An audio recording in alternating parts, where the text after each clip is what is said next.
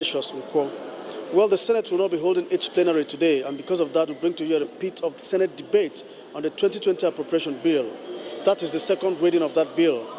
That same day, the Senate urged the federal government to declare state of emergency on federal roads. The Senate has rounded off debate on the 2020 appropriation bill, passed it for second reading, and set 29 October 2019 as deadline for ministries, departments and agencies to appear before respective Senate committees to defend their budgets. Mr. President, with your permission, I move that the Senate do resume the debate on the 2020 appropriation bill. I so move. So I will start by inviting the Deputy Leader of the Senate to make his contribution. The 2020 budget has been targeted as a budget for fiscal consolidation, investing in critical infrastructure, enhancing our social investment program, and also incentivizing the private sector participation. These are very important, Mr. President, for our people. It shows that Mr. President is very responsive to the pains and aspirations of our people.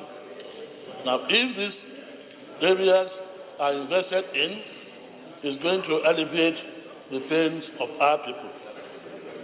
Mr. President, there's also indication that our economic indices have the potential of recovery and growth. For instance, the growth of GDP from 0.2% in 2017 to 2.2% in 2019 is an example.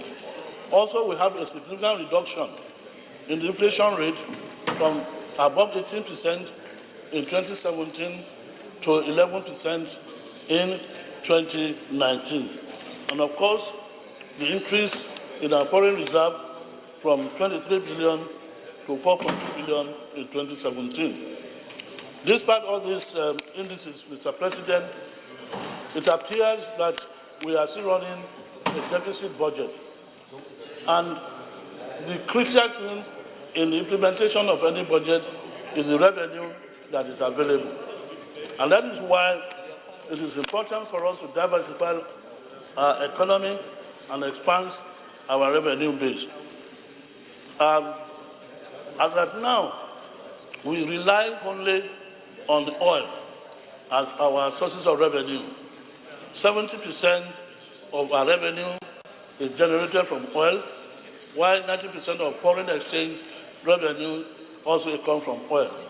This is very dangerous because it makes our economy very vulnerable because of the instability in international markets all over the world. Therefore, the desire or the attempt to diversify our economy is very important. Agriculture has been focused on as an area where we can diversify our economy.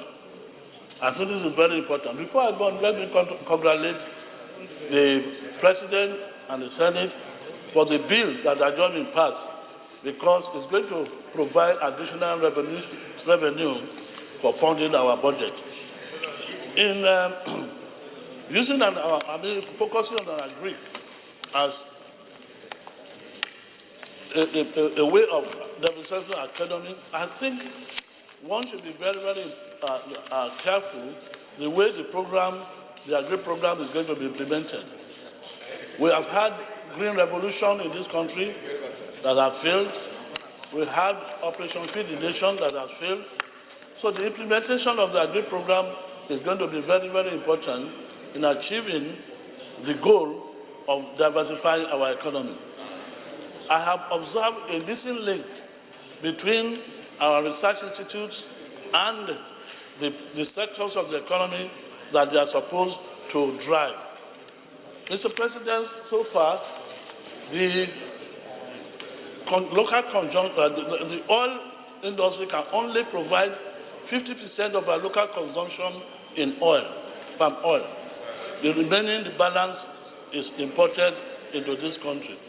My question is, what has NIFOR been doing? This Nigerian Institute for Oil Palm Research.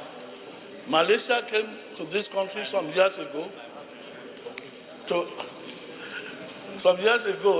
take palm kernel. Today, Malaysian economy depends wholly on oil palm. And they have developed 50 products from oil palm. So I believe that in using agri as a way of a diversified economy, there must be a link between our research institutes and the salt sector. Mr. President, while we are talking of diversified economy, I think we should take into consideration ICT. The ICT is very important. It's the technology of the future. Today, India is the hub of ICT businesses in the world. India alone generates $360 billion of income generated from ICT, while Nigeria generates only $25 billion in oil. So we can see that $365 billion from ICT in India dwarfs our own $25 billion generated from oil. I think we should pay attention also to ICT. And finally, I want to mention something about technology. The biotechnology program is very important for us in this country to bring back our pyramids. Our pyramids in the north, that is also agriculture, cocoa in the south. So I think attention should be paid to biotechnology. Mr. President, that's the last thing I want to mention is the unclaimed funds, unclaimed dividends in the bank and also in the companies. What we have today is about 126 billion naira of unclaimed funds. I think this can be available as a source of revenue in funding our budget. Distinguished colleagues, as stated in our Constitution, Section 14.2, the main purpose of government is security and welfare of its citizens. Mr. President, in our budget of 10.3 trillion, defense has been allocated only 100 billion. That is less than 1% of the budget. We are challenged with various security issues in the northeast. Boko Haram is the issue of insurgency is resurging. In the northwest, the issue of banditry is on the increase. In the middle belt, we have security challenges. With this, Mr. President, budgeting only 100 billion out of 10.3 trillion is grossly inadequate. Fortunately, the benchmark have been moved from 55 to 57. Mr. President, distinguished colleagues, I want to appeal that that gap that is given should be utilized for the implementation of minimum wage and also addressing the issue of inadequate funding for the security. Also, Mr. President, after the security is the issue of the humanitarian crisis, which we all know here. The international donors so far have contributed $547 million. That translates to more than 140 billion naira. But here we are, Mr. President. 1 more minute.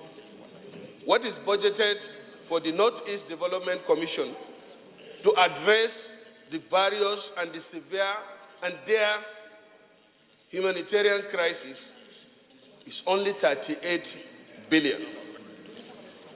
It is on record that the insurgents in Borno alone have inflicted $9.2 billion destruction.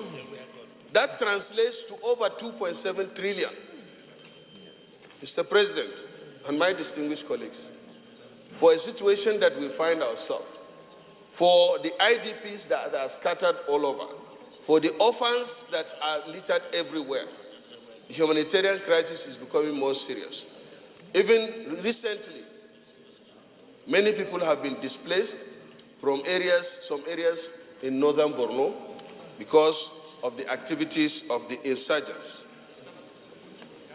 This is an issue that should be looked into seriously. First time, and after 3 years, we are considering budget, basing it on our #1 revenue at $2.18 million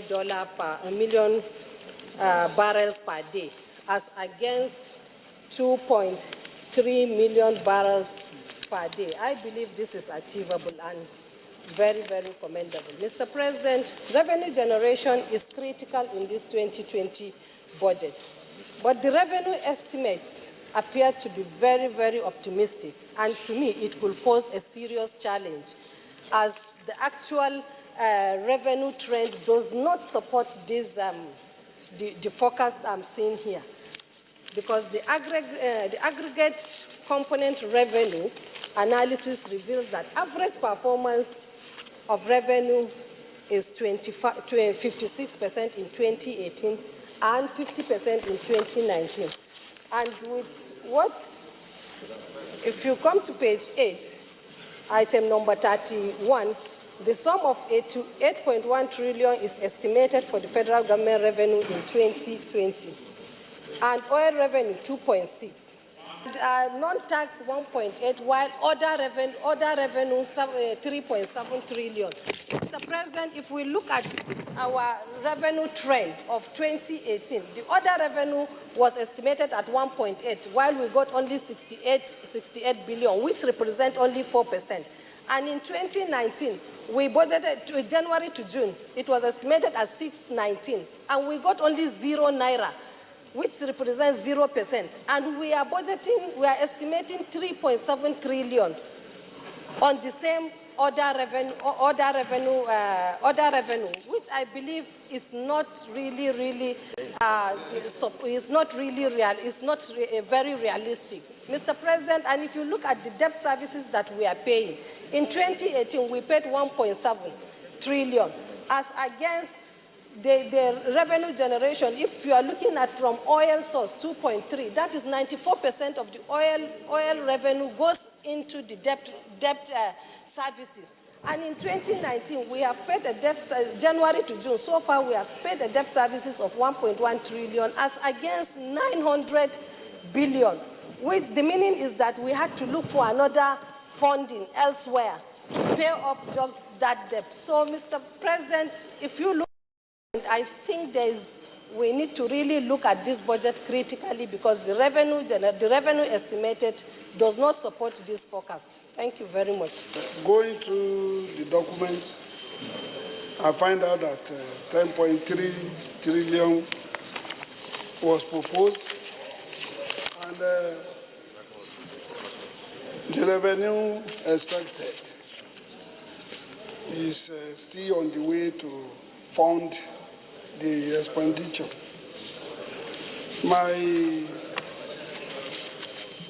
In a nutshell, the main purpose of a government is security of the citizens and the welfare.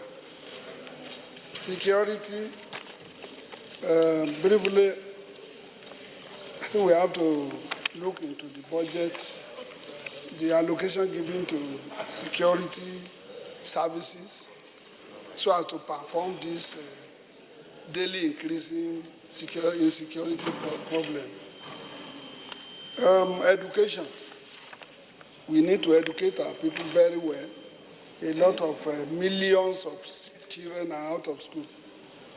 Thereby, automatically the ones on education is still a meager amount that should be given to education to bring it to the rural areas. Mr. President, my worry is this rural drift into the urban cities, where crime is increasing every day. The rural areas have been neglected. The Ministry of Special Duties that is supervising the rural areas should have enough fund to go into rural areas and develop it, since there are no local government functioning for now. My worry now is, how do we generate our revenue, more revenue, apart from the ones we have done this morning, to generate enough revenue from oil?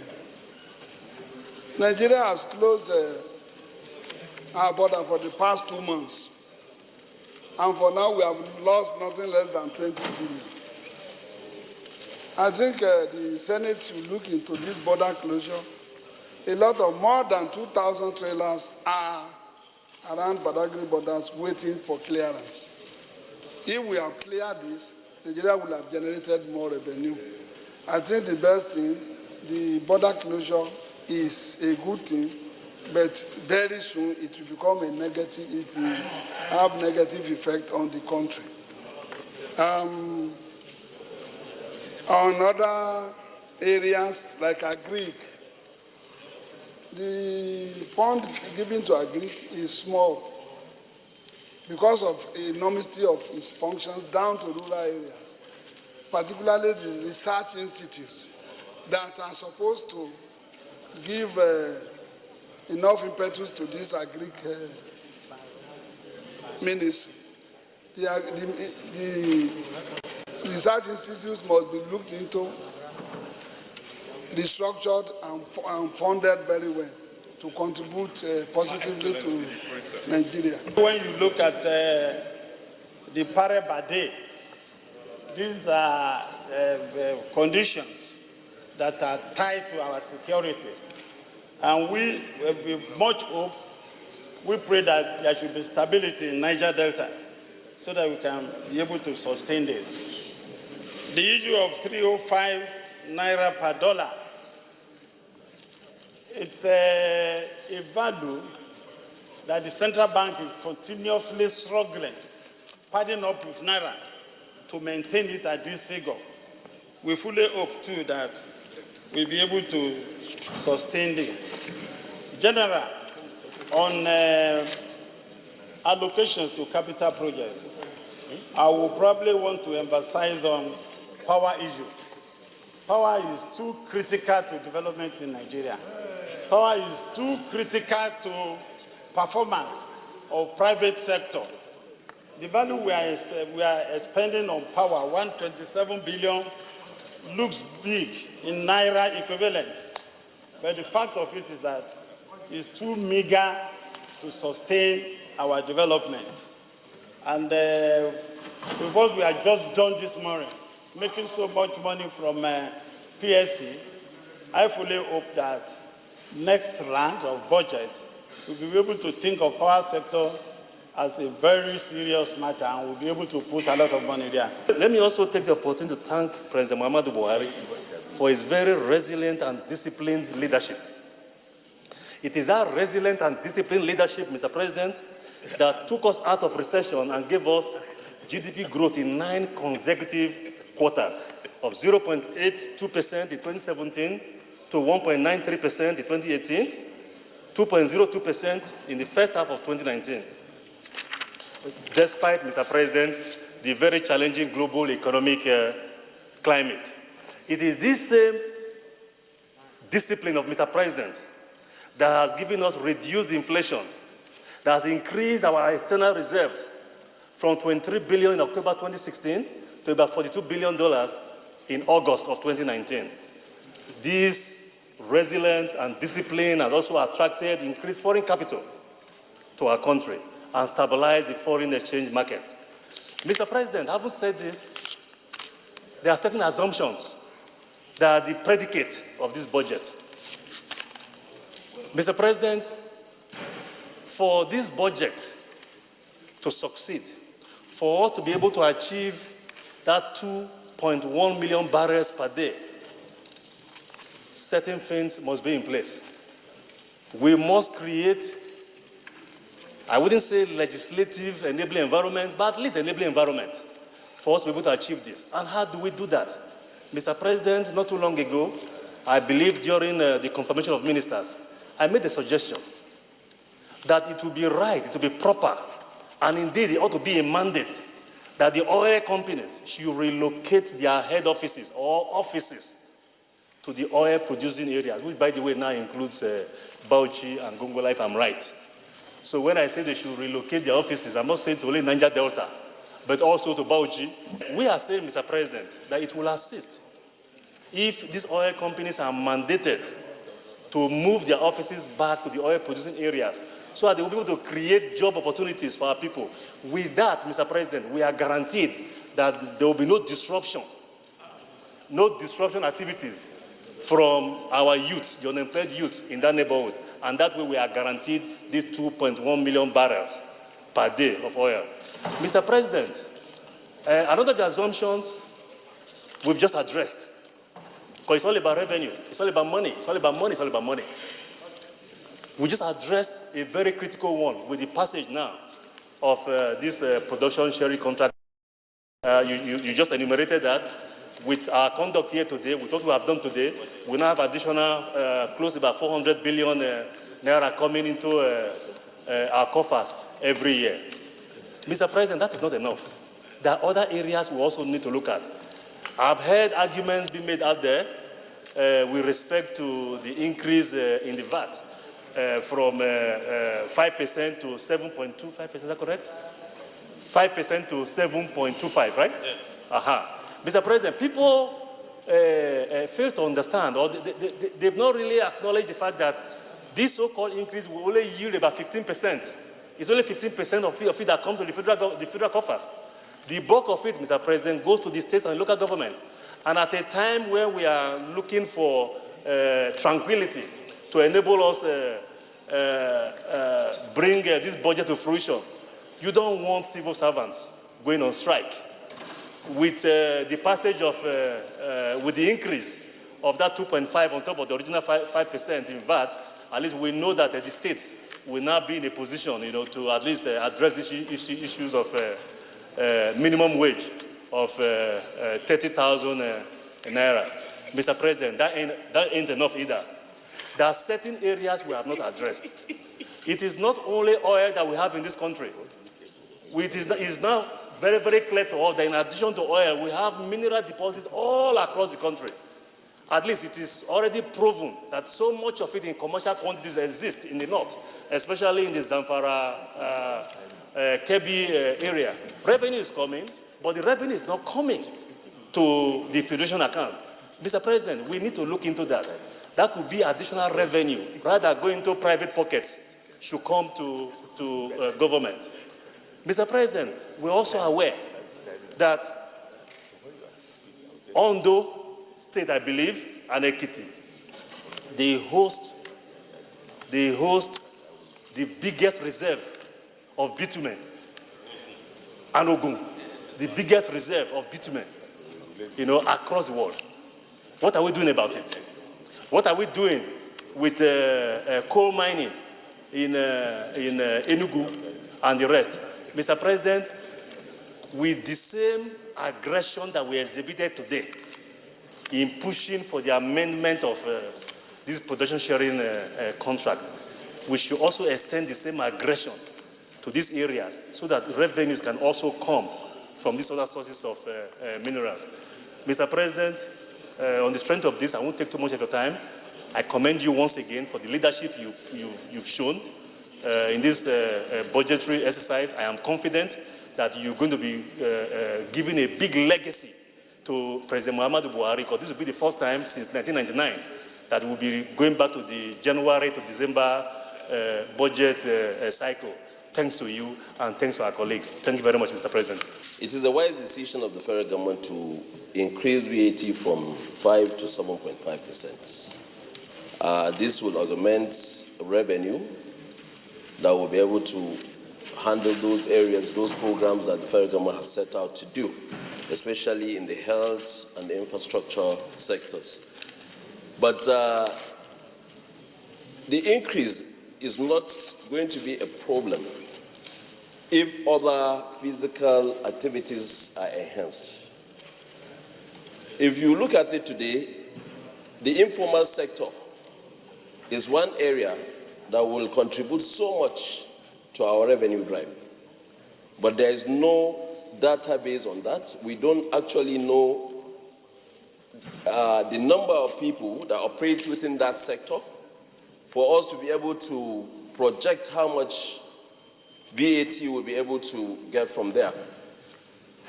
Without doing this, it is going to erode the minimum wage increase, the advantages or the happiness that Nigerian workers are on the minimum wage, for the increment of the minimum wage. So if we actually want to control the inflation rate, we should also be able to allow workers to spend more instead of saving, because the VAT now will create a situation whereby everybody wants to save instead of spending.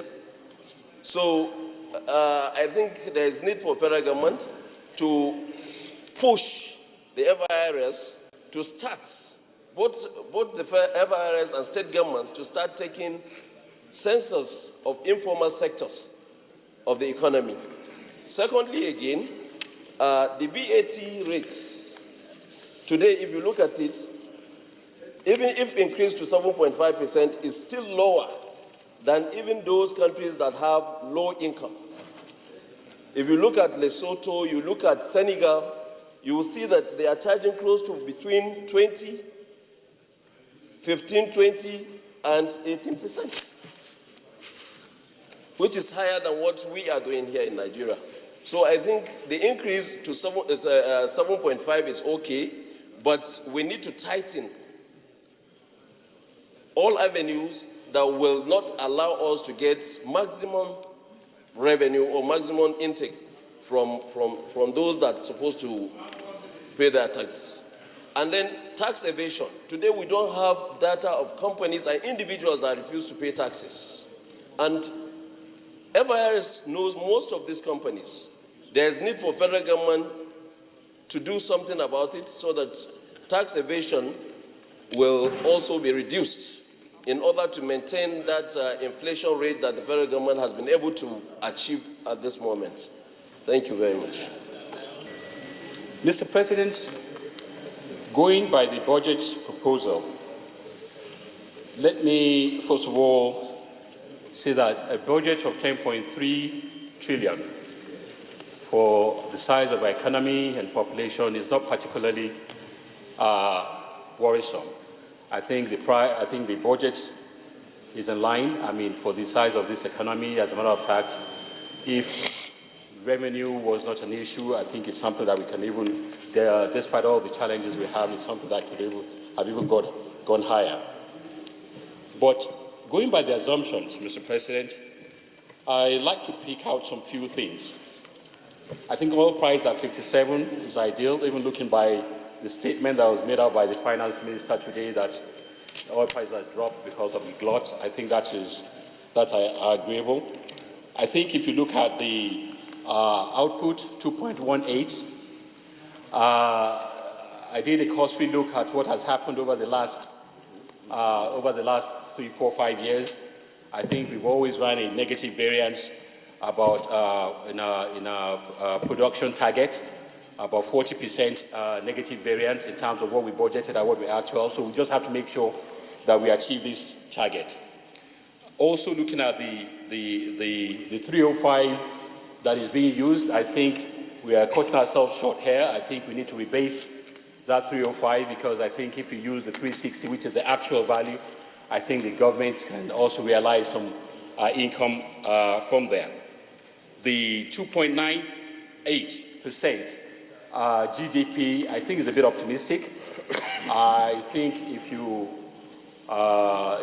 also look at the global economy, I think only recently, I think the World Bank even downgraded the expected GDP of Nigeria to be about 2%, and I think they believe that the global economy is slowing down and commodity prices are falling. So these are some assumptions that we have used, which I believe that we need to be very careful. We could fall short of these revenue projections and could further make our situations unattainable. But I'm looking at the overall spread of the budget. One of the things that caught my eye, Mr. President, is that if you look at the non-debt recurring and you look at our debt service, added together, that makes about 70% of the whole 10.3, leaving us less than only 3% for capital expenditure. For a country that it's estimated we have 98 million people in poverty, about 45 or 35 people are unemployed. We are growing at a rate of 2.7% growth rate. So when you look at a huge deficit capital, when you look at what we are spending in terms of capital expenditure, is very, very, very small in order to get us out of this poverty. One of the things that going into expenditure, one of the areas that I feel that the government needs to seriously start looking at is in the area of capital projects. I honestly believe that government needs to start looking at liberalizing that market and bringing more of the private sector in to assist. Because if you look at the quantum of capital projects that needs to be handled or done now, it's very huge, and I'm not sure the federal government itself can do that. I don't see why the federal government should be involved in rail, for instance. I mean, I think that could have been opened up and to get investors to come in and do the rail for us. I mean, if you remember, even in America in the early days, the Rockefellers were the ones that started the rail. I think even some of the roads are some of the areas that also we can look at. But going into the revenue area, I think the VAT of 7.5, on the look of it, doesn't seem excessive. But my concern is that in a shrinking economy, when you are tightly, when you are increasing, then you're supposed to be infusing more money and reducing taxes to ginger the economy. We are going to be raising taxes, and also we don't have enough money that we are spending to stimulate the economy. That's an area that I'm also concerned about. I think the marine sector, there's a lot of money that can still be made in the marine sector. I think the production sharing contract is still an area that we've just passed this morning. I think stamp duty is an area that we also talked about that we need to focus on for revenue. Subsidy, if you look at from 2006 till now, we've spent close to 10 trillion naira on subsidy. That's an area that we need to reduce to make sure to put that money into more productive sectors of the economy. And I still believe that the government needs to do some kind of asset re-engineering. I think there's still a lot of federal government assets that are wasting, that we need to shrink and get more revenue. So there's still quite a lot of things here, but Mr. President, because of time, I yield the floor. The agencies of government involved in developmental projects, there are a lot of duplications. Mr. President, let me take for instance, which sums of money are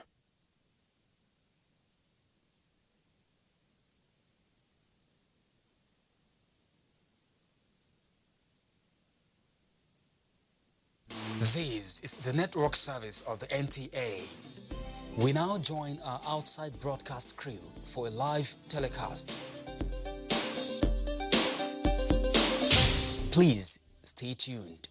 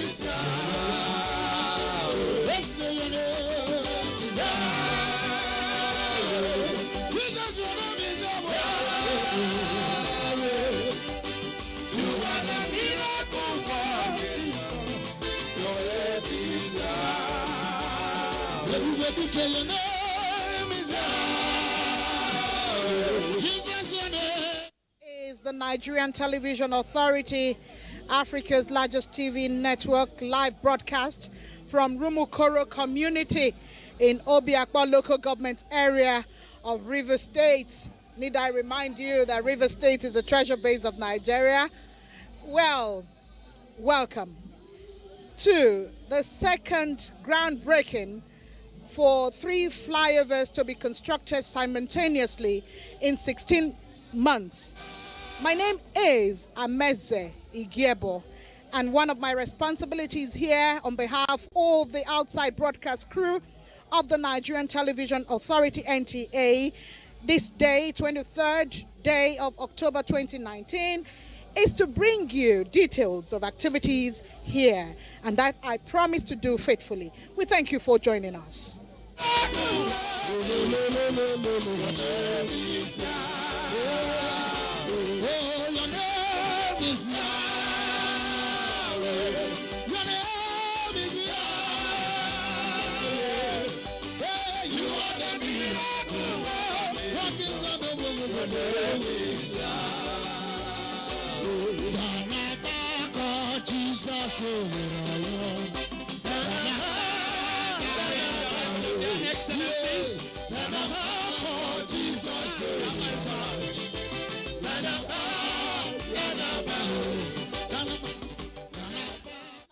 Of Rumogba flyover bridge across the very busy intersections of 1st and 2nd artillery junctions, also in Obiakpa local government area of the state, and that groundbreaking was done by Governor of Oyo State, Oluwaseyi Makinde. Hopefully tomorrow, the good people of Rivers State will witness yet another flag up of a flyover bridge at the Port Harcourt City local government area, at the Garrison area to be precise.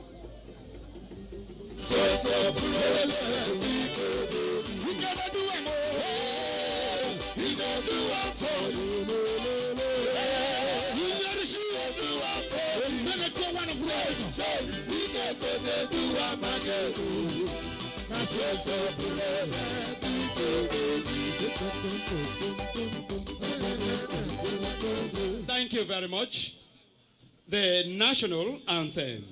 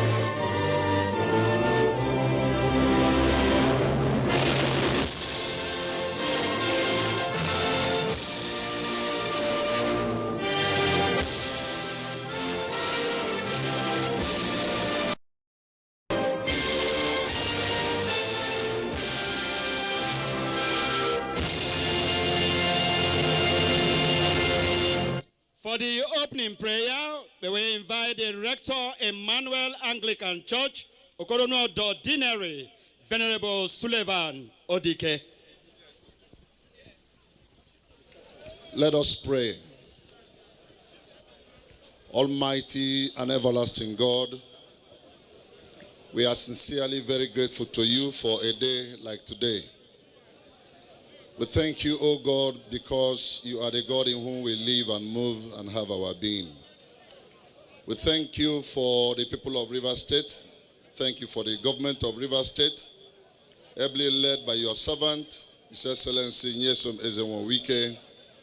We thank you for chiefs and elders. We thank you for the friends of the state who are here to witness the official flag off of the Okoronodo flyover project. Our God and our King, we recognize that we can do nothing without you. And that is why at this time we ask that you come and take total superintendence over everything that will be done here today. Lord, grant that at the end of it all, we shall all have cause to still return praise and glory unto you. Thank you because we know you have heard us. For we have prayed in the name of Jesus Christ, our Lord. Thank you.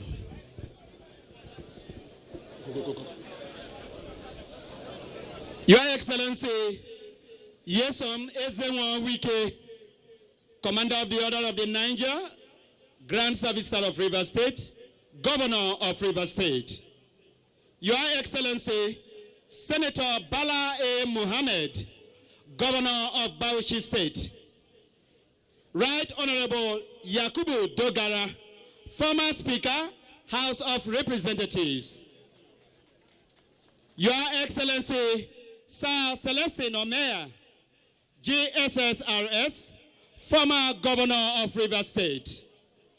Right Honorable Ikunyi Owaje Ebani, DSSRS, Speaker, River State House of Assembly. Distinguished Senators and Honorable Members of the House of Representatives. Brother Felix Obwa, State Chairman, People's Democratic Party, River State. Alhaji Hamza Akuyam, State Chairman, People's Democratic Party, Bauchi State. Your Royal Majesty, King Dr. Dandenson Douglas Jaja, Jackie V, Amayanabo of Opobo, and Chairman, River State Council of Traditional Rulers, elder statesmen and party elders, honorable members of the River State House of Assembly, members of the River State Executive Council, members of His Excellency the Governor of Bauchi State's entourage, permanent secretaries, the chairman of Obiakpo local government area, and chairman of other local government areas present, Your Royal Majesties, the Ezoha, Rumokoro, and other traditional rulers present, gentlemen of the press, ladies and gentlemen. Welcome to the official flag-off of construction of flyover bridge at Okoronuodo roundabout, as pledged in His Excellency's second term inaugural speech. Your Excellencies, very distinguished ladies and gentlemen, to welcome you in that traditional sense, permit me to invite the Ezoa Okoro, Eze Olwell Owanda, assisted by the chairman, Rumodemaya Council of Chiefs, Chief Richard Ehie, to present the kola nut to their excellencies.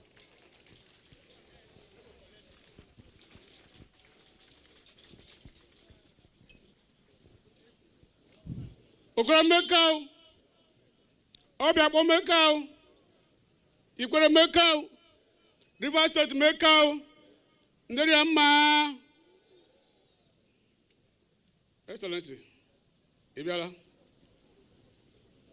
Nderi mokoro back maka Ibiala. Meka. Kabeji. Adna kan Ibiala. Meka. Meka. Ameka. Excellency. Njimo kana thank you Ijire bia. Na kani hono. Nderi is very happy. For everybody here, everybody know that here is popularly known as Rumokoro roundabout. And I wish and appeal to state government to still maintain that name as Rumokoro flyover. And Mekau.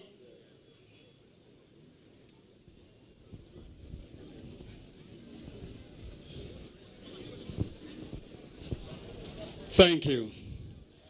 Your Excellencies, very distinguished ladies and gentlemen, for the welcome remarks, may I invite the chairman, Obiakpo local government area, Honorable Solomon Ebel Eke, JP. Your Excellency, the Governor of River State, Mr. Quality Project, Your Excellency, the Governor of Bauchi State, the Right Honorable Speaker, our leaders, the royal fathers, let me stand on the existing protocol. My Lord, I want to welcome you to Obiakpo local government area. Today is another milestone being recorded in Obiakpo local government. Everybody knows that we used to experience very great luck here, very stressful position when you are coming this way. And you know that this road leads to everywhere in this country. From here you go to Lagos, from this other side you go to Akwa Ibom and Cross River State. And this flyover is very, very remarkable in our lives. And we are happy with you for feeling our pains and giving us this flyover. We want to thank you. My Lord, I want to say that the people living within this area have seen what you are doing, and they are happy with what you are doing on their own, selflessly. On your permission, sir, there is a small gift that they wanted to present to you on permission. They have a very beautiful replica of yourself that is here. So we wish to present it, a very beautiful gift to you. My Lord, I want to welcome you and your entourage to this epoch-making occasion. God bless you, sir. Welcome. Ibialawe.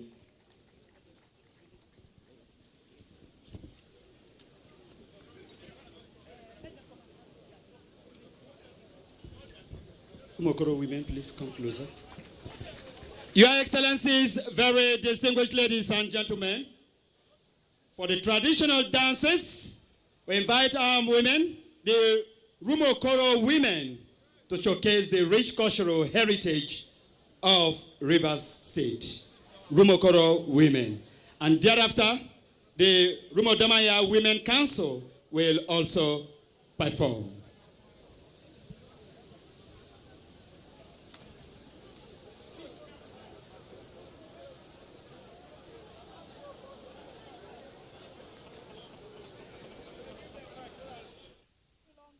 Live broadcast coming to you from Obiakpo local government area of Rivers State.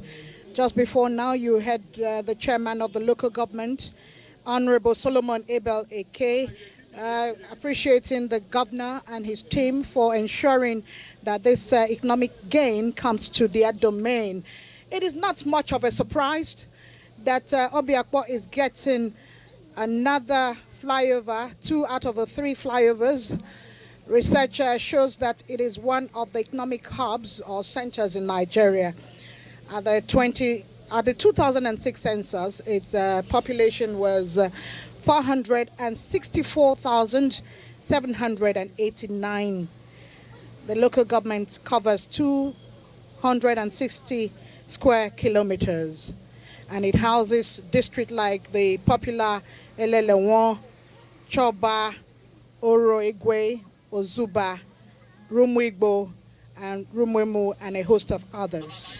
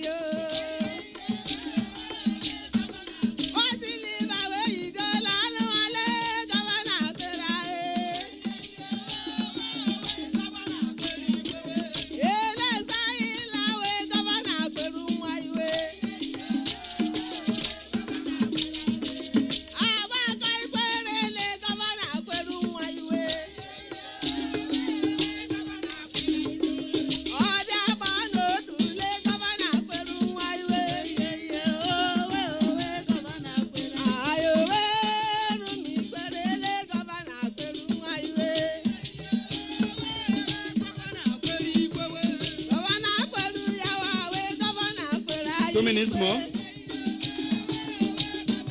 Rumokoro women.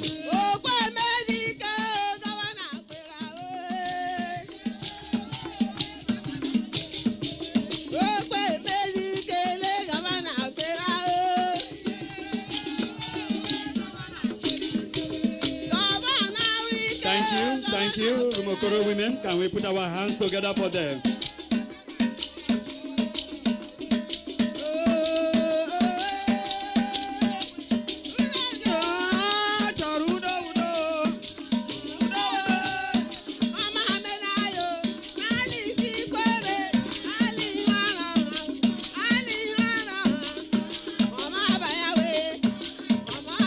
Can we put our hands together for them? The Rumokoro women.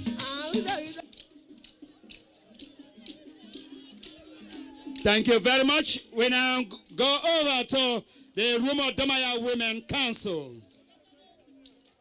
Thank you very much. Can we put our hands together for the Rumodomaya Women Council as they take to the stage? Best appreciating the governor and his team for this goodness that has come to their area. Today, the flag up will be done by Senator Bala Mohammed, Governor of Bauchi State. He will conduct the groundbreaking. Senator Bala Mohammed was sworn in on May 29, 2019. He was declared winner of the governorship election by INEC on March 26, 2019, after a protracted contest.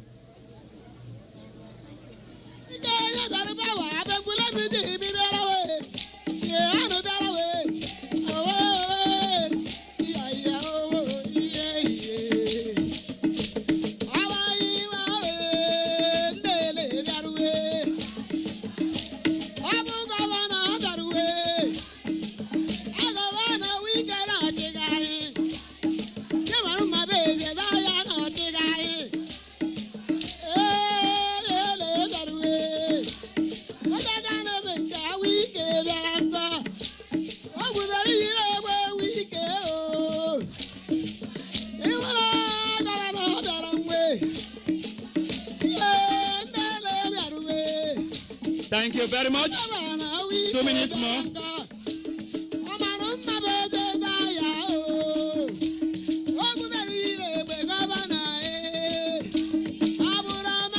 Thank you. Can we put our hands together for them? Thank you very much. Rumodomaya Women Council.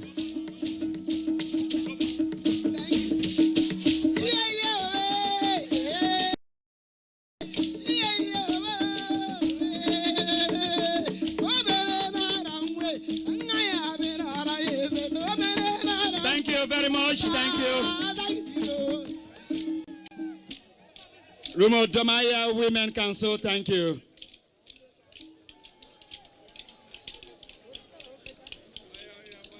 Your Excellencies, very distinguished ladies and gentlemen, remarks by the contractor, Julius Budget Nigeria PLC, as I invite representative of the company, Engineer Daniel Bliss.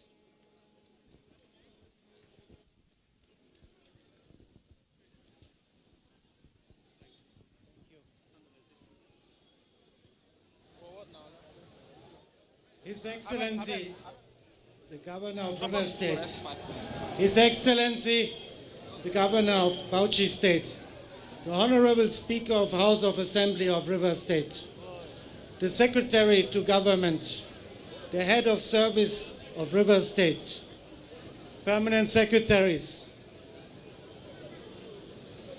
the Chairman PDP of River State, stakeholders and traditional rulers, may I humbly stand on existing protocols.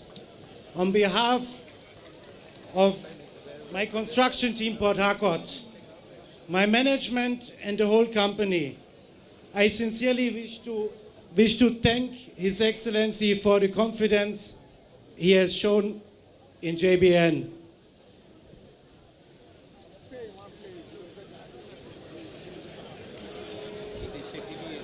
As we partner with the state under your leadership, we thank you, Your Excellency. it's a great honor. Your Excellency, we are working since 2015 here for you, and you always make me shaking. When you call my office to send for that engineer to report about the progress, when you rightfully feed us well, you are rightfully to complain when we are slow. So, but when I'm with you, I always find with you and with your leadership a solution for all the challenges at site. Your Excellency, I know is day 3 of construction period. Believe me, even when at site you cannot see much. My company is working seriously on procurement, on equipment, manpower disposition, on design. Very soon, construction works will start. With your leadership, wisdom, guidance, and support, we will deliver the desired target of construction period. Thank you. It's a great honor for me to stand here. Thank you very much. Julius Berger, Nigeria PLC, the contractor. Your Excellencies, very distinguished ladies and gentlemen, next is a project description as I invite the Permanent Secretary, Ministry of Works, Sir Dr. Clifford Indo Walter. Thank you very much. His Excellency, yes, one weekend, CON, DSSRS, US Africa, the pride of River State, Governor of River State. His Excellency, Bala Ahmad, the Governor of Bauchi State here present, please let me stand on our existing protocol. His Excellency, it is a great honor and privilege for me to stand here and to welcome you on behalf of the Minister of Work, River State, to this flag off of Okoronodo flyover here in Obiakpo. Indeed, this is the second series of the flag off. And His Excellency, I don't intend to bore you with much details of this flyover, but suffice me to say that you can see the cross-section of the prototype of the flyover. Now, from the opening here, you will see where the white portions ended and the right end. That takes a total length of 360 meters. That's the length of the flyover. Now, from the approach, you must see from the approach to the other approach, gives us 800 meters. In this flyover, you have the roundabout. And then this roundabout is taking a total degree of 360 that any vehicle can make a turn without causing obstruction. Now, within the under bridge, you will have service lane. And this service lane has width of 7.3. And then on top of the bridge, on the top of the flyover, which is the dual carriage, in other words, you are going to have four lanes, two opposite sides, having a total length of 7.3. Now, the electrification of the flyover is also included here, both at the flyover and even within the service lane.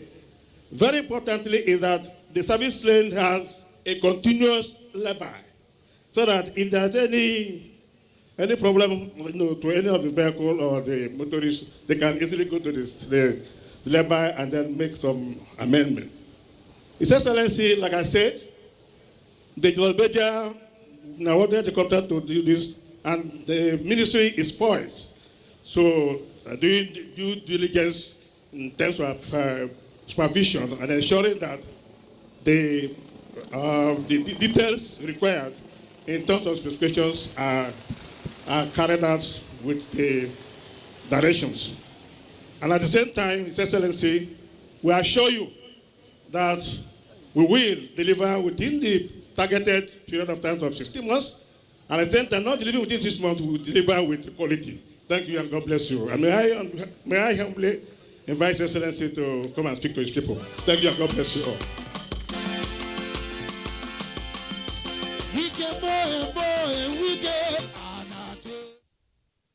Clifford Undu Walter, Permanent Secretary, Ministry of Works, Rivers State, giving a vivid description of the project. The weather is quite favorable this day. It's as cool as the evening, just like yesterday. And the crowd is overwhelming, I can tell you. Speaker of the House of Representatives, Right Honorable Dogara, Your Excellency, the former governor of the state, Sir Celeste Ngozi Chim Omeha, the Right Honorable Speaker of the State Assembly, and the Deputy Speaker and members of the State Assembly that are here, the chairman of Obiakpor Local Government, and other chairmen who are here, the chairman of the Rivers State Traditional Rulers Council, and members of their council that are here, particularly the paramount rulers of Rumokoro and Rumodomaya that are here. The distinguished senators, particularly Senator Abdul Ningi, former National Organizing Secretary of our great party, the former chairman of INEC Senate Committee, Senator Nasif, Senator Laka Wogu, former ministers, Dr. Abia Sakibo, Chief OCJ Okocha, the former Natim President of the Nigerian Association, and by the grace of God, the Vice Chairman of the Body of Bench of the most recognized profession in Nigeria.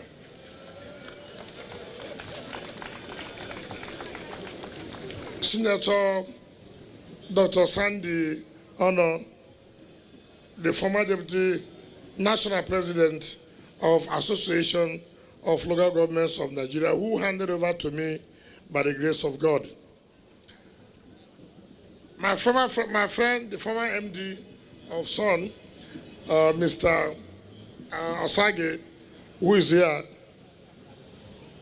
our dear leaders, Chief Sergeant Awuse, Chief Federal Alabraba, Chairman of Elders Committee, Julius Berger, Nigeria Limited, Secretary to Government, and former Secretary to Government, and members of the State Executive Council, my dear leader, Chief Felix Weke, Donald Nkume, the who be the Donald Nkume, the servant, by the grace of God, whether some people like it or not, former members of the State Assembly, the leader of the Equatorial Industry that are here, my dear brothers and sisters, Equatorial Banmeka, Equatorial Banmeka, Efos Banmeka, Okros Banmeka, Otomwes Banmeka, Obiakpor Banmeka, Then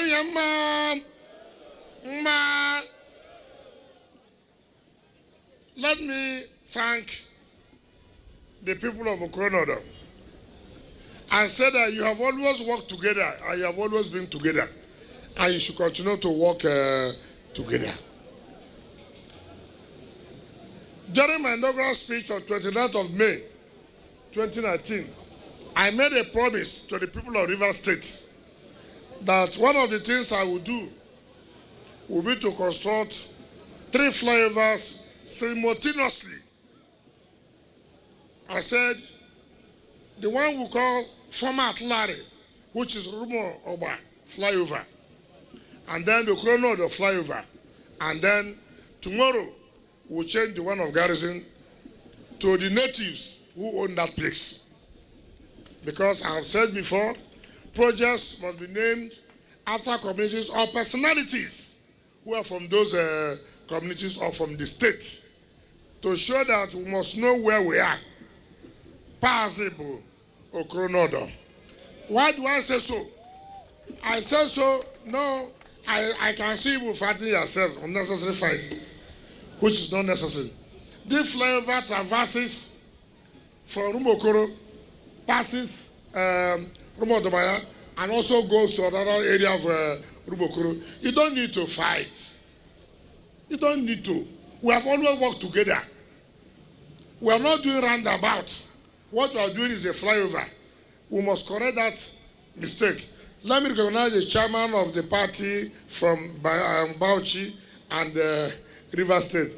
Before they will say that, well, I'm already retired, so I don't know. But let me recognize the chairman of the party from Bauchi and River State. So let us not fight amongst ourselves. I had wanted to name it a particular son, but if I do that, you say, oh, why should it be? But you won't change me. When we finish, I will do whatever I want to do. For now, it is called Okrono the Fly Over. I don't know what they are clapping hands for. I don't know what this church is known as Okrono. So what are you clapping hands? Is there any anything there? We must live together. We must work together. Though we should not allow anything that will divide us. Petty things that have no meaning. What is important is that there's a flyover. Is it not correct? That's what is important to us. Now, this flyover will create jobs. And so I will urge Jonas Berger, just like I said yesterday, employ my people, allow my people to be the one that will be subcontractors. Rivers money for Rivers people. So please give my people to be the subcontractors, to give you sand, and we are going to appoint CLOs. They will come from the communities. They will not come from anywhere other than from the communities. And I will plead with the communities. They are not drilling oil here. Where you want to say, oh, they are drilling oil. Where's the Permanent Law Rumokoro? Where is he? Come with your staff of office. Come. Who is in charge of Rumokoro? Because I know the Permanent Law is dead. Have you replaced somebody? Okay, you come. You are representing them. Come. Now, Permanent Law, let me tell you. You are holding the staff of office. Is it not correct? It's not just to hold staff of office. So you have to do the work. If your youths make problem here, I will take away the staff of office from you. So part of your job is to make sure you control your people. Chief Richard, they say you are not representing. Please represent well. If your people make trouble here, I will make sure that you will not sleep. This flyover, I'm the one in charge. I'm the Minister of Works. They are under me. So I'm taking over the supervision of this flyover. So don't make trouble with the company. Don't give them unnecessary problem. If there's anything you want, let me know. But don't go and begin to cause problem. And let me tell the youth, if you like, and let me say it. Rumokoro, this Rumokoro and Rumodoma, you have given a problem about those who are selling here. You say you are cultists. The time you will die has come. The time you will die has come. You are disturbing people here. You don't want here to be free. And then you go and collect money from traders to come and sell on the road. Look, let me tell you. Every day for the thief man, every day for another day for the owner. The day we will catch you, you will know that Kaki no be leader. You don't want order. You don't want people to operate peacefully. It will not work. People must operate peacefully. If you say you voted for me, allow me to do the work. You don't need to give me a problem. If not, you come and collect your vote and go. Come and take your vote. If you are saying you voted for me and you don't want me to work, come and take your vote. So it's important that we must allow the contractors to do their work very, very well. 16 months. Today is the third day. I paid Jonas Berger on Monday. I have paid 70% of the cost of this project. So, Jonas Berger, Monday, Tuesday, Wednesday, 3 days off from the 16 months. And you must complete it as we agreed. We signed. So please, my dear people, let us enjoy this period and have these 3 flyovers. It is to our own good. It will employ our people here. It will change the landscape of this area. I don't want us to fight. I don't want us to stop Julius Berger from doing this job. Let them not find an opportunity to say, Mr. Governor, there are people that are not allowing us to work.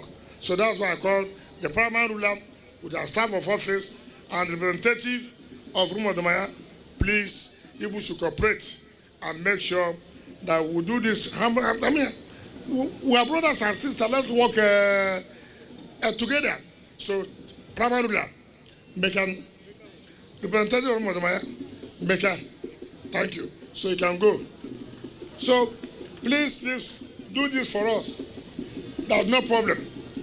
So, on that behalf, I want to invite my brother, former Minister of FCT, even though he didn't give me land in FCT, former Minister of FCT, we're all colleagues, and the Federal Government, Senator Bala Mohammed, to come and talk to Rivers people and then flag off the construction of Okronodo flyover to the glory of God. Thank you and God bless you. Wike has also emphasized the fact that subcontractors should be from this local government area. He has said there must be inclusion of local content. Your Excellency, the Executive Governor of Rivers State, my brother, Chief Wilson Wike, Your Excellency, the Speaker of the House of Assembly, Your Excellency, the former Speaker of the House of Representatives, Your Excellency, the former Governor, distinguished senators that are here with me, my boss, the chairman of the PDP in Rivers and in Bauchi, and other members of the leaders of the party at the various levels, the major stakeholders of Rivers State that are here, distinguished invitees, distinguished ladies and gentlemen. On behalf of my group and the people and government of Bauchi, we feel highly delighted by this singular invitation by His Excellency the Governor to come and perform this very auspicious assignment. I find it very auspicious because the recognition alone to be with the people's governor, a working governor, somebody that has raised the bar in governance, it is really very, very satisfying. I am not flattering him, he knows me. We were together in cabinet. I know what he can do. The day I heard he was here and he's coming back again, I know it will not be flattering to say, you have really gotten yourself a really leader of substance, somebody that can take Rivers to the next level. All the projects and programs he's doing, they are touching the communities. And I can see how he has deepened community relations. And he has the courage, more than all of us as governors, to say it the way it should be done. The little drama he did here, I cannot do it. I don't have the courage. And he called the youth and told them the truth. There must be peace. People should know that whatever is being done is not for him. It's to leave landmarks and legacies. And he has the resources. He has created the required cash flow. And he is deploying the resources where it should be. Honestly, I'm highly privileged to be here. I don't think I am deserving to be here with this very, very auspicious leader who has decided to do two things that I am emulating. One, he's always in Rivers. He's always in Port Harcourt as a governor. He has done that to show that leadership is engagement, is corporate engagement with the people. He doesn't sleep in Abuja. I try to do the same, but I discovered that I cannot because he is self-sustaining. He has everything to be independent and autonomous. But I'm trying. I hardly sleep in Abuja unless it is necessary. I borrowed from Wike. The second thing that I am borrowing from Wike is stakeholding. You can see His Excellency the former governor, and all the leaders, Sergeant Wuse and the rest. They were always, or they are always with him. And that is why I decided to come with my leader, the former Speaker of the House of Representatives, and the person that we contested election with, Senator Ningi, and of course, one of the most vibrant senators in the Senate, Senator Nazib Suleiman, my commissioners, the chairman of my party. I have borrowed this from this young gentleman. Honestly, when there is that stakeholding, it will release all the tension and the pressure. It will relieve us of suspicion and mistrust, because there is enough if you are transparent and open. I have the singular honor and privilege to launch this particular flyover to the glory of God and to the benefit of the people and government of I almost said Bauchi State. River State. Julius Vega, you know we related with you, but you know Mr. Project has taken over Julius Vega from Abuja to Port Harcourt. Congratulations. I know your quality. I know what you can do because I have interacted with you. And with this culture of M&E, that is monitoring and evaluation, definitely your quality control will be the best. Thank you very much.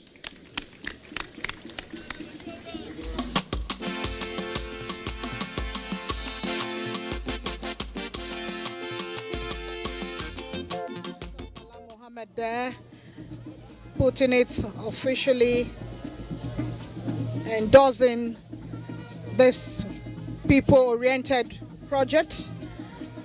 The second groundbreaking is about to be performed. He has made some very remarkable observations that leadership should be people-oriented and engaging, and that is bringing about successful leadership and progress.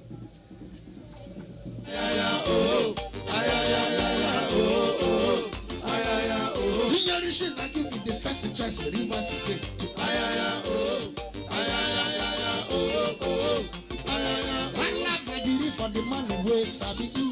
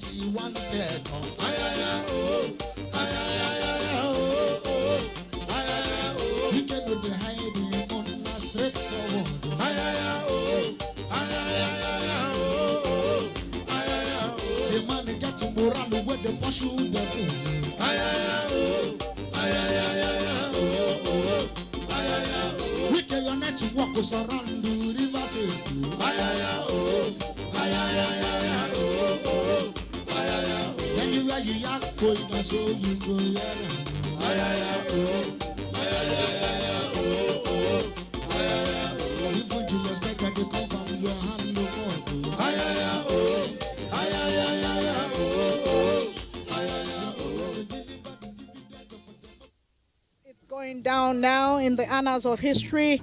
Official flag up of construction of flyover bridge at Okoro Nodo roundabout by Senator Bala Mohammed, Governor of Bauchi State. The gains are enormous: enhanced economic development, more jobs will be created, as some of the materials for the construction will be locally sourced, and more importantly, reduction in stress levels of residents, often occasioned by overwhelming gridlock. I tell you, the health benefits derivable from this project is huge.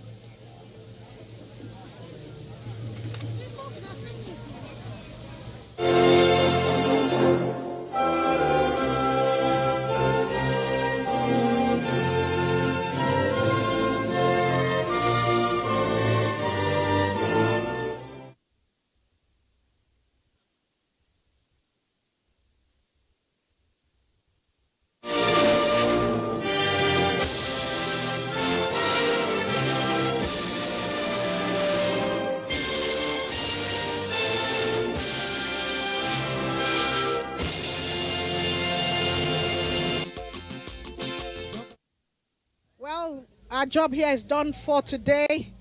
It is the official flag up of construction of flyover bridge at Okoro Nudo roundabout by His Excellency Senator Bala, Governor of Bauchi State.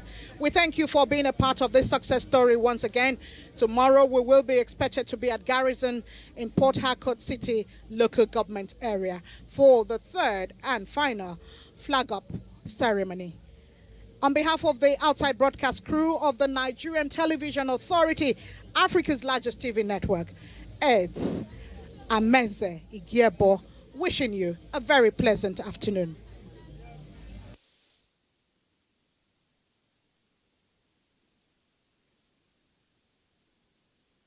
This is the network service of the NTA. We'll be joining our outside broadcast crew for another live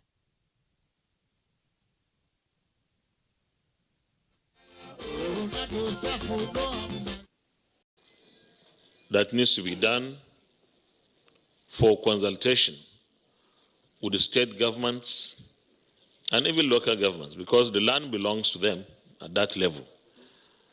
Until there is a buy-in from the states, the land reform will be a difficult thing to do.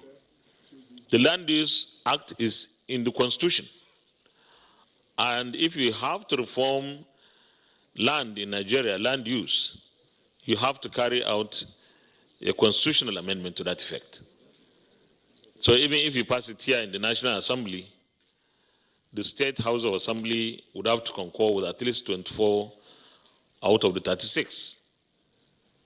And where a state governor or a state government feels it will now lose control, or maybe get too much control, the federal government will start to drag feet in some instances, or the state governments will also try to do something. So there is need for consultation.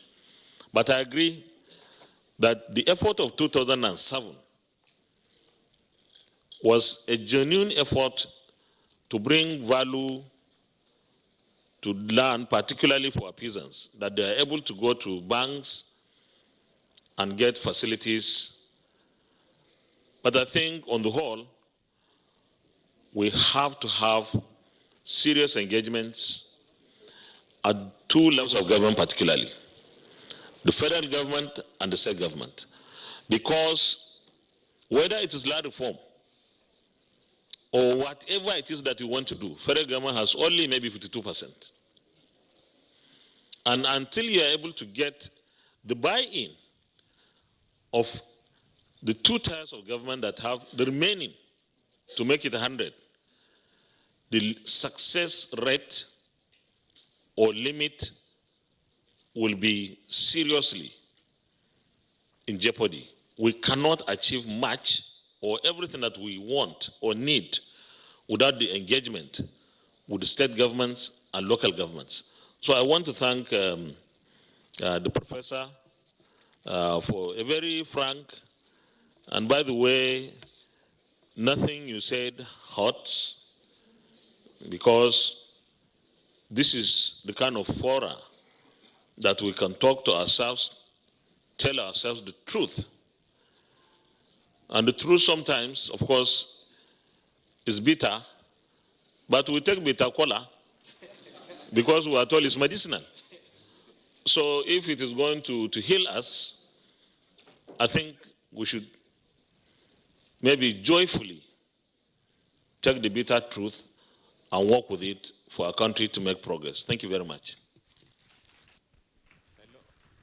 That was the Senate President address. And first, we must say good morning or good afternoon to everyone, and welcome to the National Assembly venue for the 4th National Budget hearing on the 2020 budget of the Federal Republic of Nigeria.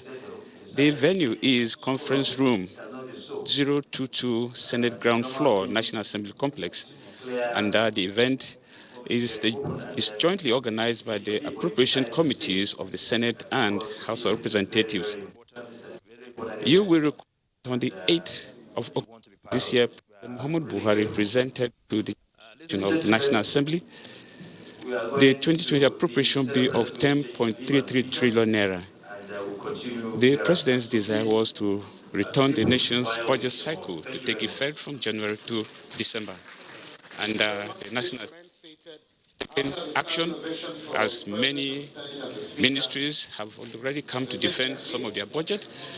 The opening ceremony has just been concluded.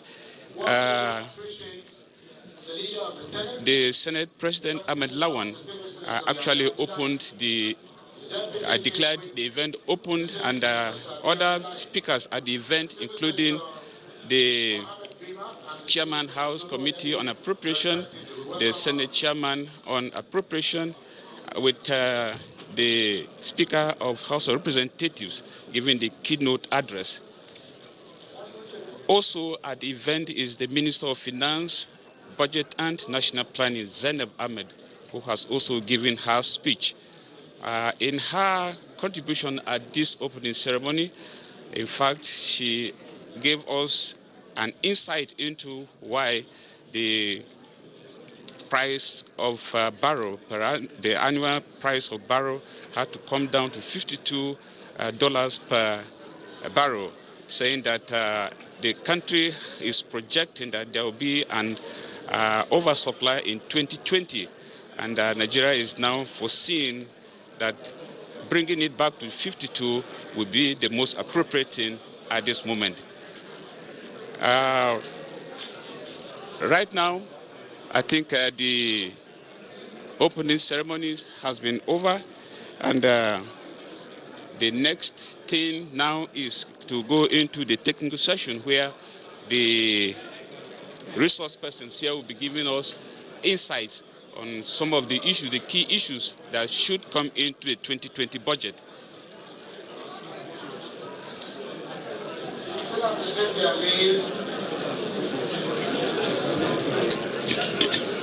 Okay. Can increase the volume of the microphone for us?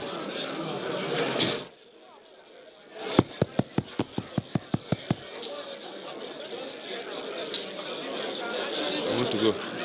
Yes, on the program at this event, Professor Nazifi Abdullahi Dama has just concluded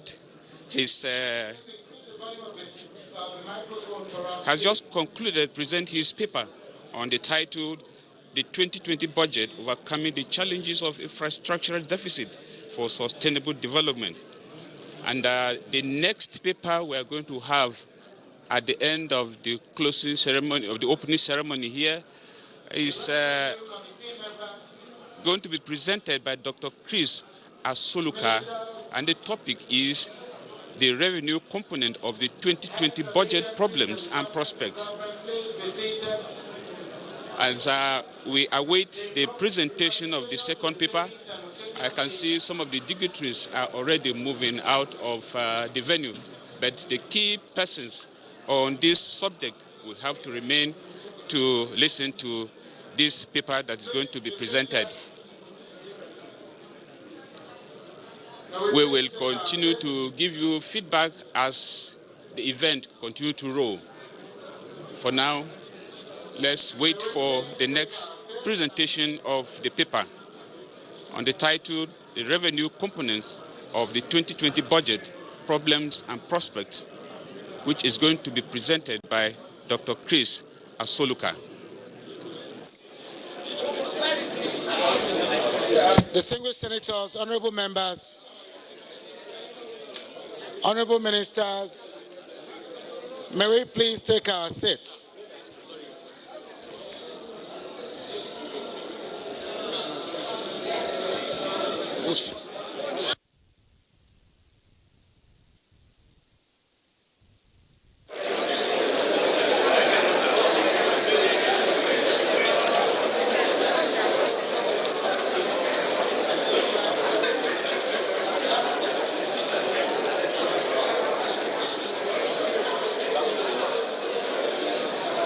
Please, let's take our seats.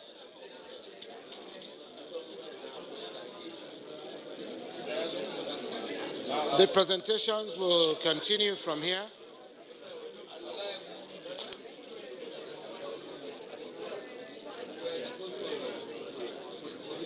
Distinguished senators, honorable members, honorable ministers and heads of agencies and departments of government, please be seated in readiness for the rest of the presentations.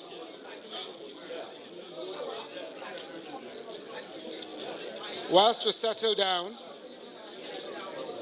I'd like to announce that all memoranda should be submitted to Secretariat for listening. All memorandas from civil society organizations and other relevant stakeholders should please submit their memoranda to the Secretariat for listing. And any group or organizations interested in speaking to their memoranda should please also indicate so that the Secretariat will take note. It is very important. If you are of the civil society organization or from any department or agency of government that would wish to speak to your memoranda at this event, please indicate so that the Secretariat could take note of that. And all memoranda should be submitted to the Secretariat for listing. I thank you.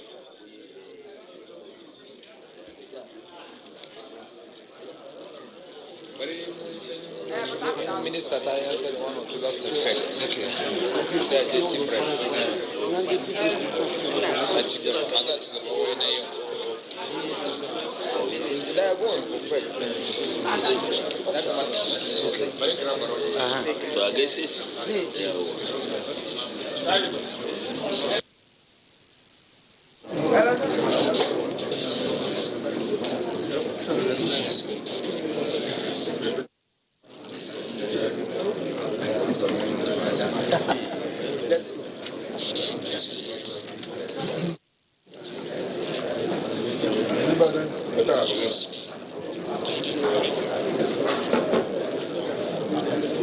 Yes, we're still at the venue of the fourth National Budget Hearing 2020, and some of the issues that came up at the opening ceremony.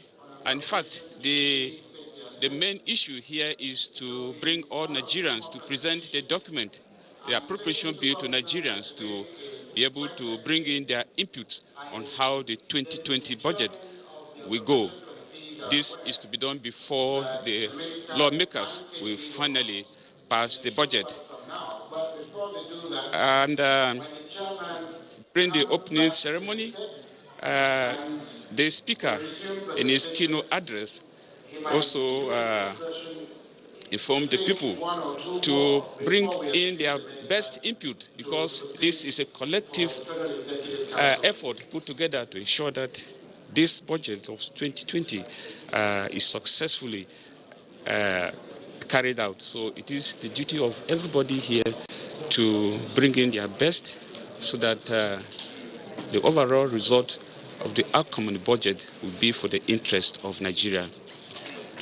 The Senate President equally said the two chambers have resolved to ensure that the 2020 budget has no defect.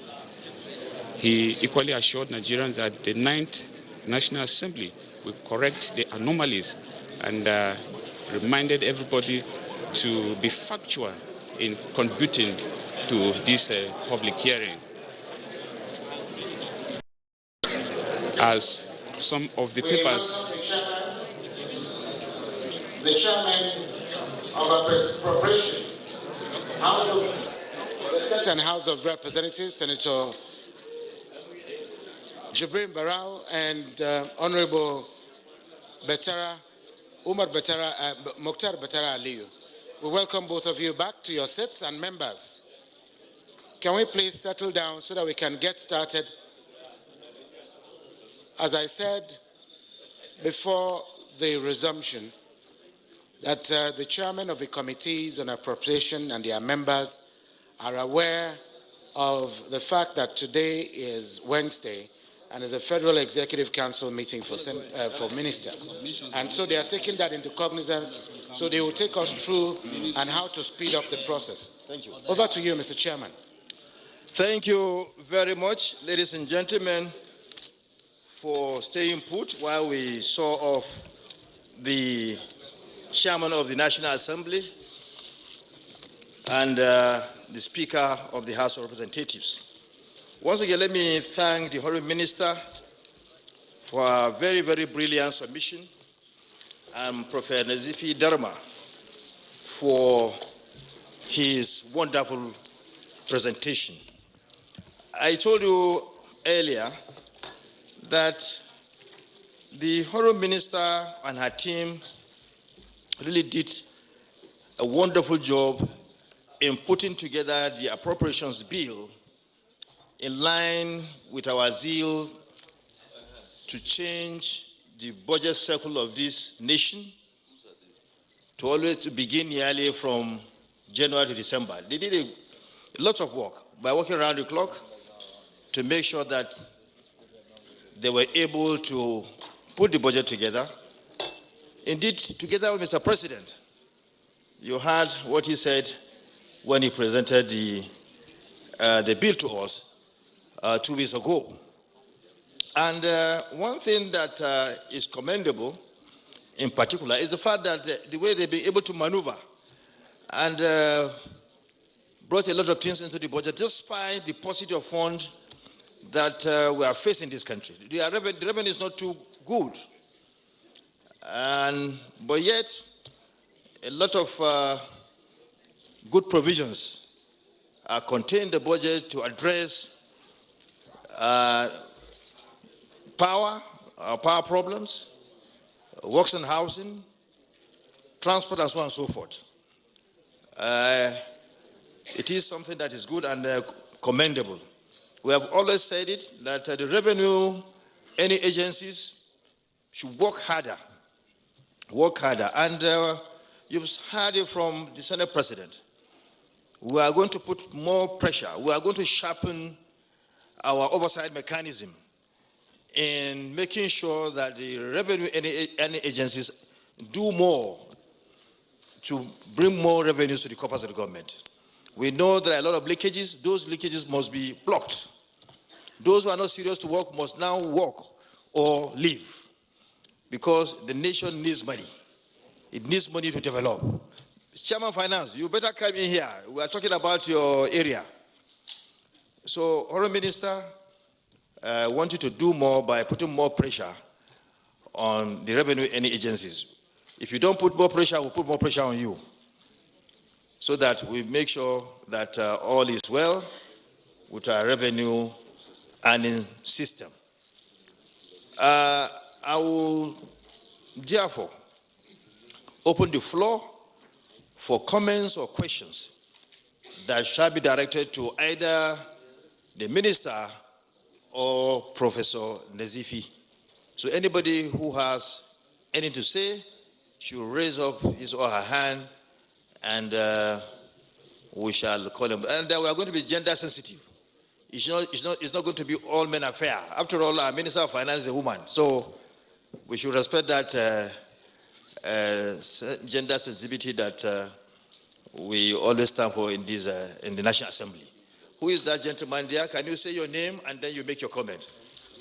Your name.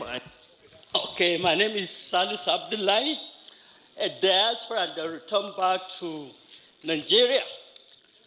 I want to commend the committee for opening the floor for individuals to make their own comment in the national budget because it's very important. That's what is being practiced all over the world.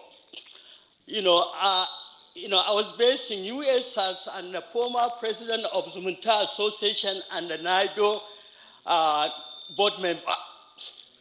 I came back. When I came back, I was also part of the National Infrastructure Development Plan Technical Committee on the ICT. That document is a very, very document.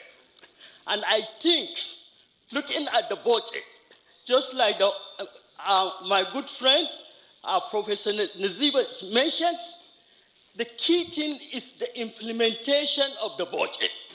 But even if the budget is implemented full time, it's not enough. So we need to look at how we can reduce our concurrent expenditure. To me, it's not acceptable for the capital expenditure to be only 24%.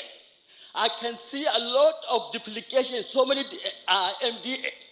For example, if you are driving, BIO will stop you. You drive 5 more miles. You see federal road safety.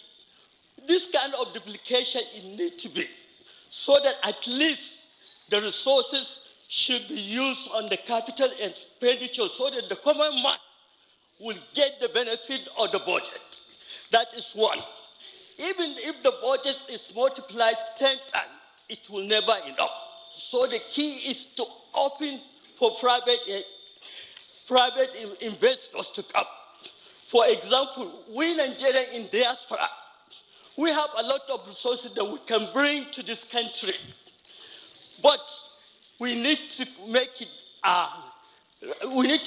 easier for us to come and invest because there's no better place than home. So I appeal to this thing to look at whatever law you need to open the economy for Nigeria in diaspora. And one thing that I think you need to do is to give us opportunity to vote during the election at the place of our resident.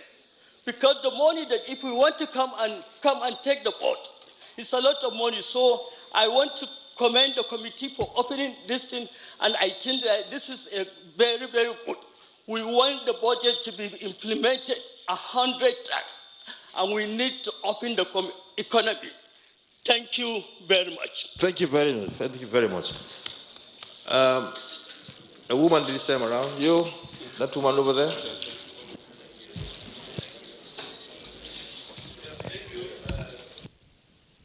Are you a woman?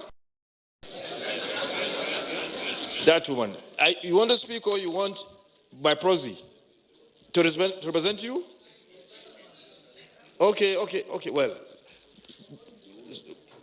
Well, after him you speak, huh? Okay.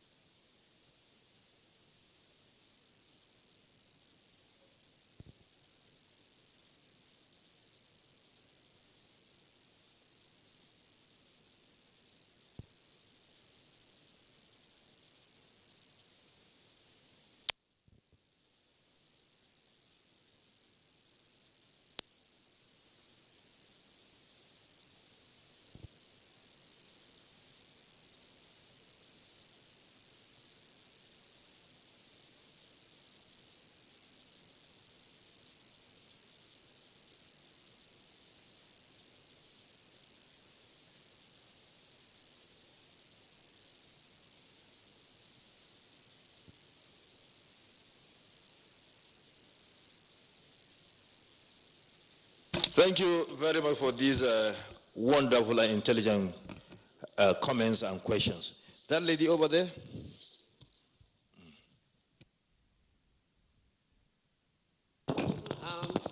My name is Haja Alami Bakwaya Kasai. I'm the National President, Enlightenment and Empowerment of Northern Women Initiative. Sir, I want to appeal to you people.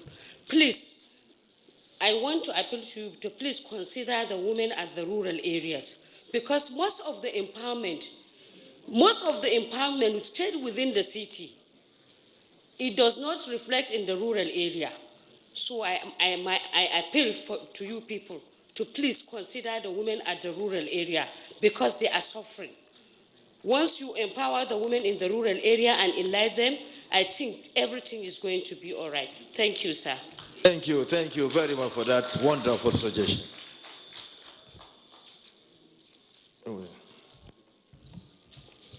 Thank you, Chairman.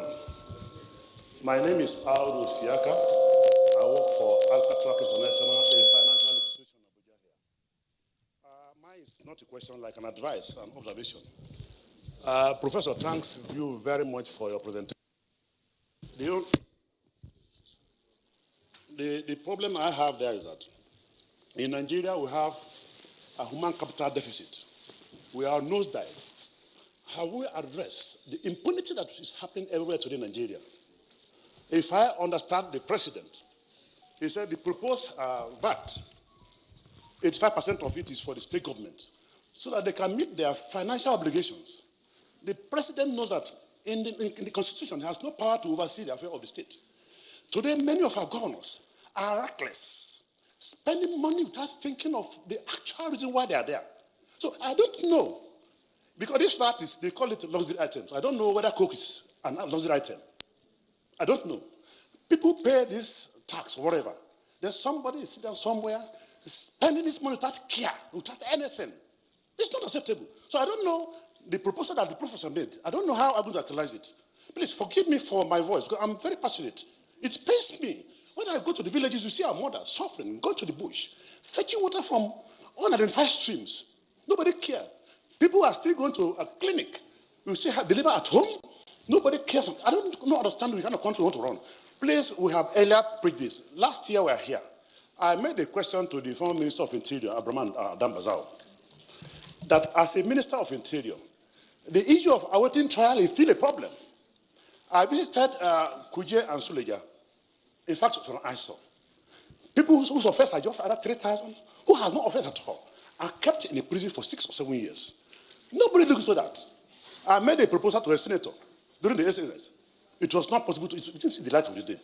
Please, I am begging the Honorable House, please, let us stand our feet on the ground and help this nation to grow. Thank you very much. Thank you for your comment. The lady over there, you still want to speak? Okay. Thank you, Chairman. My name is Julian Koenig. Okay. Thank you, Honorable Chairman. My name is Julian Koenig from UNICEF, and I want to thank Honorable Minister for her presentation and for stressing the importance of an efficient budgeting process. In line with this, if we look at the National Chart of Accounts, we see that most segments have not been activated yet. We are working with the economic and the administrative segments. And so in line with this, my question is, when do we expect the other segments to become activated? Thank you. Thank you for your question. We should have one person, and then we allow the minister to respond to this. Yeah. So go ahead. Yeah. Okay. Thank you very much, Mr. Chairman. Permit me to stand on the recent protocol. Please, I want the Honorable Minister to shed more light on the debt stock here in Nigeria, because what we have, and according to our data, the ratio of debt to GDP is supposed to be not more than 25% as threshold, but like I had her saying, it's supposed to be 50%. And right now it's about 19.7%. And there are also growing concern about the increase in the ratio, the domestic and versus foreign, where now our domestic loan is almost 68%, and the which is supposed to be 60%. Thank you very much. My name is Dr. Yusuf Ibrahim Okarmata, a CSO of Plankano. Thank you, Doctor. Thank you, young doctor. Minister, can you take more? Can we, or you can take more? Okay. Lady now. Okay, that lady over there.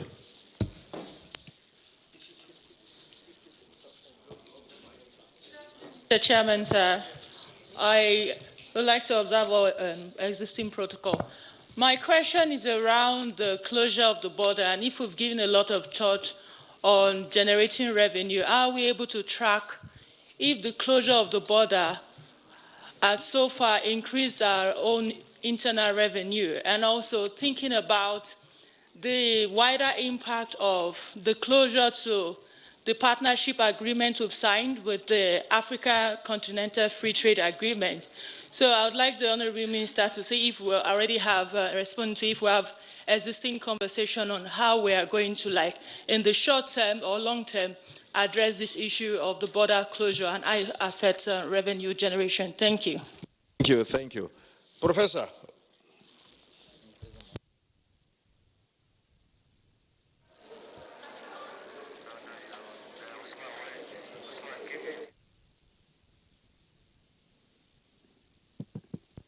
Sit down, sit down, sit down. Okay.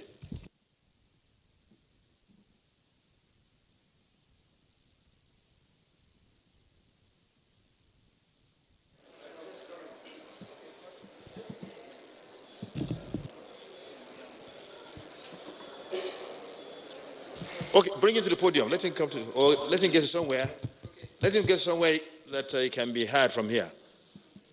Get him in a functioning mic. Where the mic is working. Yeah, a functioning mic. Mine is working. Okay. Your name? Sorry. Okay. My name is Professor Jibril Isa from Kano, Bayero University, sponsored by PEL. My question is this. Since the presentation has started, I've never heard anything about person with disabilities is mentioned in the budget. I just want to find out what's happened to a person with disabilities that they did not reflect in the country's budget. Thank you very much.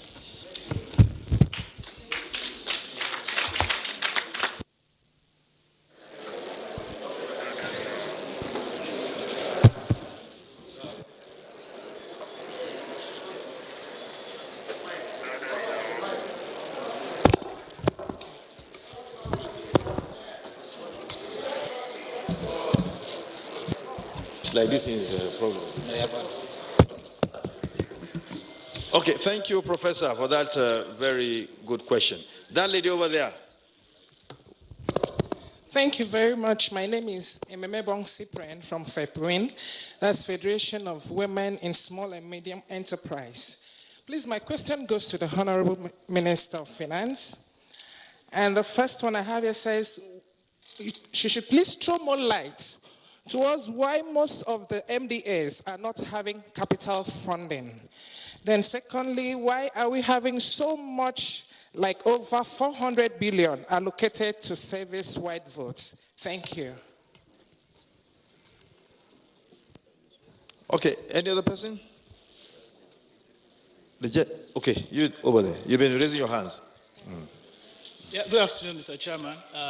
All protocols, existing protocols observed. My name is Olusegun Elemo. I'm the Executive Director of Paradigm Leadership Support Initiative. I have one question for the Minister of Finance and another one to you, the Chairman. To the Minister of Finance, there seems to be so much inefficiency in tax collection. Now we're raising VAT from 5% to 7.5%. In the 2016 audit report, 4.1 billion was not remitted in VAT, withholding tax, and payee to the Federation account by 57 MDAs. How do we intend to plug these leakages going forward? Then to the Chairman, the Office of the Auditor General is very, very critical to effective implementation of the budget. Now you have the power of the appropriation once again. The budget of the Office of the Attorney General in 2012 was 5 billion. In 2017, it went down to 2.7 billion. There was a strategic, cutting of that budget to render that office inefficient. Now, the budget proposed in the 2020 is 4.1 billion. I just want to plead with you, now that you have the power of appropriation again, the audit bill was not signed, but this appropriation can help that office function effectively. So if you will permit, let's stay with that 4.1 billion so that this 2020 budget can be implemented effectively, efficiently as proposed. Thank you. Thank you for that very, very informed suggestion and question. Very, very informed. Gentleman over there. Thank you, Mr. Chairman. All protocols observed. My name is Stephen Obodekwe. I represent Nigerian Budget Monitoring Group. We've been hearing of scarcity of resources, scarcity of funds to manage the economy or to manage the country, move forward. Now, in the past, we were hearing that there was so much money. Nigeria's problem was not how to spend the money. That was there. Now the problem has become the other way around. I'm asking, if we now increase tax net, increase all sources of revenue funding, what are the guarantees that all the loopholes that are there through which money resources are being filtered away? What is the guarantee that they will be plugged? Now,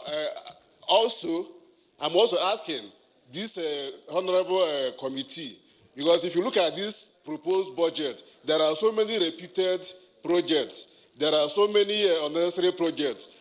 What guarantee are you giving us here that you're going to study that proposal very well to remove all the unnecessary items, remove all the overflogged items and overpriced items so that we get a normal budget? Thank you, sir.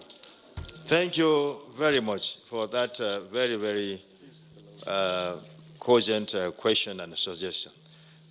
Gentleman over there. Any lady? Sorry, wait. We won't be gender sensitive. Go ahead. You. Okay. Later. Good afternoon, Mr. Chairman. All protocols duly observed. My name is Ayomide Faleye. I work with budget, but I also coordinate Open Alliance here in Nigeria. My question is about the VAT and the increase in VAT.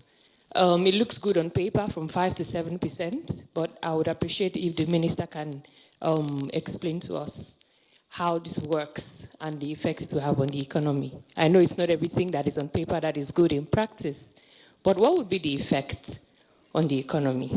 Thank you. Are you okay? Okay, thank you very much. Allow the minister to. All right, I'm Yusuf Goje from Kaduna State Civil Society. I'm just worried that the gap in terms of trust between the citizens and government is widening. And one of the reality is because of lack of budget realism. Because looking at the 2019 budget in terms of performance, we are not meeting most of the projections. So it means that at the end of the day, most of the targets will not be met in terms of meeting the ERGP. So what would the minister assure us that 2020 budget, when passed, that it will be realistic and implementable so that we, at least those of us in the states, will know that there is a federal government that is catering for us, not just budgets that at the end of the day are not implemented to a satisfactory level. Thank you.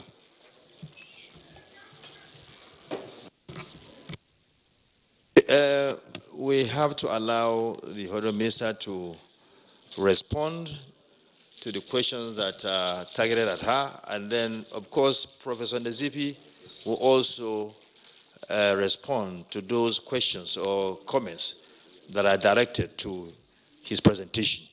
Honourable Minister. Thank you very much, distinguished chairman, distinguished and honourable members. Thank you very much to everyone for the comments and the questions that have been raised. The first one from Salisu Abdullahi, who says he was a member of the NIM committee on ICT. We also are not happy that the capital budget that we have is only 24%. In the ERGP, we had made a commitment that our capital budget will be at least 30%. Indeed, in 2019, we attained 32%, but we are fiscally challenged in 2020.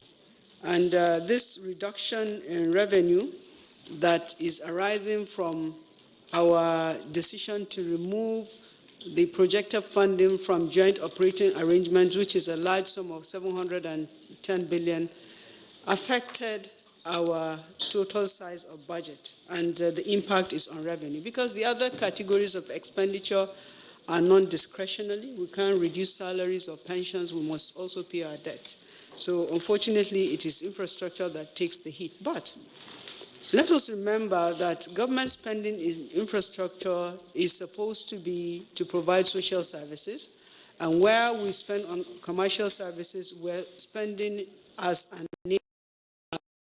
either large to active or to allow private sector investments. We have a large project-tied loans, especially for rails and airports, for which in the budget, all we have is just the counterpart funding, which is a maximum of 15%. So that is not to say that the infrastructure investment is reducing, but government is not able to provide all the funds it requires for infrastructure. And we know that we must increase revenue. On private investments, again, there's the government's effort at the improvement on the ease of doing business with the Presidential Committee chaired by His Excellency the Vice President. They continue to make progress. Yesterday there was one meeting that is held, and what we do in PEBEC is to find common problems that affect businesses, try to unlock these problems to make the investments easier for businesses. I think the issue of electronic voting for diaspora might be handled by the chairman of this committee, Mr. Chairman, if you will, please. The question from Dr. Bukola Adebayo on revenue generation. Mr. Bukola, I invite you to visit the website of the Ministry of Finance to see the details of the SRG. I just presented only the three broad thematic areas, but we have about 60 initiatives that we categorize under 7 portfolio agencies, including the FRS, Customs, DPR, NMPC, and such like. There are specific initiatives that we're in the process of costing how much incremental revenue must come from these initiatives. We also have in those initiatives review of some laws that we see allow for leakages. And part of these reviews have been submitted to the National Assembly in the form of finance bill to enhance our capacity to generate more revenue and also to block some of the leakages. It is a thing of joy for us that the National Assembly passed the amendment to the PSC, because it means the $320 billion that we projected in the 2020 budget will be assured. And we will be even happier if an effort will be made to pursue areas related to this amendment. As to the question whether we engage the citizens in the preparation of the SRGR, we have citizens' engagement to do where it has to do with any amendment or changes in taxes, because it will require amendment of laws, and the first step for us is, first of all, to engage the relevant stakeholders before advancing to the National Assembly to request for change in laws. On the ownership of infrastructure by citizens through uptake through the maybe the stock market, for us, that would be the optimum. When we were trying to do the petroleum industry, one of the provisions is that at some point the National Oil Company, once it's established, will also open up some of its shares to the capital market. And that is so that of the country can also uptake in this participation. And we continue to encourage companies through the supervision of the Securities and Exchange Commission that want to come to the capital market to raise funds. From Hajia Lami, you read question on women initiatives. I'd like to defer my response to this to my sister, the Minister of Women Affairs, as well as a question from Professor Jibrin Issa relating to the persons with disability, because that is her ministry, since she is here today. And also, there's a question raised by Mr. Audu Ishaka on awaiting trial, prisoners awaiting trial, that is still a problem. I want to defer to that also responds to the Minister of Interior that is here today. And he also has indicated that he wants to say some words in respect of how the VAT will be used by the states. But our take is that the states will be a leadership that will be responsible to make sure, as the President has indicated, that they will use that increase to improve investments in human capital. On the National Chart of Accounts, there's a review that we're undertaking of the National Chart of Accounts, and we're looking at which segments to activate next, because there has been quite some time since the last activation was done. So we're doing it together in a committee process. So the lady that asked this question, this is work in progress for us. On the closure of the borders, the closure of the border is a temporary measure. It's not meant to be a permanent measure. And it is important that we do this at this time, especially as we have committed to the AFCFTA. If we don't get our neighbors to comply with the protocols that we all committed to, when the AFCFTA takes into effect, the negative effect on our economy will be very, very significant. The benefits of the closure of the border is not only about revenue. Yes, we have seen incremental revenue, but the reports we have seen also indicates that there has been enhanced security. It means the porosity of our borders were allowing arms to come in, as well as drugs that are harming especially our children. The Nigerian Customs Service, the Office of National Security Advisor, and the security agencies continue to interact with their counterparts in our neighboring countries. We expect that at some point, these discussions will be escalated to the levels of the President before a decision is taken on opening the borders. On the issue of the debt to GDP ratio, the current debt to GDP ratio as at June is about 20%. And by global standard, that is a very low ratio compared to the size of our economy. But we are not in a rush to increase that, because the implication of taking debt means you have to also be able to have it.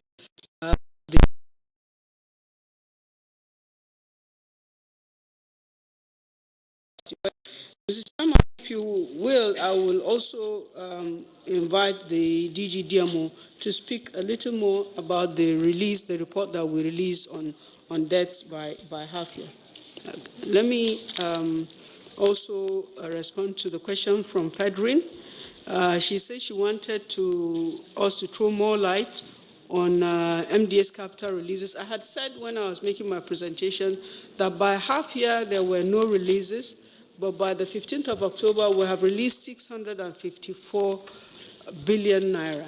Every MDA has 40%, at least 40% of their capital scheduled for release. Some have received, some are in the process of receiving. There are some that have priority expenditure that will get more, but the minimum base for us is that 40%. And that is a directive from the President that we are implementing. On the service-wide vote, the service-wide 400 billion is not one line item, it's several lines. And the service-wide votes are provisions that are made to take care of expenditure that are common, that are not tied to a specific sector. And we have reduced the size of the service-wide vote. We've taken away the social investment and put it, that's about 400 billion. We'll put it under the humanitarian ministry. But we still have Operation Lafia Adwale. We still have the amnesty program. We still have several important issues that cannot be tied to a specific. It cuts across that we still need to live in the service-wide. But our aspirations is that over time, as much as possible, the provisions in the service-wide vote. The VAT increase in the 2020 budget is projected to add about 550 billion. 85% of it is due to the states. For the federal government, only about 100 billion will accrue, which is the 15%. VAT itself is a consumption tax, and it has a long list of exemptions. When the president presented the budget, he took the pains to read those exemptions. So broadly, it includes exemption of food items, medical items, drug and equipment, education, and several others. So the ordinary man is actually insulated from the direct impact of the increase in the VAT. Small businesses are that because we have now put a threshold. Before there was no threshold. Businesses that have a turnover of 25 million are exempted also from, we be exempted from VAT. It's one of the items that is in the finance bill that is under consideration in the National Assembly. I think I've addressed most of the questions. There's a question on the Auditor General, which was directly put to the chair, and also there was a efficiency of tax collection.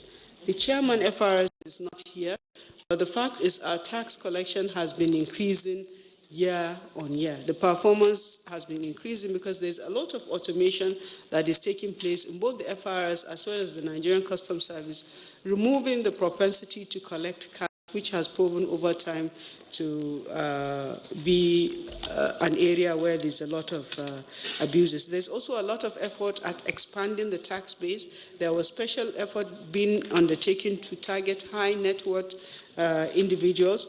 There is also in the finance bill a proposal to reduce the tax rate for small, medium enterprises to encourage them to be formalized so that they can also be included in the tax collection process. Let me stop here this time, Mr. Chairman. Thank you very much. I think, well, let's. Well, is at home with the budget because she's a maker. I know in law, once you want to present a document to a court of law, they'll ask you whether you are the maker. If you are not the maker, nobody looks at you. So that's why I always want her to be here, because she is the coordinator, she is the head of the team.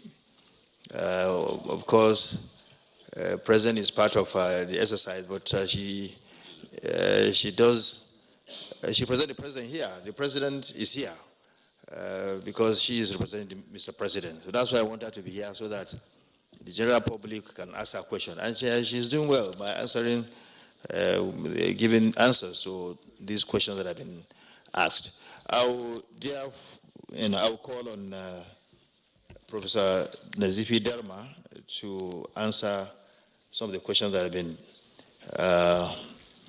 thrown to him, and thereafter, the Minister for Women Affairs and Interior will also say something in respect to the areas that the public want them to shed light on. Professor. Thank you, Mr. Chairman. And two issues were raised by some of the participants relating to my presentation. Number one is the issue of land reform, which I have articulated, and how women can be empowered.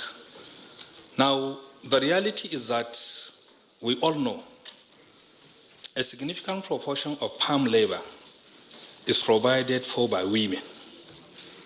And unfortunately, in most areas in Nigeria, women do not own land, even where they work on that land for several years. And I think part of the land reform that we need to do is to make sure that women that are distinctly engaged in agriculture get the first priority in terms of land ownership. I'm saying this, Mr. Chairman, ladies and gentlemen, the world over, the propensity of households to spend their resources on their families is more if the family earner or if the income earner is a woman than a man. And I'm sure some of you that have watched Al Jazeera, there is one documentary on the Indian hospital, and the chairman of the hospital says that anytime he has vacancy, 10 people, he will make sure that he give at least 7 to women, because if a woman earns money because of her physique, because of the way Allah created women, they are more compassionate than men, and therefore the capacity of women to spend more of their resources on their family is higher. So by empowering women through land ownership, you are giving more resources to the economy, and it will fast track the attainment of moving 100 million people out of absolute poverty in the next 10 years. It is achievable, it is doable. I always have absolute confidence that there is nothing, absolutely nothing that Nigerians cannot achieve. Whatever we put our mind to do, once we are committed to achieving it, we can achieve it. We have made strides everywhere in the world, so it is not impossible for us to achieve anything. Secondly, Mr. Chairman, somebody raised an issue which is part of what I presented, and I want to use this opportunity particularly to appeal to members of the National Assembly. You are representing people at the grassroots. You come from local governments, you come from the state, but you are operating at federal level. Please and please and please, whatever you can do in terms of persuasion, cooperation, consultation, and collaboration, the states and local governments are thoroughly important in attaining any developmental agenda. And I am absolutely sure if you work as a team, you can put pressure on your governors to cooperate with the federal government. And alhamdulillah, after the 2019 election, we have seen significant number of governors that are extremely progressive and developmental oriented. So I want to appeal to members of the National Assembly from the various states to help and give a lending hand to those governors that are progressive in nature, so that at the end of the day, we work as a team to make this country better. Nobody can make this country better than we ourselves. We shouldn't expect anybody to come and make any significant progress. And that is why I keep on saying, if you look at the budget, if you look at the proportionality of overseas development assistance, if you take a percentage of it and compare it to the overall budget, it's so insignificant. But because of the extant accountability and responsibility framework embedded in overseas development assistance budget and development partners, you see their visibility relatively more than those of our government. If we increase our transparency and accountability framework as a team, what we are spending and the quantum leap we are likely to get is extremely very high. Thank you very much. Thank you, Professor Nazifi. You are always wonderful in preferring solutions to our problem. Thank you very much for this comment, or comment that to the questions and the comments that were targeted at the papers you presented. Honorable Minister of Women Affairs.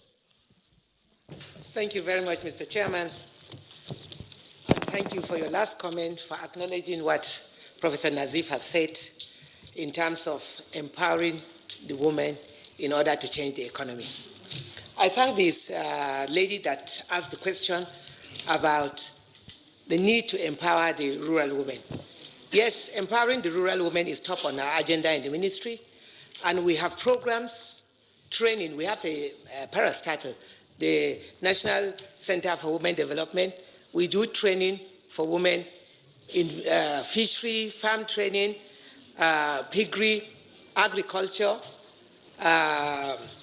artisanship programs. All these programs are designed. But our only handicap is, you've seen our budget, not much is there. we are appealing to all members of the National Assembly to remember that it is the votes of the women that has brought all of us to where we are today. Women occupy over 50% of the total population of this country. And neglecting the woman is simply neglecting the chunk of the population. That means underdevelopment. So if we really want to change the economy, we must address the issues of empowering women, particularly the rural women. We are working with the Ministry of Agriculture. We are working with the NDE to also draw out programs right to the ward level to empower women. And we've already got the full support of Mr. President in this area.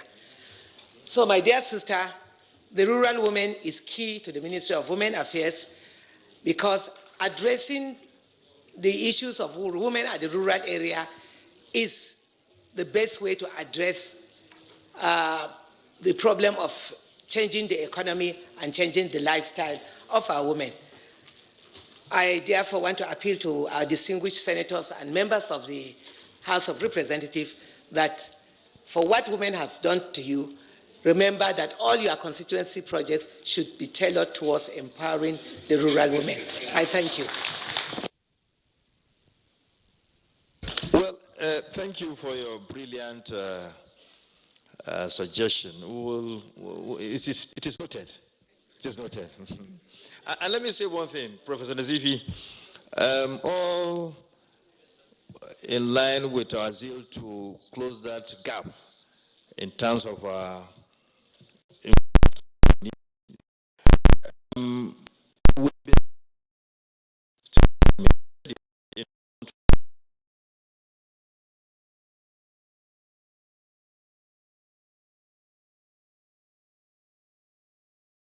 allowed to nominate projects to be located in their constituencies. You see, these are not captured. Most of these projects are capital projects. We don't factor that in when we are talking about the total amount spent on capital, expenditure in the country. This is also a very significant amount of money that is spent, about 100 billion, not about 100 billion every year. So add to what you have, in terms of the sectoral allocation, is something that should be acknowledged. But a lot of people don't even look at that. So there are several ways. Even in the budget you have revitalization of universities. There's a hidden amount of money somewhere, which is also helping to develop our, our tertiary institutions. You said it. You said it, that there are certain provisions for capital expenditure, that are not really seen outside. So I just want to emphasize that, in line with your suggestion. And we are going to make sure that, as she requested, do something to help our women by making sure that we make necessary appropriations to develop our women, both at the local level and the subnational level and the center. Honorable Minister of Interior, you have the floor.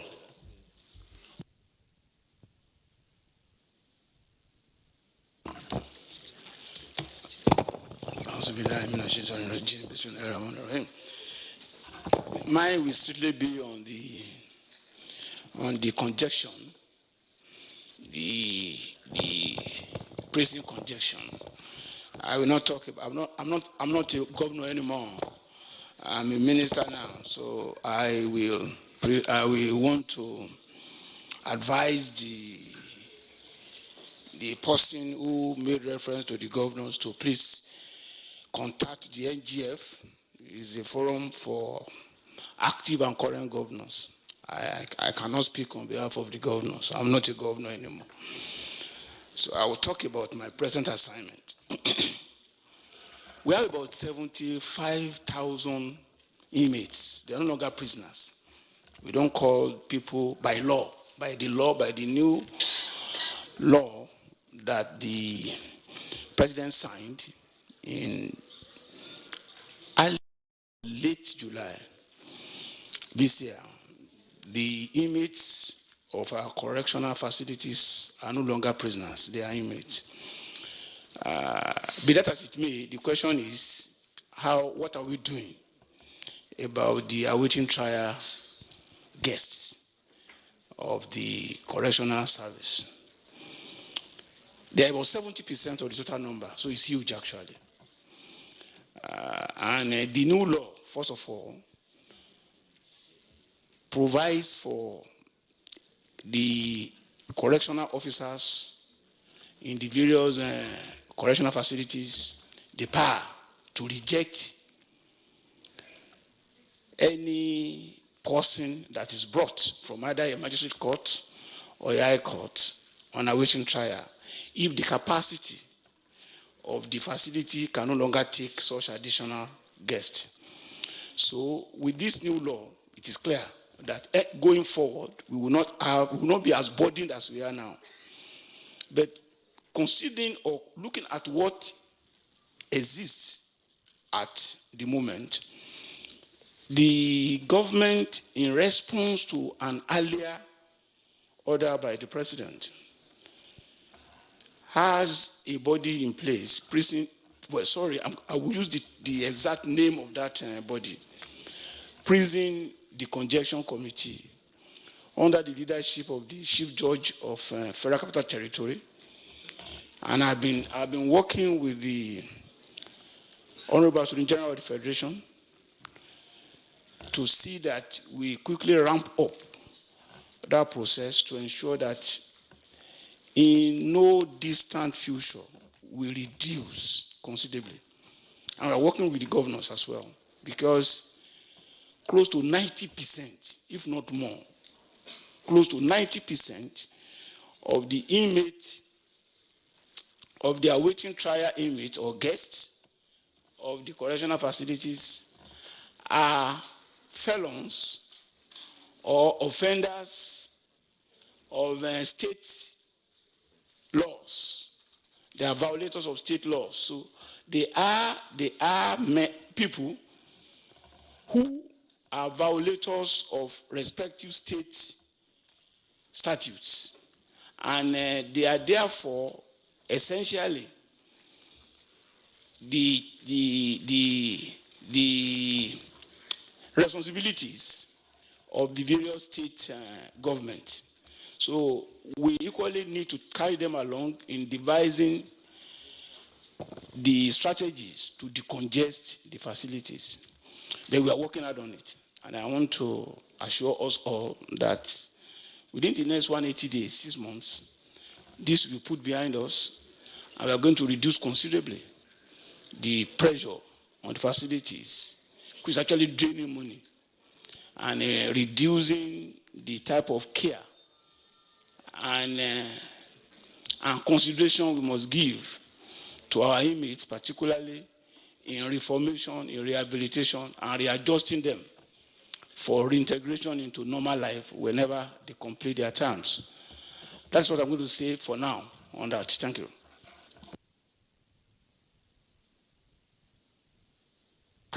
Thank you, Honourable Minister of Interior, for that precise answer to the question that was raised. He's new in that ministry, and he has shown us his determination to deal with the problem squarely. And we know him, we know his pedigree as a person who is a good administrator. We've seen what he did as a governor. So I'm sure we give him the chance. He is going to do what he had just said by dealing with this very, very important problem. Thank you, Honourable Minister. Now we have, okay, what is the just question, which was thrown at the National Assembly. This important that is supposed to be independent and supposed to help accountability in our system. So every support that is needed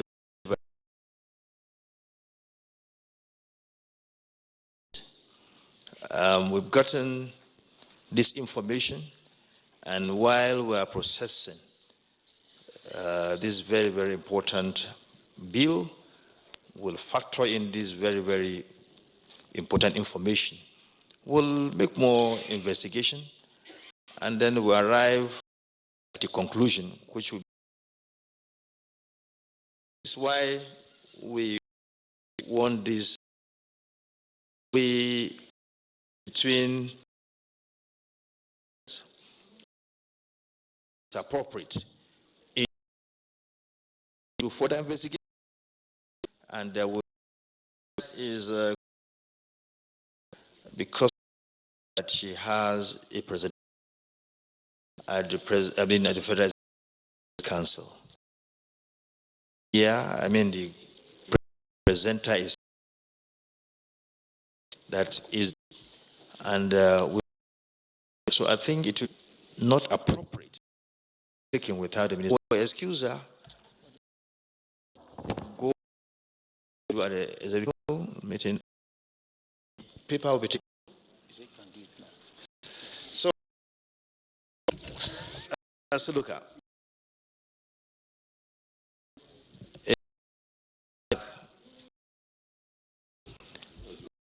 informal committee. The fair consultant committee in the 4th and 3, who is visible. We decided on process. He is going to share with us about any and how to 2020 operation problems. Honorable Chris Tuluka, member House of Commissioner of Finance. In fact, he was to be appointed finance in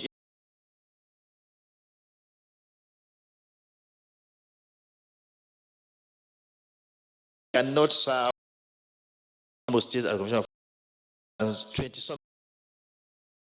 Get somebody from the generation. Honorable Chris Tuluka, Assembly. The podium, you can mount the podium to present your paper. Oh, but if you want, you feel more comfortable, we give you that privilege.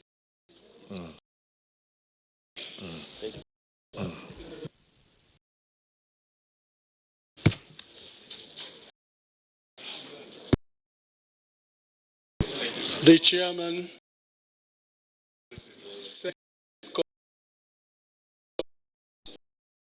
House Committee, senators, in your midst, many excellencies and honorable members, honorable minister,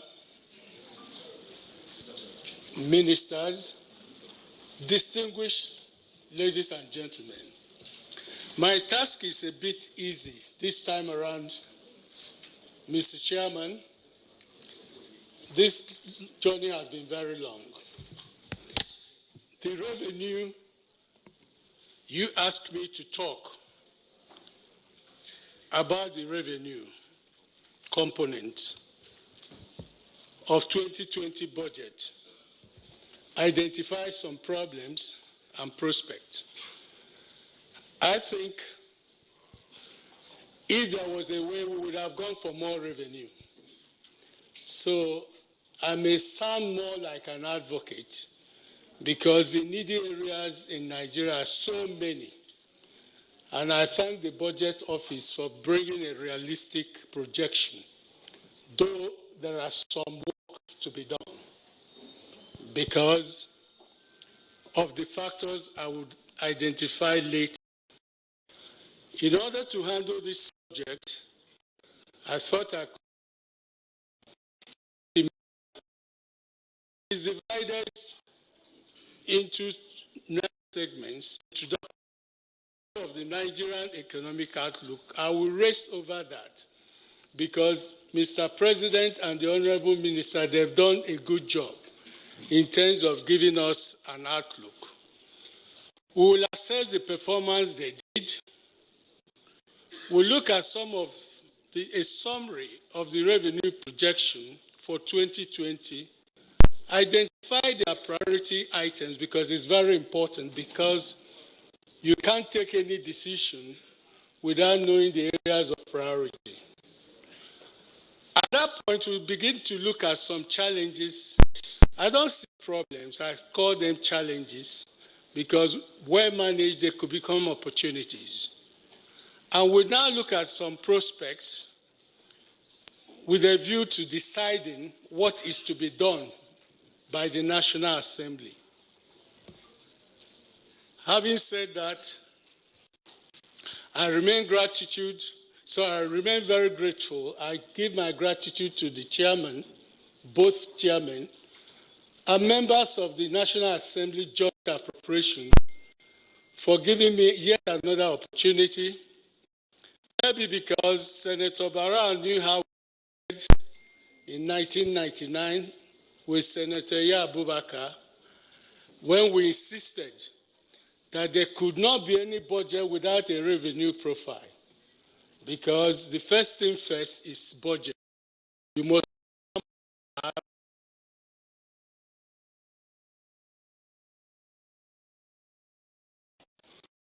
having established that after serious fight, is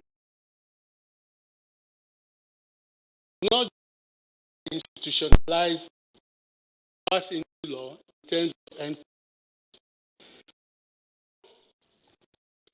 When Mr. President made his presentation, it was an estimate.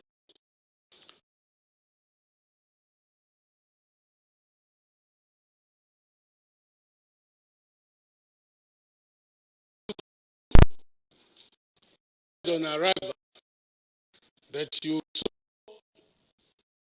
to listen to them and have your independent view. Luckily, NTEF came before that, and if you have approved NTEF, it didn't go to say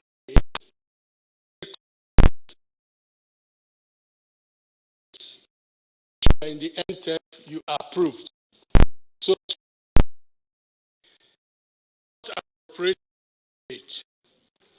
having said that, the joint committee, their tasks and powers are enormous, constitutional, their statutory rules of the Senate, as well as the rules of the House.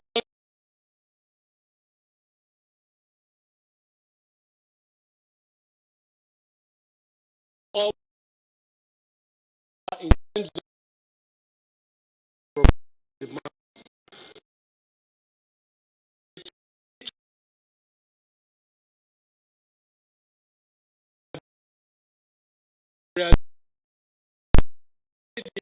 executive will cheat the legislature to give a very lofty revenue profile, so that when once you approve and money doesn't come as expected, the executive will have discretion.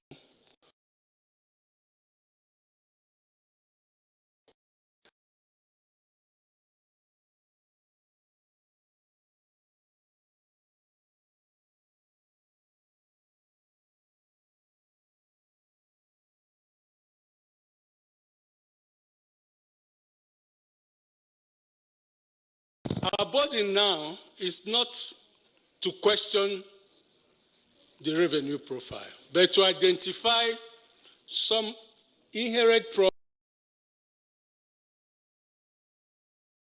to profile ways of mitigating those challenges. I say this advisedly, Mr. Chairman, because Nigeria is in a hurry, and some of us would have even argued for more expansionary budget. But 2020 budget estimate is realistic, and I'll go into the details now.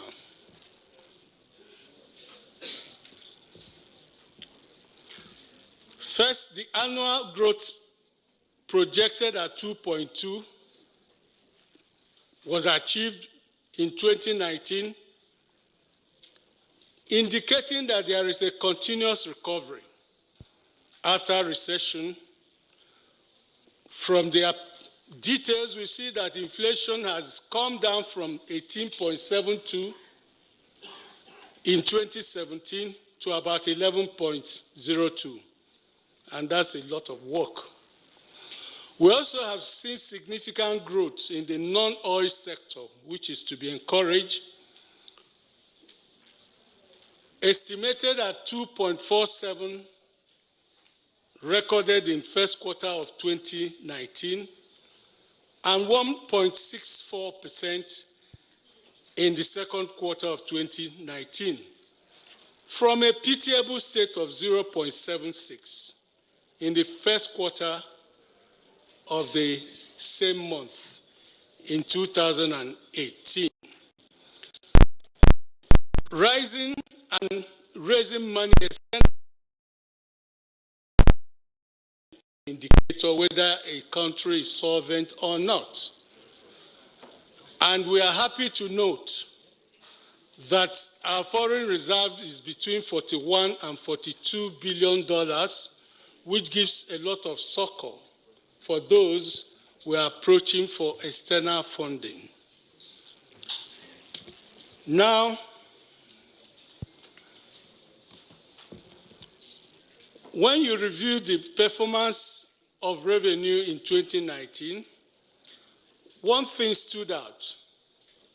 The half year, that is from January to June, our estimate for oil production was extremely ambitious, because rather than 2.3 million barrels per day as estimated, we were able to do 1.86 million barrels. However, the oil price was somewhat higher than anticipated. Rather than 60, we mentioned, it hovered around 67.2. As of June 2019, the federal government actual revenue was 2.043 trillion, instead of the projected 3.499.24 trillion. Oil revenue performance suffered a great hit because we were able to achieve only 49% of the 2019 projection. Why happily, the non-oil sector stood at 614.57 billion, or 87% performance, and the independent revenue sources provided 217.84 billion, or 69%, which is a very good shift, Mr. Chairman, that we are shifting from the oil to the non-oil, which is one of the targets of the economic recovery and growth plan. The existing exchange rate is still at 305, and Mr. Chairman, this we could look into in terms of funding. We will now look at Mr. President's priority.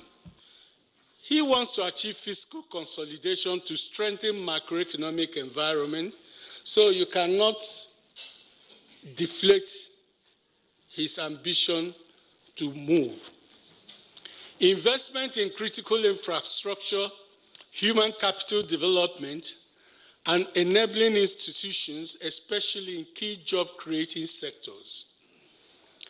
Mr. President also intends, as a priority, to embark on massive incentivization to the private sector in order to encourage their investment, which would be essential to complement the government's development plans, policies, and programs. And finally, Mr. President intends to continue and enhance the social investment program in order to liberate more people from the poverty zone.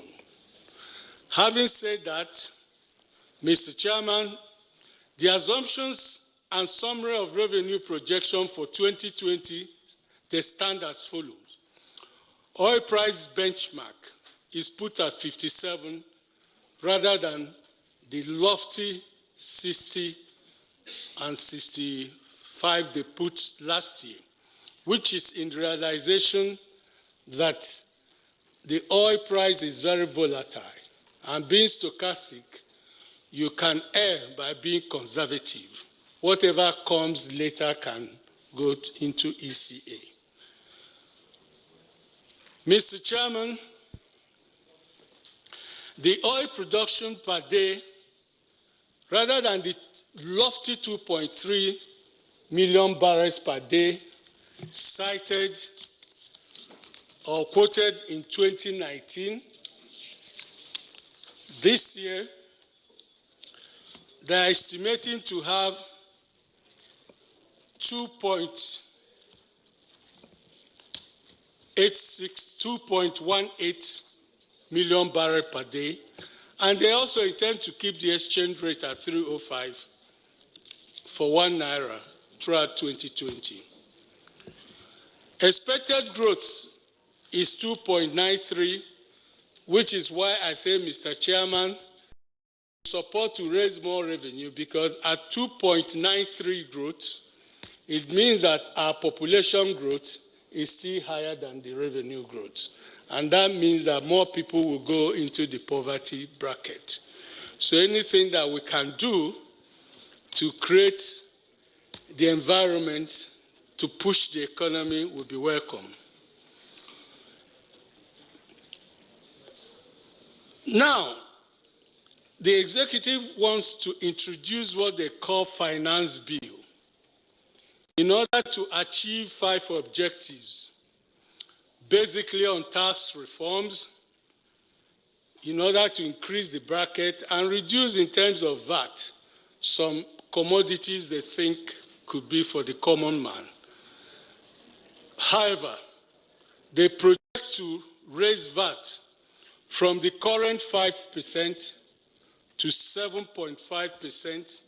I know this will be a heated debate on the floor of the National Assembly. However, the justification is that the increase will create more money in order to fund health, education, and infrastructure.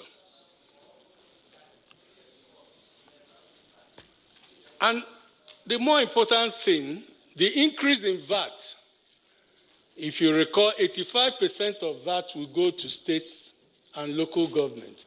If I have to remind you, Mr. Chairman, we were the people who gave authorization for sales tax in 1994 to be replaced by VAT because of the efficiency of collection, which the federal government had. We are happy to note that they have receded from the control of 50% to about 15%. And we will still want them to shed more weight if they can. We are told that VAT will exempt educational, pharmaceutical, and basic commodities from that. Mr. Chairman, I'm doing this in order to lay the ground for us to appreciate the problems that we could have. In the assumption and summary of revenue, 2020 estimated a total of 8.55 trillion, decomposed as follows.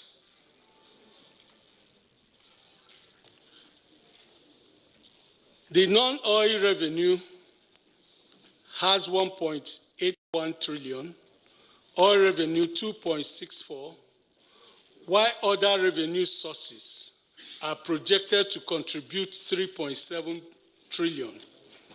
This amount, Mr. Chairman, is 7% higher than 2019 estimate of 7.594 trillion.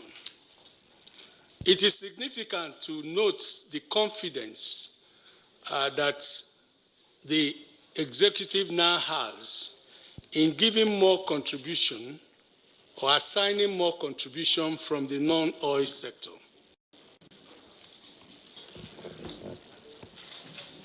However, as lofty as this may sound, Mr. Chairman, we must not lose sight of external factors affecting our revenue projection,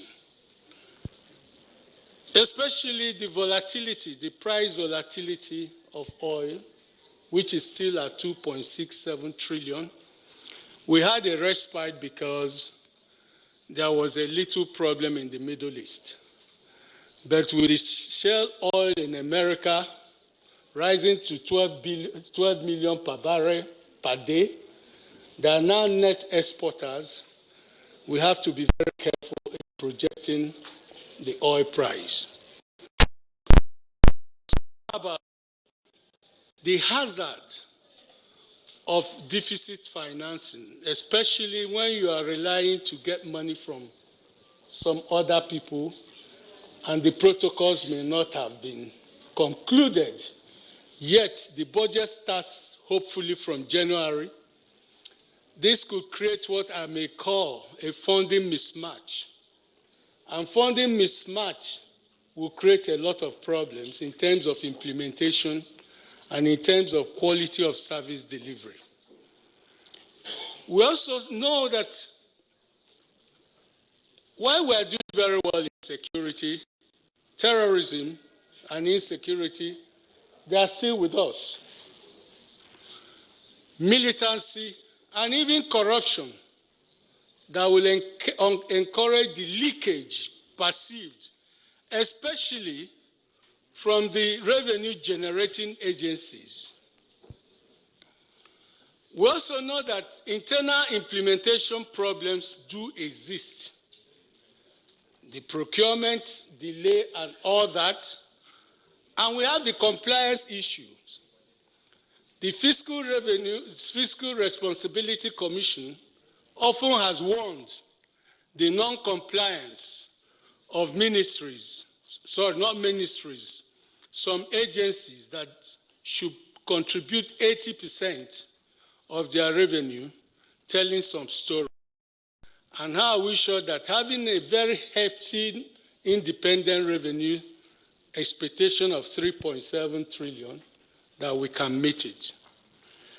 I also noticed that the optimism in certain projections exists, especially with a fusion of time, and some of the targets are dependent on a bill that will yet be presented to you, which may not be passed before the next fiscal year kicks off. And for instance, the finance bill, which will have a part as raising VAT from 5% to journey. How much time we could save? Yes, but we should also take into account that problem. Having said that, it is very, very heartening to see some prospects that the legislative-executive relationship is very strong. And when the two are together, a lot of things can happen at the speed of light. Also, we have noticed the emerging stability and growth that will signal Nigeria's preparedness to receive more foreign investment. And if you even had taken part in the diasporan argument, as I call it, some people say that 26 billion, it was reversed to 2.6 billion. Whatever, 2.6 billion is a lot of money. 26 billion is a lot of money. But if we pay more attention to this diasporan remittance, it could help in terms of stabilizing the Naira and our perception of being a strong economy. I also see some positivities in your realistic targets. You are beginning to place more emphasis on the internal or indigenous rather than the exogenous, which you don't have too much control over. So we hope that would continue. We also see a positive effect with Mr. President signing the African Continental Free Trade Agreement, and Nigeria is about the strongest economy in the sub-Saharan Africa, with close to $400 million, rebase value is stronger than South Africa. So if things are gotten right, I see that Nigeria will be the destination. I also noticed some seriousness among some agencies. As hostile as customs could appear, but the signal will be necessary in order to ensure greater compliance in the midterm. We've noticed that dividends of diversification and opportunities are beginning to spring. And there is what we call the global value chain, GVC concept, which, if it's applied to the agricultural food chain, would unleash a lot of resources and investment. We also see prospects for stricter compliance from revenue-generating agencies, and I'll come to that shortly. And knowing Mr. Chairman, Senate Appropriation and his colleagues, and the House Chair and his colleagues, I see a prospect for more proactive, active legislative actions in the days to come. Then what is to be done? The legislature, it is your function to make laws, your function to appropriate money, your function to represent your constituency. But above all, the oversight function of the legislature is extremely important, especially in terms of compliance and implementation of projects. At this point, the executive should begin to see the legislature as partners when they go for oversight, and not people who have come to fault or to cast aspersion as to what they have been doing. So, for this, I call for legislative activism in the following instances. Copy your brothers from the Congress. We have what we call budget enforcement action on the 14 revenue remitting agencies. It's been a source of worry what to do with these people. Not only would they fail to remit as and when due, their failure to remit timeously will cause a funding mismatch. And that funding mismatch may become critical for successful implementation of any project. Mr. Chairman, you may consider taking action as we did in 1999, if you recall, when it was common to impound your appropriation with inserted 12 clauses that became part of the law or part of appropriation law. And you know that that is the quickest way to take some of these measures. Having said that, there must be serious attention paid to funding mismatch. It does no good if a man needs 10 naira to repair a pothole, and the money will come 10 months after, when the pothole would have graduated into become an erosion site. So it is one area the legislature should pay attention to. I also see borrowing and funding issues.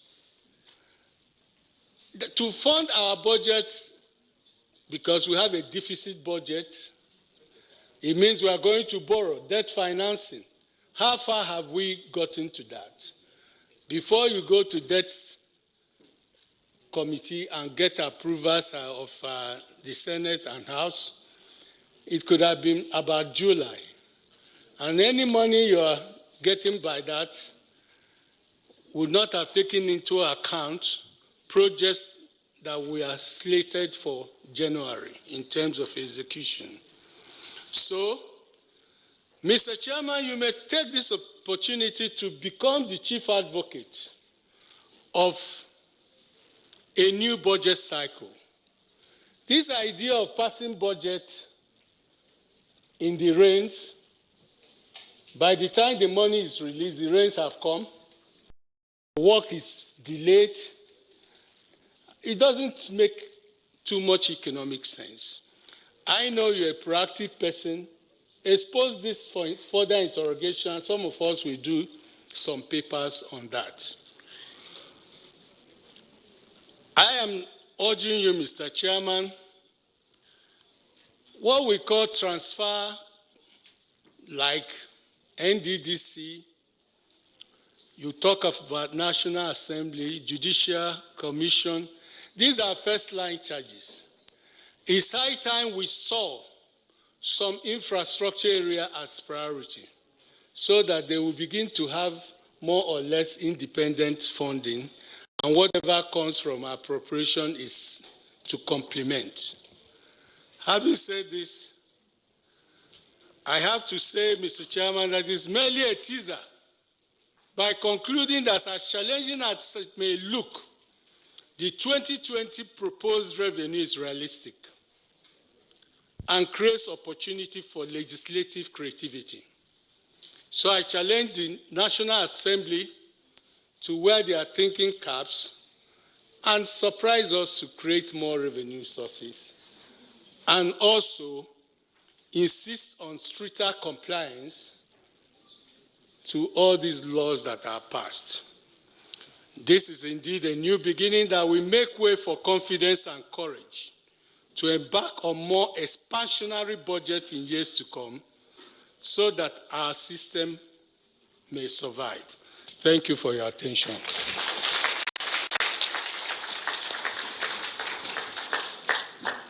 Thank you very much.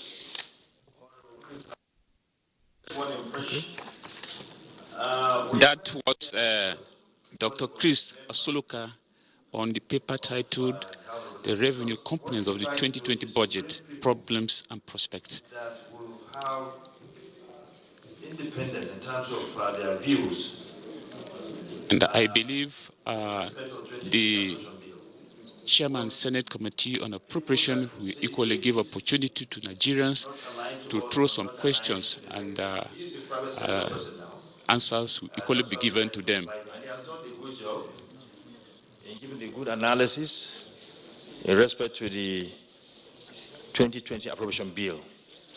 He has stated it the way it is, and I'm delighted when he emphasized the fact that the diversification policy of government is working. It's evident in the fact that the projection in terms of our revenue is tilted towards revenue coming from the non-oil sector, which is good. This is a wonderful achievement. It shows the seriousness of government in prosecuting this very, very important policy. Without much ado, I will, in fact, we even said it the other time that he was not here. He just came in. He didn't know what we're discussing. We said it that we need to sharpen our oversight mechanism. Not only us, but the minister and her team has to do more in their own oversight system in terms of putting, I would not say pressure, but by monitoring the activities of the revenue generating agencies so that they can do more in terms of what they are sending into the coffers of the government. It's not enough. We have to surpass the 2020 revenue targets. We are not talking about meeting the target, but you should surpass it. Let's have more so that we can the minister can come forward with a supplementary appropriation bill or even reduce our deficit, to say the least. But we need more, not reduce the deficit, bring more in terms of appropriations, because we need more capital projects. So you can see it is a unanimous suggestion by everyone that our revenue target is achievable, and we need to achieve or even surpass what we targeted or what we have targeted that we are going to earn in 2020. With this, I will open the floor for those who want to make comment or ask questions. Gentleman over there.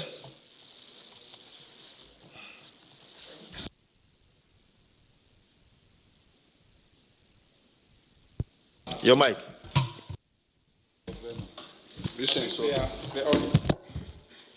Thank you very much, distinguished chair, for this platform and for inviting eminent scholars and practitioners.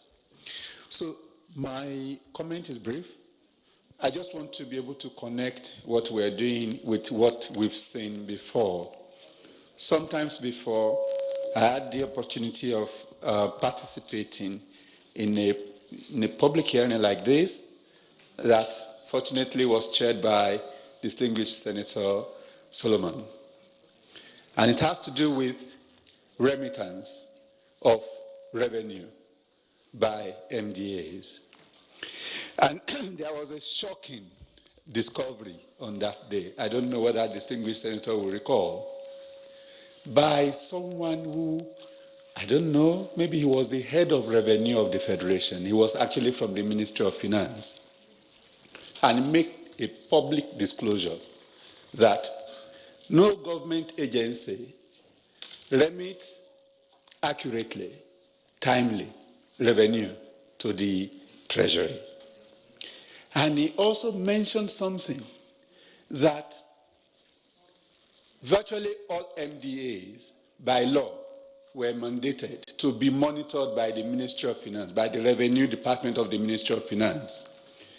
But they sponsored bill to the National Assembly, and many of them got away with it, to have their own separate revenue unit, thereby blocking out the Ministry of Finance to monitor the flow of revenue. Now, what came out, to sum it up, was that no MDA was remitting accurately to the Federation account. And now that we are saying revenue is a major problem, how well have those problems been addressed? Thank you very much, Mr. Chairman. Well, before we continue, this reminds me of someone who was asking me why the chairman of FIRS is not here, in view of the importance of this public hearing. So, Honourable Minister, I will want you please to tell him to come tomorrow, to be here, to be part of us. It's a very important agency that needs to be here, to be part of this very, very important event. All questions targeted to him will be kept. Comes tomorrow, he will answer the questions. So, next person. Yeah, that man over there.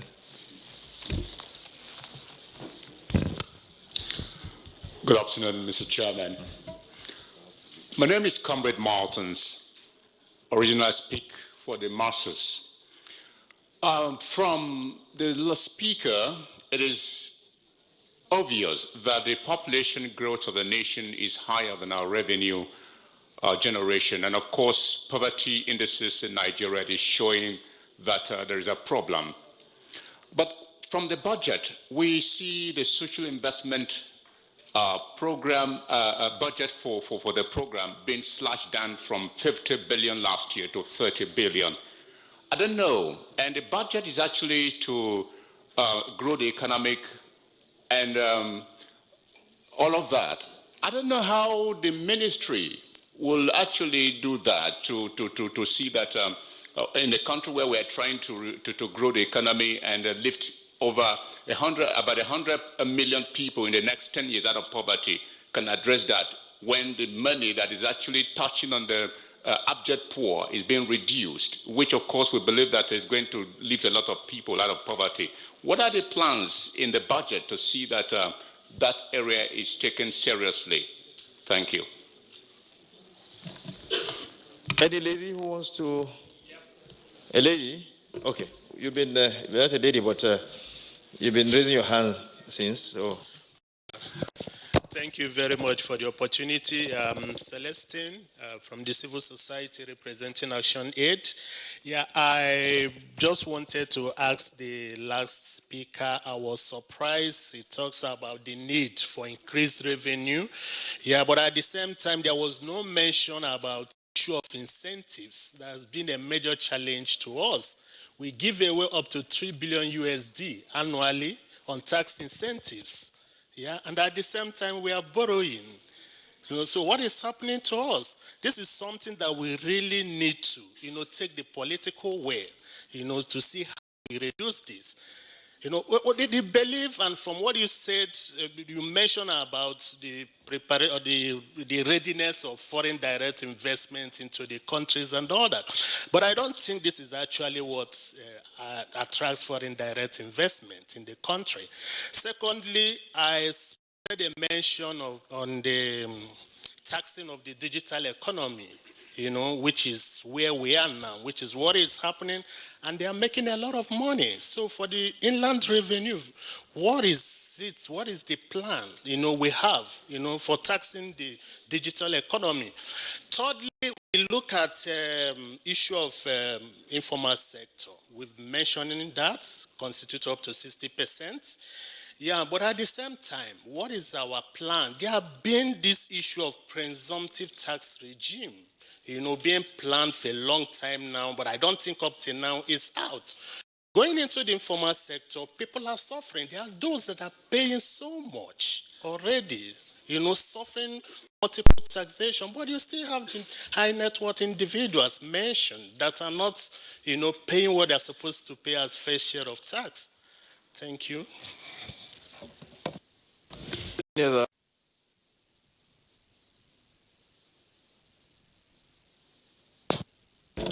Okay.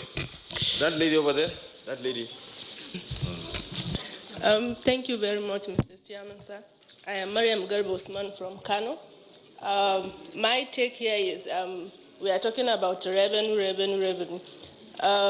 We know the masses are one of the key remittants of revenue, actually. But looking at the budget, the chunk amount in some ministries are like situated at the headquarters, while the zonal and states are the key implementations where it touches the life of the people. So I just want to see the logic behind putting the larger percentage of the budget at the headquarters. Maybe the budget should speak to itself, like privileged people like me can't understand the logic. What about the people within the local communities? Thank you. Thank you very much. Another lady? Yes. Okay, go ahead. Minister of Women Affairs, you can see we are gender sensitive. We ensure gender balance. My name is Mrs. Ete Roslyn. I'm speaking for the masses. I want to find out, Mr. Chairman, whether there is any plan to consider or include the interests of indigenous contractors in our country on debt owed to them for many years, like past 10 years till now. And is there any room for the Minister of Finance to consider settling this debt in order to alleviate the suffering of our brothers and sisters who are contractors of Nigeria, who has been owed this debt and being borrowed this money from financial institutions? They cannot repay the financial institutions. And in order to alleviate the poverty, when they are paid, it will go a long way to settle the interests of their families who are on hunger bias. Thank you.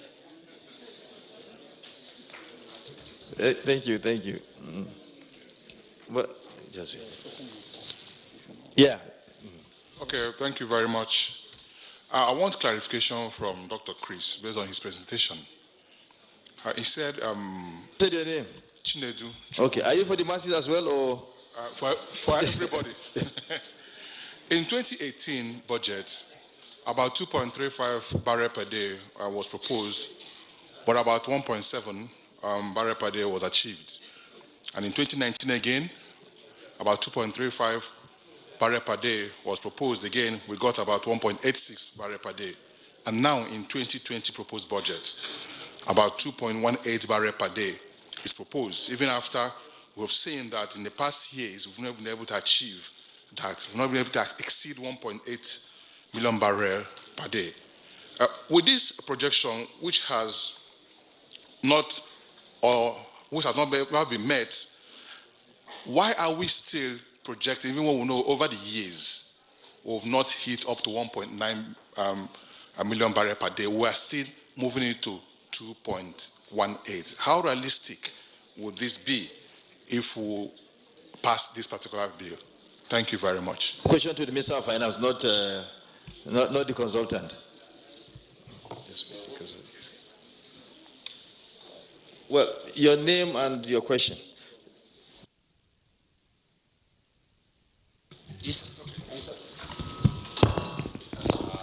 Okay.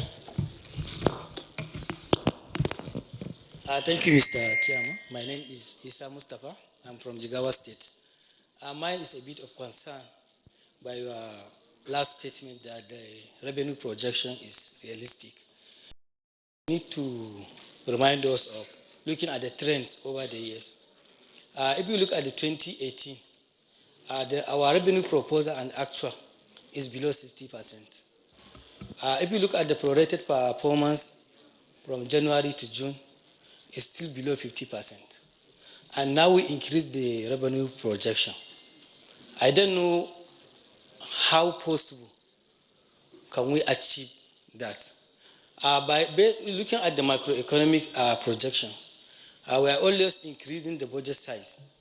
And let me tell you one thing, and the Honorable Minister, and all the members and the ministers here. To ordinary person out there, all the budget you are talking of that trillions you are budgeting, to him you are realizing that amount. Even if you are going to not even to swear with your Bible or Quran, even if you are going to swallow it, you will never agree that you didn't realize that money. And again, because it happens, all the projects you are nominating in the budget, for example, you nominated a road construction or a clinic.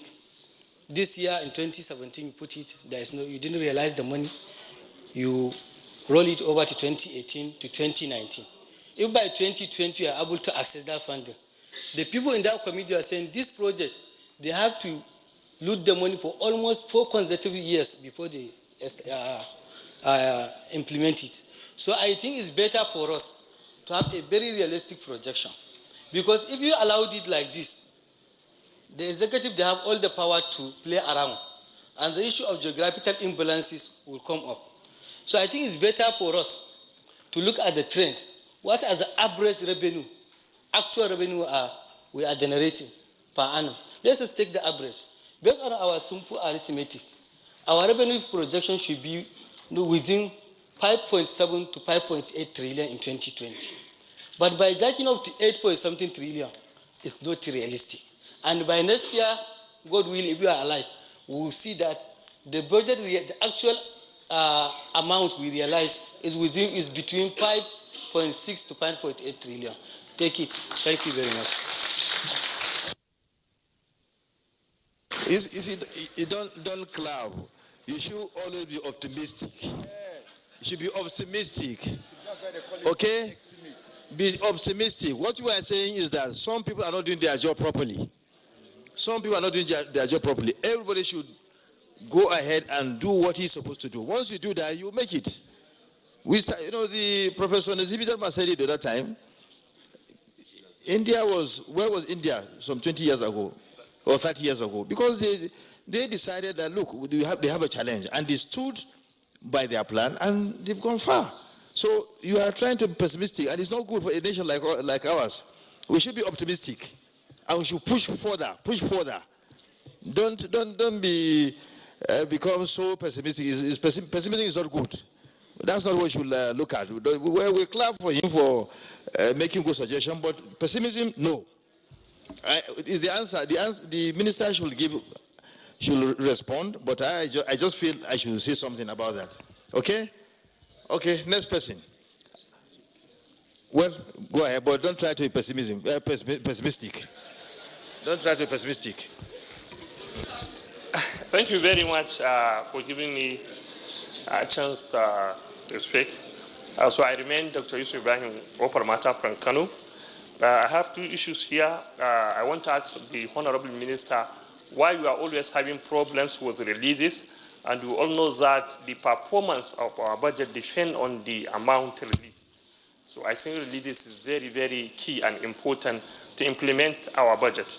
And then secondly, actually our contractors are always having problems or difficulties in terms of their payment. I think it is high time for the House and the Executive to do something.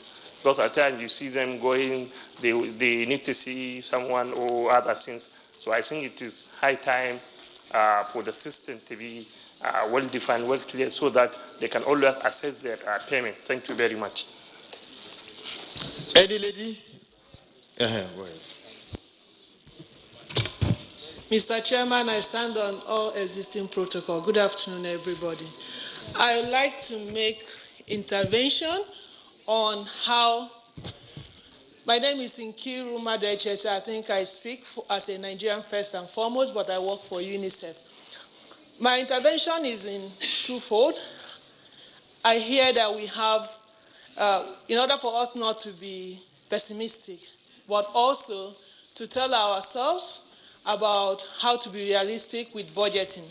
I know that in this country we have several, for instance, I'm just using this as an example. We have several identity systems for either road transport,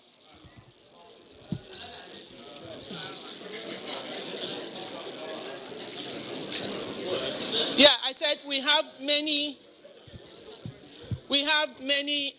ongoing platforms for identity process in Nigeria, for driver's license, for national identity, national card, and then we also have for the road safety, and all these are multiple ways of using resources. And we are thinking of how do we maximize resources so that we reduce duplicated efforts, and that way we will save money. I will urge your committee that as you go into considering the 2020 budget, let's look at how we can converge. For instance, I know that as a country, we don't have one single identity system. There are multiple. How can we converge? I think that way we can save money and be optimistic about tomorrow. That way. Then secondly, I will also say that I applaud the committee for having long-term goals. But my question, sir, is how long is long-term? Is it for 30 years? Because 30 years we are talking about children. So I'm not speaking for masses now, I'm speaking for children. Because children are not here, no child is here, they can't even vote, they don't even understand the budgets that we are speaking. So somebody has to speak for them. So I would urge us also to flash back and say, what led to our being here, responsible Nigerians contributing to our GDP, contributing to our income. And I'm not even talking about those in prison. I'm talking about those who are capable, the youth, the children.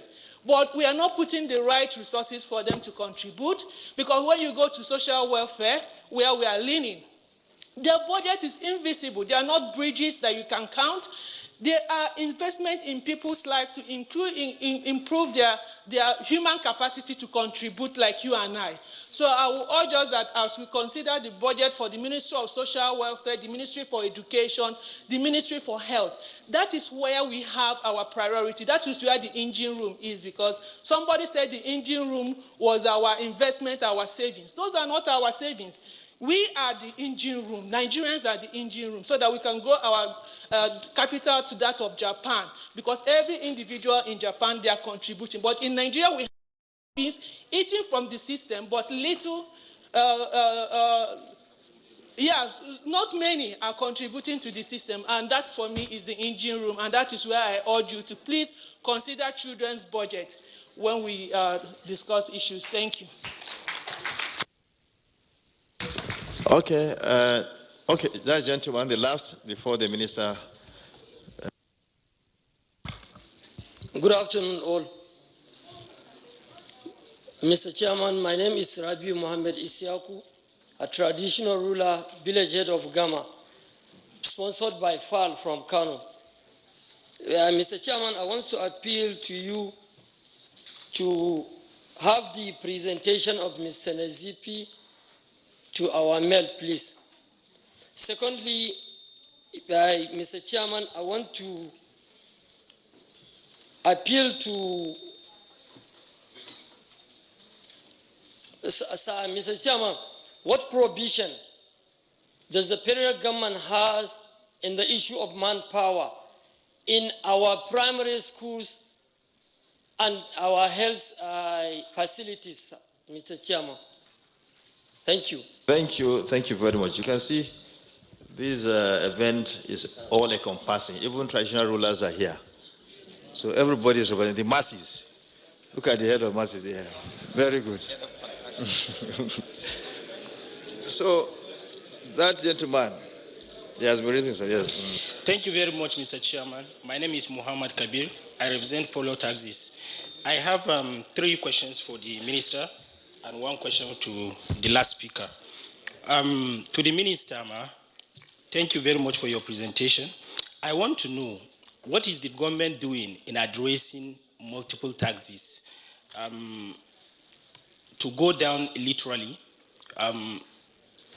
VAT, sales tax, entertainment tax are virtually all consumption tax. And yes, when you go into any shop in Abuja, Lagos, Kano, you will see them charging VAT, withholding tax, sales tax, and entertainment tax. These are all consumption tax. And virtually, the state governments virtually get most of the amount out of it. That is 85% of it. So why are they still charging sales and entertainment tax? The second question is the issue of social contract. You will agree with me that there is an issue of social contract between the citizens and the government. Most people, there is a survey carried out by Nigerian Economic Summit Group last year, in July to be precise. 22% of the respondents believe that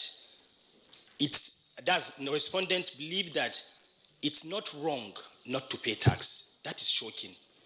Then over 54% of the respondents believe that yes, it's wrong not to pay tax, but then it's understandable. That is, they are sympathetic to not paying tax in Nigeria. That is quite shocking, because it means Nigerians are not willing to pay taxes. What is the government doing to address such? Some of the questions people keep asking is, what am I getting in return to paying of these taxes? In essence, you will see some people building their own roads, providing their own power, their own water, their own security, and yet you come to me and ask me for taxes. So why should I pay tax? The third question is as regards to issue of smuggling, and of course it affects our income revenue. I want to ask this question. Have we ever asked ourselves this question, that why will an ordinary Nigerian prepare to import his car through Benin, Togo, or Ghana and bring it to Nigeria? Why should he go through all the stress of bringing it through then, instead of coming through Lagos? Definitely there are questions and there are things maybe perhaps we're not doing right. That's why Nigerians will prepare to go through there, because for them perhaps it's easier. Then to the last speaker, Mr. Chris, thank you for your presentation. I want to know your take on the VAT rate increase. The VAT rate increase vis-a-vis the 25 million naira threshold. Having heard the minister saying one of the reasons why they created a 25 million naira threshold is to relieve the small business people. What's your take on it vis-a-vis claiming of input VAT by these business people? Thank you. Thank you very much. I think we should allow those who are to respond, particularly the minister and the resource person, to respond to the questions put forward to them. But questions relating to Federal Inland Revenue Service, Secretary, please write them down. The chairman will be around, will come here tomorrow. And please, gentlemen over there, and those that ask questions that are related to Federal Inland Revenue, aside from the one the minister will answer, technical ones, we'll expect him to come tomorrow to give answers to them. Honorable Minister. Thank you very much, Mr. Chairman, and to everyone for your comments and questions. On remittances of revenues by ministries, departments, and agencies. If you look at the report that I presented, remittances performance has actually improved. 3 years ago, the performance of independent revenue was just 25%. The report I just gave today, it's about 64%, so it's improving. The President has set up a Presidential Revenue Monitoring Committee, chaired by the DG Budget, with all of the revenue collecting agencies and members. Every month, these agencies meet, we reconcile the accounts and look into details right up to what is remitted to the bank. So the gaps are closing gradually. Secondly, there's a circular that the President has also approved that has authorized the Accountant General of the Federation to take operating surplus as budgeted by the MDAs if after one quota they have, after I think 1 month after the quota, they have not remitted. So we have the authority to actually go in and take the revenue, and then we reconcile with them later. So the remittances are improving because now there is closer supervision, and also there's a compulsion, a push that is making the agencies perform better. Comrade Martin speaking. Population growth is quite high in our country, but we're glad to say that with the increase in the economic growth, that the gap is being reduced, but it's not enough. Until we grow at a rate that is at least double the population growth, the impact of the work we are doing cannot be felt by the masses. And your specific question on the social investment program, I don't know how this misconception happened, but the National Social Investment Program, for the past 3 years and the fourth year, 2020, the provision has been 500 billion. In the past 3 years, the provision has been in the service-wide, so it's visible, you're able to see it. But this year, we have moved the National Social Investment Program provision, 400 billion of it is in the humanitarian affairs, disaster management, and social development ministry. 50 billion of it is capital, 350 billion is recurrent. We reduced the 100 billion that was provided in the previous 3 years to 30 billion for the national social housing. So that's the only reduction that took place. And why did we reduce it? Because the program has not taken up enough to consume the whole of the 100 billion. So the National Social Investment Program, the school feeding program, the conditional cash transfer program, the G program, and the NPower are fully insulated, and the provisions are at the same level with the previous years.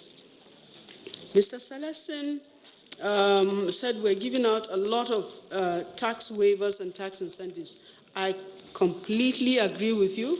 We have commissioned a process to review these incentives and waivers. We're actually bleeding revenue from doing so, but it's going to be very challenging because commitments were made to industry and based on which investment decisions are taken. So we have to do it collectively as a people with the support of the National Assembly to look at where we can cut back and when it is best to cut back. But we're really bleeding in that area. The Federal Inland Revenue Service will be here tomorrow, but working together with the Central Bank of Nigeria, there is now an effort to look at how to tax the digital economy so that when you do any online transfer or online transaction, there is a charge there's a charge on it. So the Chairman FRS can speak more to that tomorrow, inshallah. On the informal sector, I also agree with you, Mr. Celestin, that there's a multiplicity of taxes and levies. But because this responsibility of tax collection is not just of the federal government, it is of the states, largely the states have to take the initiative to clean out this duplicity. And I know some states that have done that. I'll give you an example. My state, Kaduna State, did a review. They found 17 laws that have been operating for over 50 years. They repealed those laws and made one omnibus law. Part of the step they also took is that the only collecting agency is the inland revenue.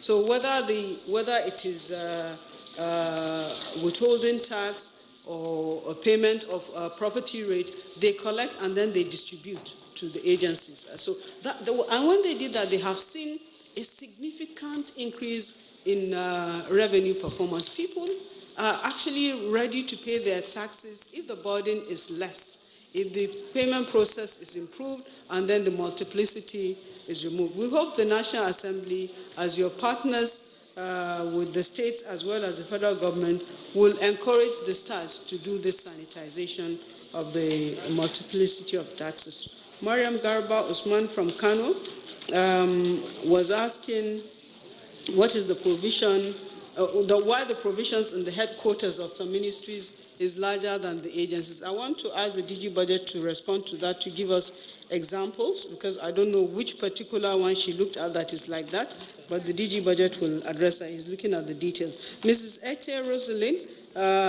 also said that we need to look out for the interests of indigenous contractors. I'd like to say that from the 2018, in fact, several budgets back, there's always a provision of 15 billion naira in the service-wide vote for settlement of local contractors' debt. And in the last year's budget, we did pay local contractors' debt. In 2019, there's a similar provision.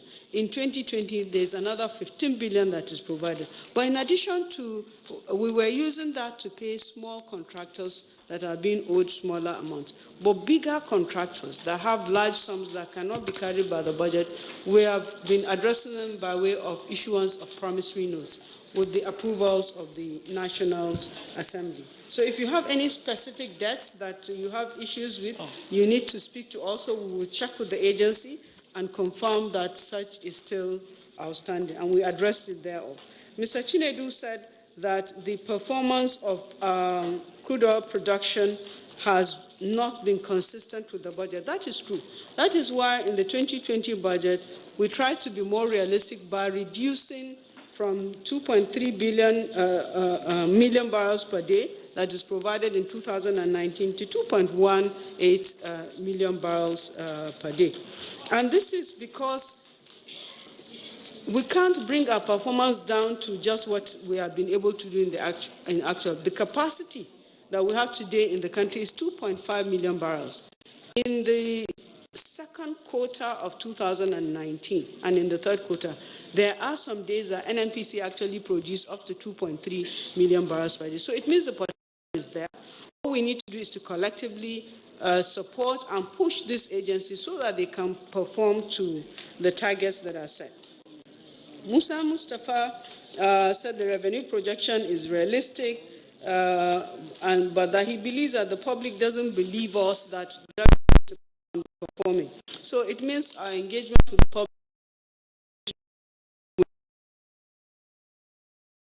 in terms of revenue, because the reality means you are not able to fund everything that is provided for in the budget.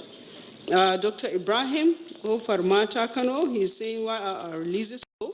The releases are low because the revenue is not performing at 58%. You cannot release 100%. And also, when the budget period is late, starting late, that also impedes performance. So we're happy that the National Assembly is really focusing on restoring the fiscal year to the January to December year. Madam Nkuru also said that we should remove duplications of costs in the budget.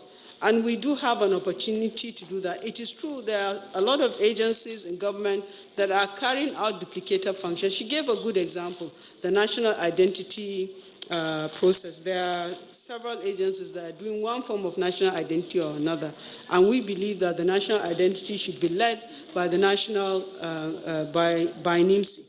And if we can actually compress some of these processes, we will reduce costs and have more money to apply to capital projects. As to your comment, let me say it's a comment to the voice of the children. Yes, we are going to embark on a long-term development plan sometime in November, as we will, first of all, advance this budget work before starting on that one. And I believe all of us mothers that are in this process will be looking out for the interests of our children and also our grandchildren. Mr. Rabiu Isiaku, the traditional ruler from Kano, we have made provisions in the national budget for primary health care. So there's a primary health care provision fund in the sum of 44.5 billion naira. There's also a 22.72 billion naira that is provided for immunization of our children.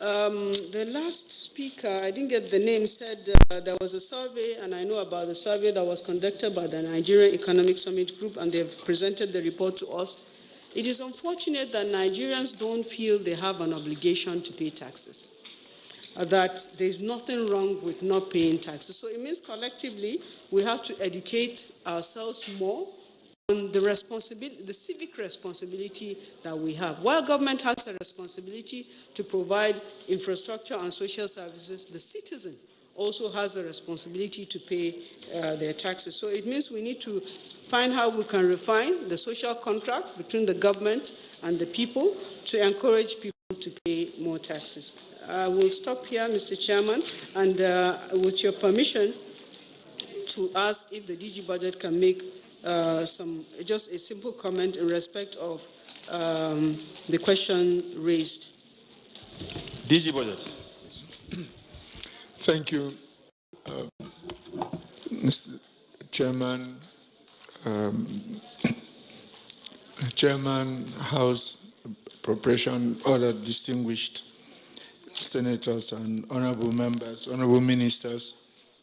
It is true that in some agencies, they've tended in the past to keep, more of the capital budget at headquarters. But it's a matter that we have been engaging with the ministries. Sometimes you get a push back because the minister, at the end of the day, the minister takes full responsibility to ensure that the resources allocated to the ministry and its agencies are utilized for optimal results. And where the minister feels strongly that the resources should be domiciled at headquarters to ensure greater accountability for which you'll be held responsible, we do let them have it that way. We have tried very much over the last 4 years to democratize the budget process. And so, basically, ministers take responsibility for determining how best to allocate the resources. But occasionally, we, take a stance that, agencies should get more resources, especially where those agencies have the responsibility to, meet specific obligations. For 2020, for instance, we had to insist on greater allocation to NPHDA based on the commitment signed on by the country to allocate 30% of the budget for health to, to primary health care.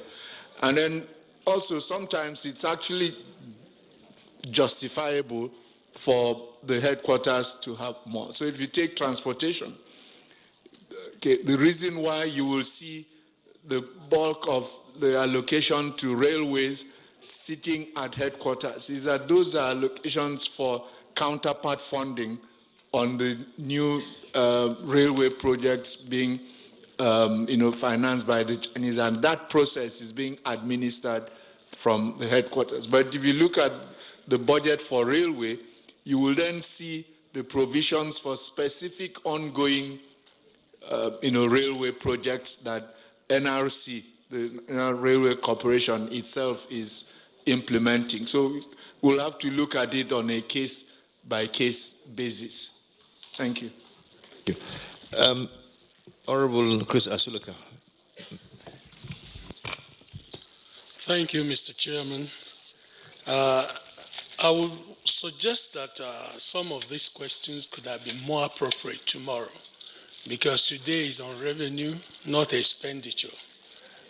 Be that as it may, the specific questions about the incentives, we talked about it. It's part of the President's speech. When we talked about the trend influencing budget, is wrong. The Humean approach. David Hume was a philosopher who doubted whether the bread he ate yesterday that nourished him will nourish him today. So you should not be cynical. You could be skeptical in order to drive a justification. But cynicism will not lead you to the promised land. And for that reason, expansionary budget is what progressive states look up to. Because you cannot say because you can't afford a meal, you begin to cut your dietary requirements, whether you wouldn't have done better going out to struggle for more resources. So when you talk about trend, I am at loss, because I have interrogated most of these components, and I know that with stricter compliance and oversight, there will be improvement. And when he talked about the digital economy, Celeste is right, but I would urge you to wait. We don't say everything at a go. When the finance bill comes to National Assembly, there will be a public hearing that will now fine-tune some of these things to reflect the views of the masses.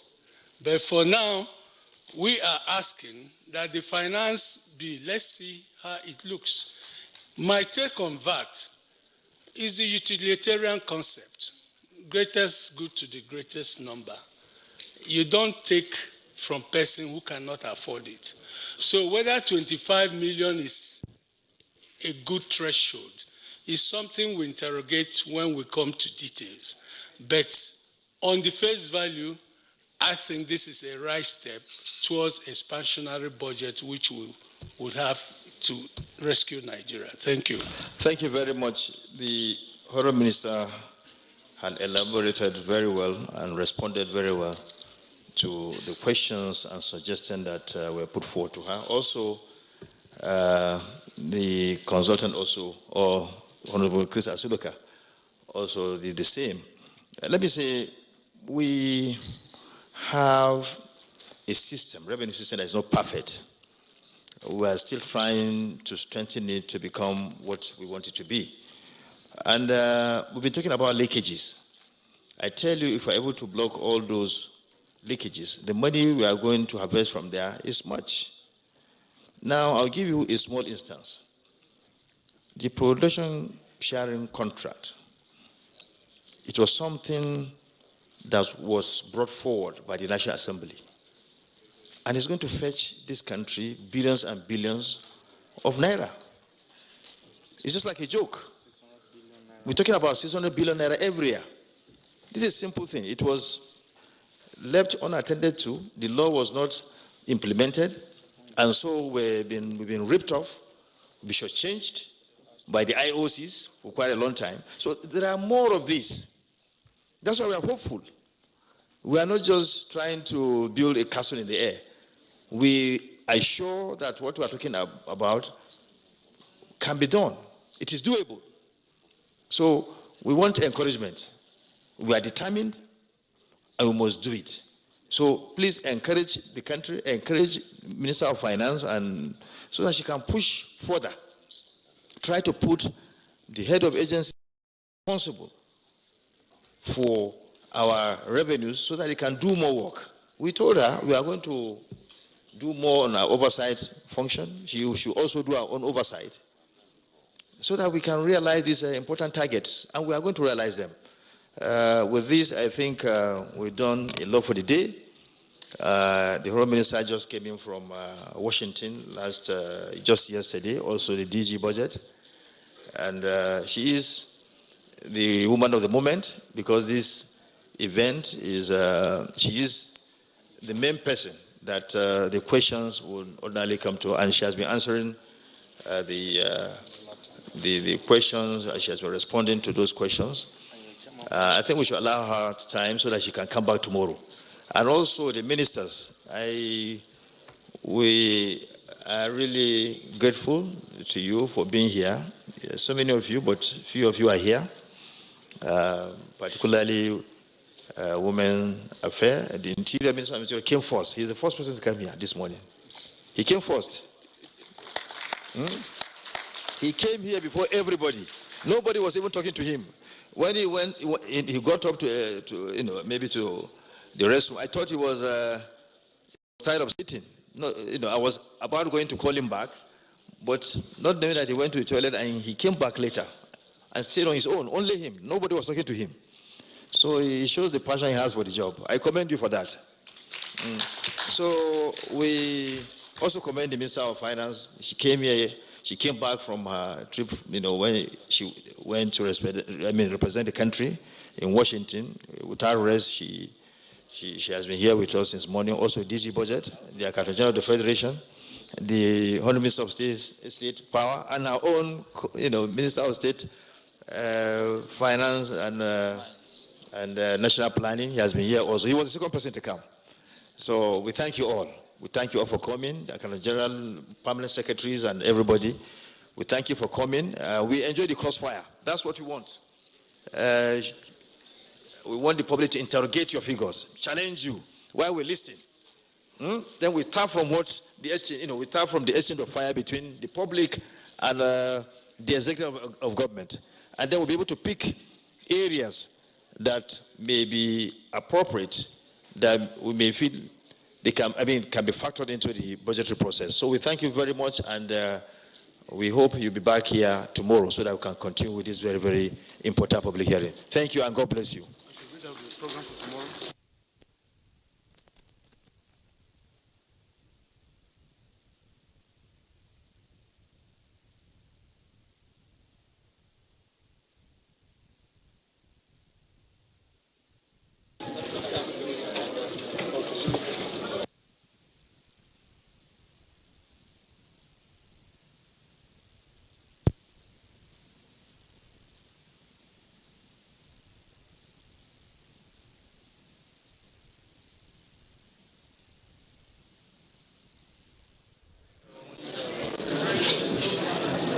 Okay, that was the Chairman, Senate Committee on Appropriation, Barau Jibril, rounding off today's session of the 2020 budget hearing here at the Senate building. The event will continue tomorrow at the same venue, and we want to thank each and everyone who has contributed to the success of this telecast. And on behalf of the crew here at the National Assembly, I want to say thank you for being there, and God bless you all. Thank you very much.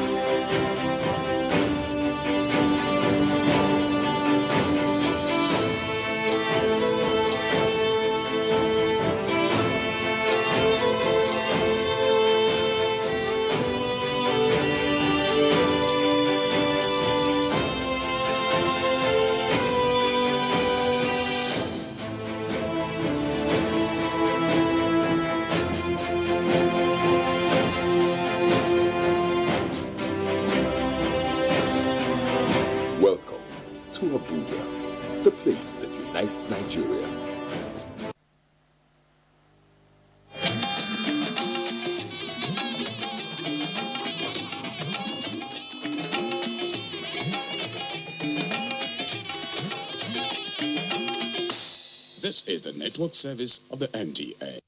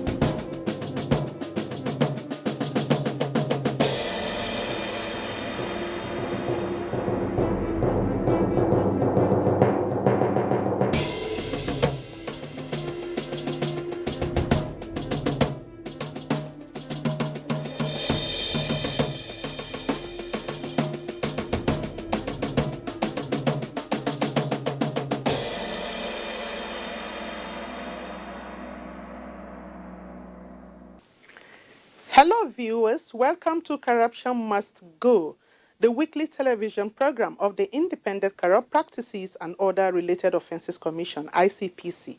I am Hawa Garba. In 2007, ICPC, in collaboration with the Nigerian Education Research and Development Council, NERDC, came up with the National Values Curriculum, which has been infused into the curriculum of schools. This was aimed at inculcating anti-corruption values in school-age children so they would grow up to be worthy adults in the Nigerian society.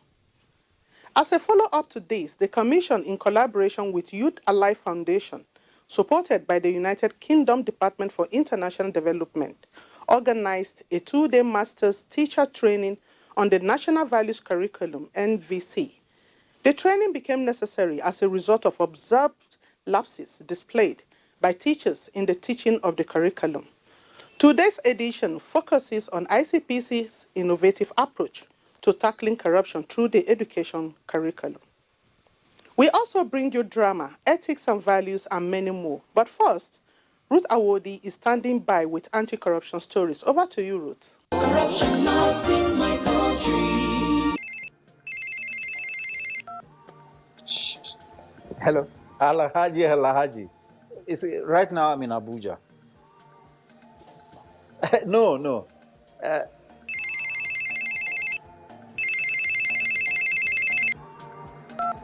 Hello, Adamu. Right now I'm in Kano. Yes. When I get back, I will just call you. Look, what is wrong with you? I'm talking on the phone and you are gesticulating and doing. What's wrong with you? Daddy, where exactly are we as we speak? Are you alright? This is Lagos. Well, you just lied to someone that we are in Abuja. Keep quiet there. Who told you you can tell an elderly person is lying? Daddy, you just lied. And by lying, you are raising corrupt children for the future of Nigeria. That is corruption, not in my country. Stop corruption now. Corruption not in my country.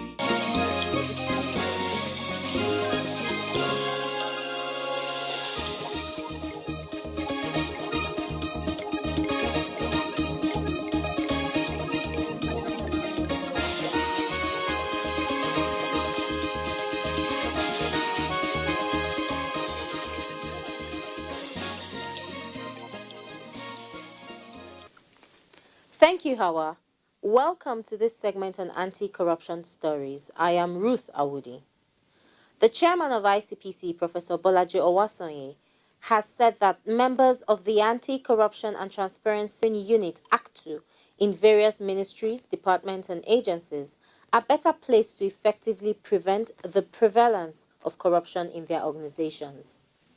Speaking at the inauguration of the newly appointed ACTU members of the Nigerian Television Authority, NTA, at the agency's headquarters in Abuja, the ICPC chairman, who was represented by Barrister Ifeanyi Obialo of Corruption Monitoring and Evaluation Department, pointed out that ACTU had the capacity of making the organization a model in corruption prevention in line with the mandate of the Commission. The mission statement of this authority, which is to provide excellent television service worldwide, while projecting the true African perspective cannot be achieved if accountability is not assiduously and tenaciously entrenched in the procedures, guidelines, processes, and instant tools of the authority. The Independent Corrupt Practices and Other Interfaces Commission, in collaboration with the Office of the Head of Civil Service of the Federation in 2001, created the Act to function in MDS as part of its corruption prevention method of monitoring, identifying, and addressing lapses in the operational systems of government establishments. He further said in his address that it was better to suffer for what is right than to suffer for doing what is wrong, adding that in a few years from now, the change mantra of the current administration and the sustained effort of the anti-corruption agencies would catch up with those who engaged in unwholesome corrupt practices.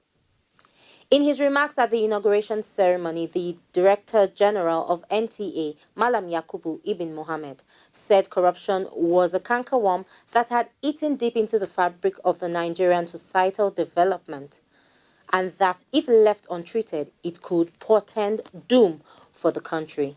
Professor Patrick Lumumba said in the year 2002, and I quote, "Our country must morally be rearmed. We cannot run a country where virtue is vice and vice is virtue. Any country that allows corruption to thrive is turning vice into virtue. And we in Nigeria cannot and must not afford to do that. And that is why the federal government of President Muhammadu Buhari made the fight against corruption one of its cardinal objectives. And it has been pursued right from 2015 to date with vigor and renewed strength. He also pointed out that if the mission of NTA was to promote national, political, and economic goals towards a united, strong, and self-reliant society, the agency must take the lead in enlightening the public about the effects of corruption on our national development. That will be all on this segment. Corruption Must Go continues with Hawa. Stay with us.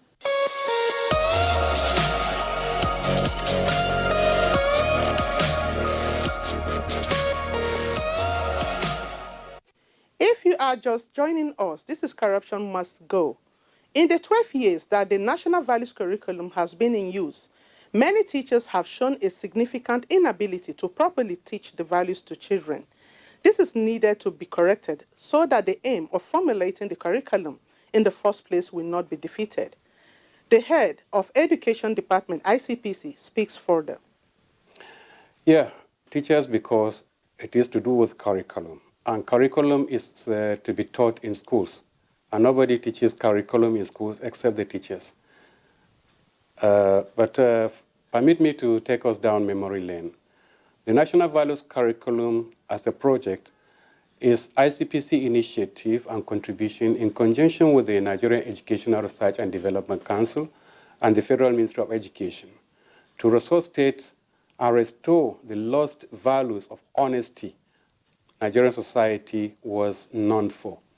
The values of honesty, the values of truthfulness, the values of being each other's keeper, the values of nationalism, and even the values of integrity, which is doing the right thing even when nobody is watching. You see, in the past, the Nigerian society is so much truthful that the woman selling tomato could display her tomato on the table, go inside the house, cook for the husband, and come out and meet money. Somebody must have bought and placed money on the table, and nobody will touch because of our level of honesty. If you dared steal in the past, you can be vanished from your village. No family condoned dishonesty. But now, if that woman selling tomatoes displays her tomatoes on the table and turns around to gist with another fellow trader, before she turns around, not only the money, but the tomato on the table will disappear. So that is how down we are in terms of honesty and moral values. So ICPC decided that if we can restore these lost values, positive values to the society, there will be less cases of corruption, because corruption is entirely an act of dishonesty. But if you can train people right from their formative age, to be honest, then the whole society will be a society of honest people, and the lost glory of honesty and integrity Nigerian society was known for will be restored. So we decided now to take the campaign to the schools by introducing the national values curriculum, which cuts across all levels of education, from primary school, that is basic, to the university level.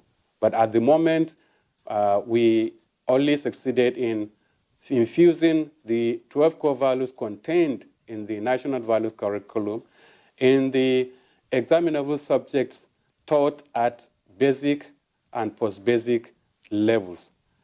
And that happened in 2013. And in 2014, we developed a teacher's guide, again, in conjunction with the Nigeria Educational Research and Development Council. They are the institution that is saddled with the responsibility of producing curriculum.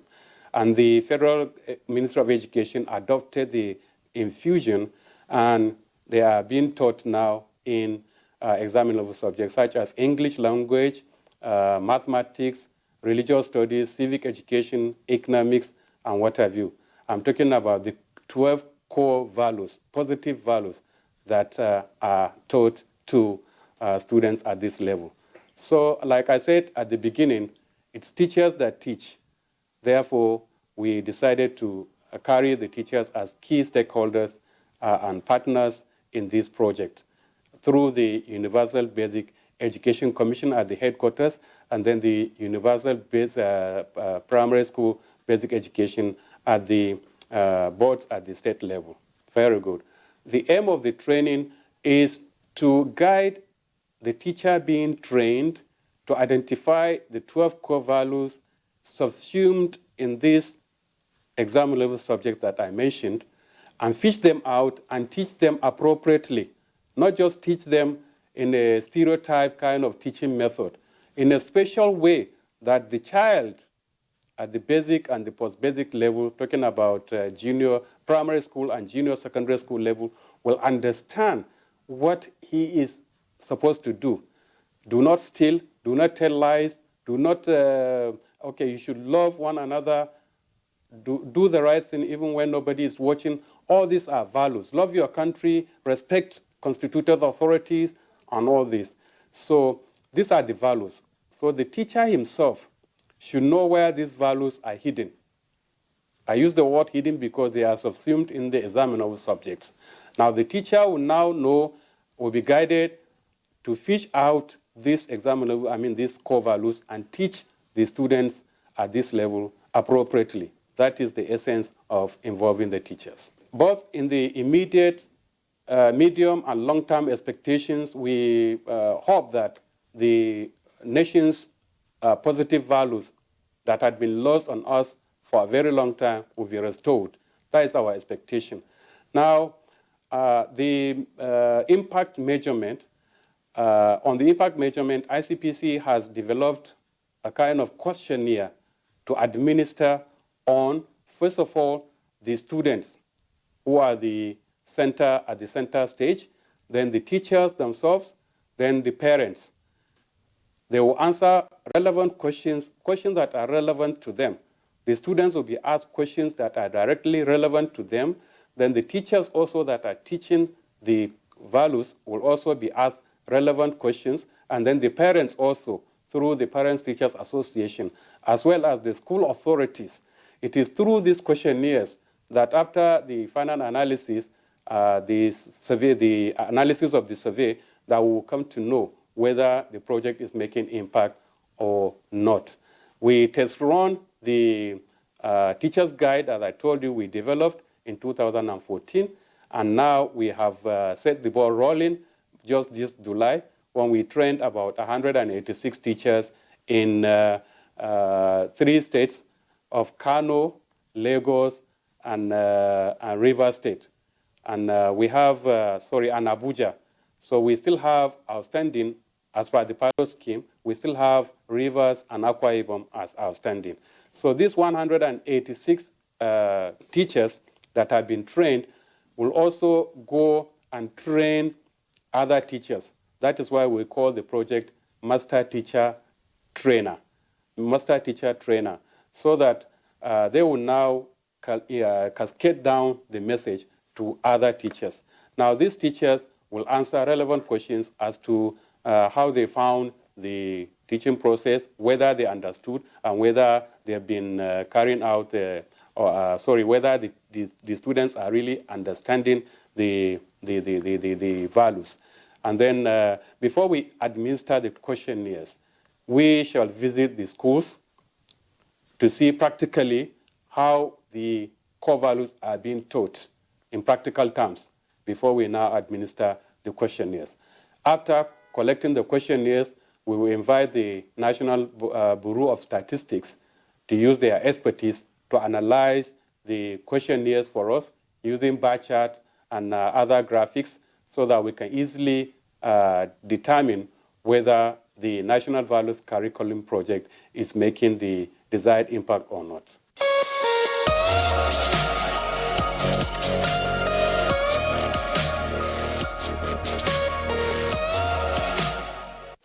We will now bring you excerpts of what transpired during the training exercise.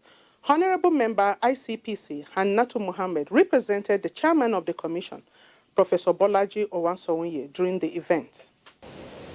Values education is a very important concept to the Commission as we aim to get the children at a very young age and impress them with the need to imbibe positive values. Teachers are our partners in this, and over the course of the years, we hope to have greater interaction with teachers, parents, and other stakeholders who interact with the youth on the need to ensure that our youth imbibe positive values so that they can grow up to be leaders and we can be proud of them. On this note, I declare the training open. Thank you and God bless you.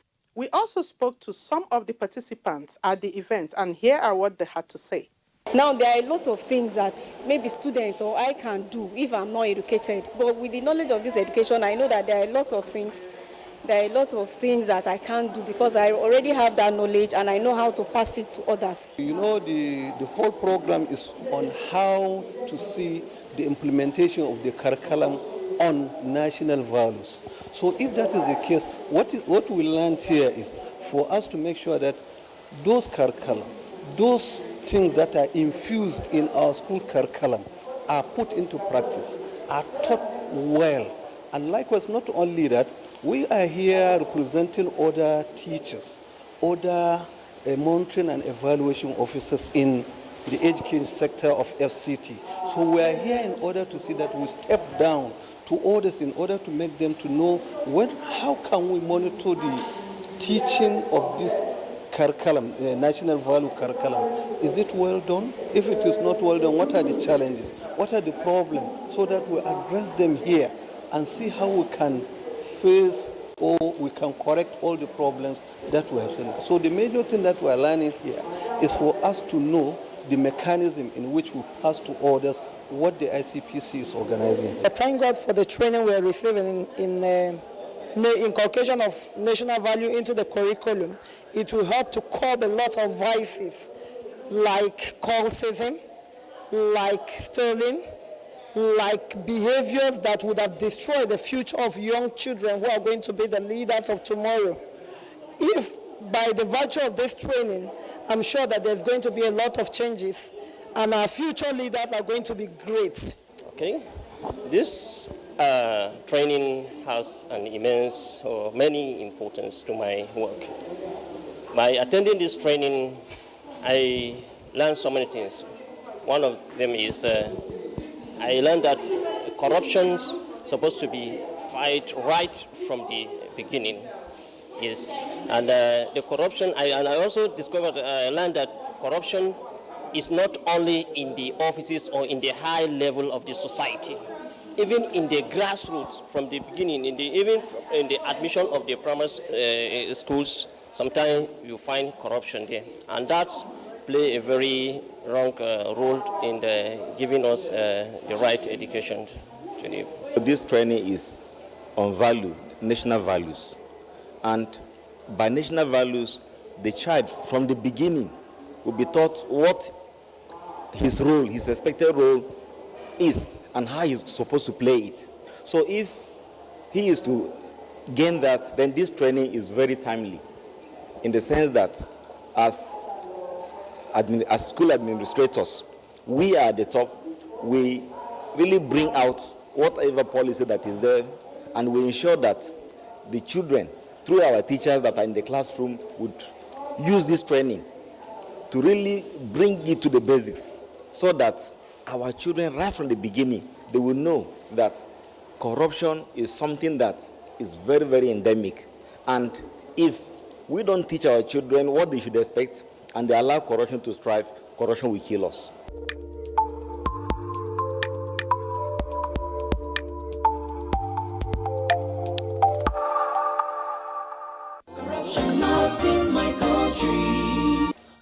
Sir, I came here to find out what the progress is like, sir. Oh, all is set for the commencement of the exams. Let's say about an hour. I was thinking we could come to an agreement as to how to help the students.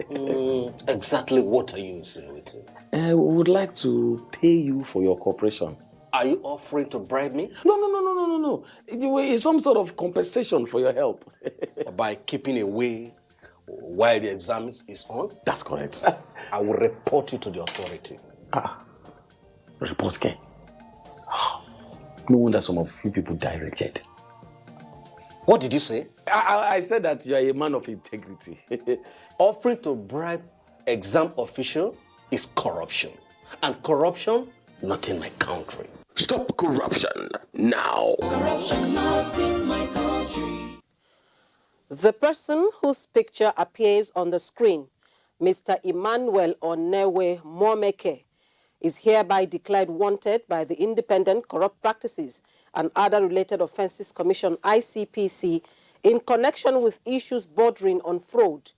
Mr. Momeke, an indigene of Isele Uku in Anyocha North local government area of Delta State, is dark in complexion and was born on the 5th of April 1972.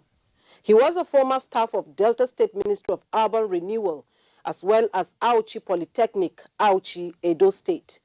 His last known address was number 4, Peter Osadebe Street, off St. Bridget's Road, Asaba, Delta State. Anyone who has useful information on his whereabouts should report to ICPC headquarters, Abuja, any of the ICPC state offices or the nearest police station, or call any of the ICPC toll-free numbers 0803 123 0280, 0803 123 0281, 0803 123 0282, 0705 699 0190, 0705 699 0191, and 0800 call ICPC.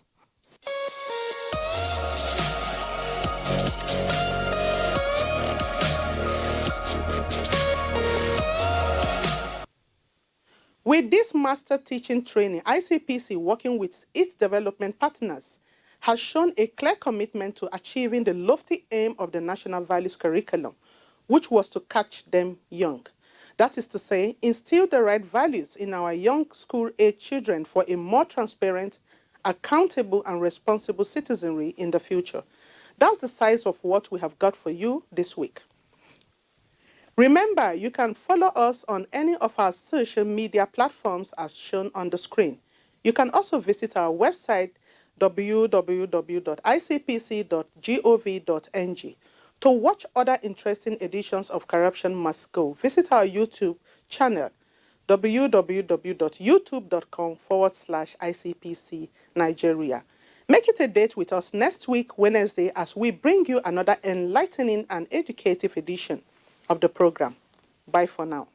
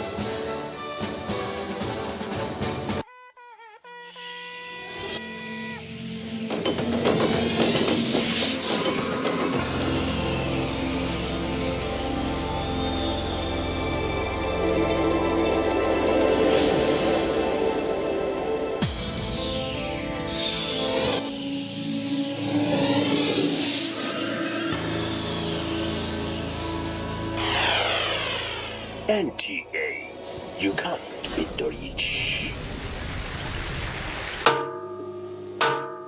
The NTA and the village headmaster family are pleased to announce the commemoration of the 50th anniversary of the award-winning Village Headmaster television series. Monday, 28 October 2019, command performances of the Village Headmaster at the Terraculture Arena, Victoria Island, Lagos. Red carpet, 5 p.m. and live performance, 6 p.m. Tuesday, 29th October 2019 at 10 a.m. Roundtable discussion at Freedom Park, Broad Street, Lagos. Theme: Drama, a tool for national development. Join the NTA and the Village Headmaster family as we celebrate this Golden Jubilee. Attendance at both events is strictly by invitation. Announcer, Organizing Committee.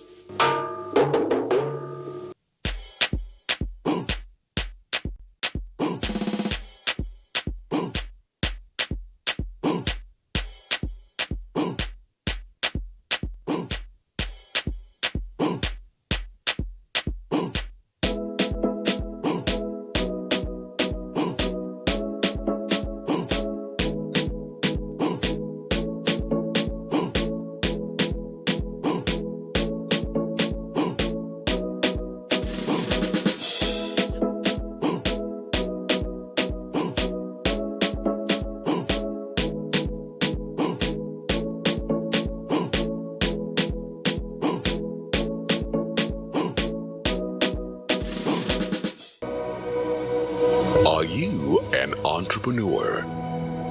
Do you have an existing business or great business idea? Then Africa's Young Entrepreneurs Empowerment Nigeria, ION, is a program for you, where thousands of business owners and entrepreneurs will be empowered with business funding, mentorship, specialized skills training, and equipment. To register for the ION 2019 program, visit www.ion.ng.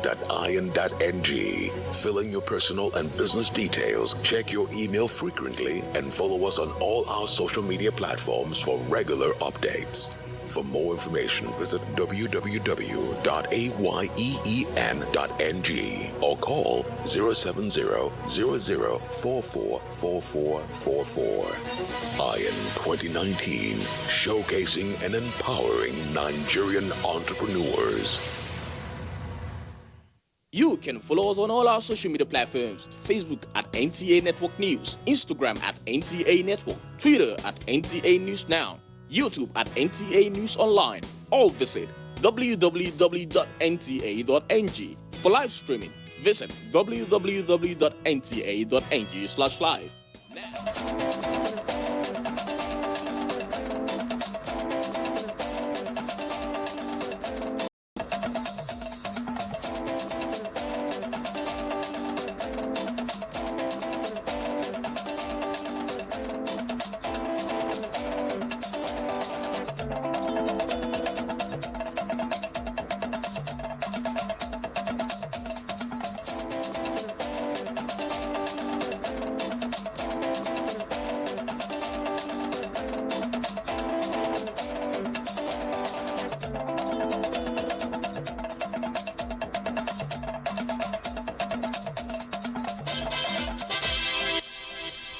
Hello and thank you for joining us on Nationwide. I'm Najat Tijani.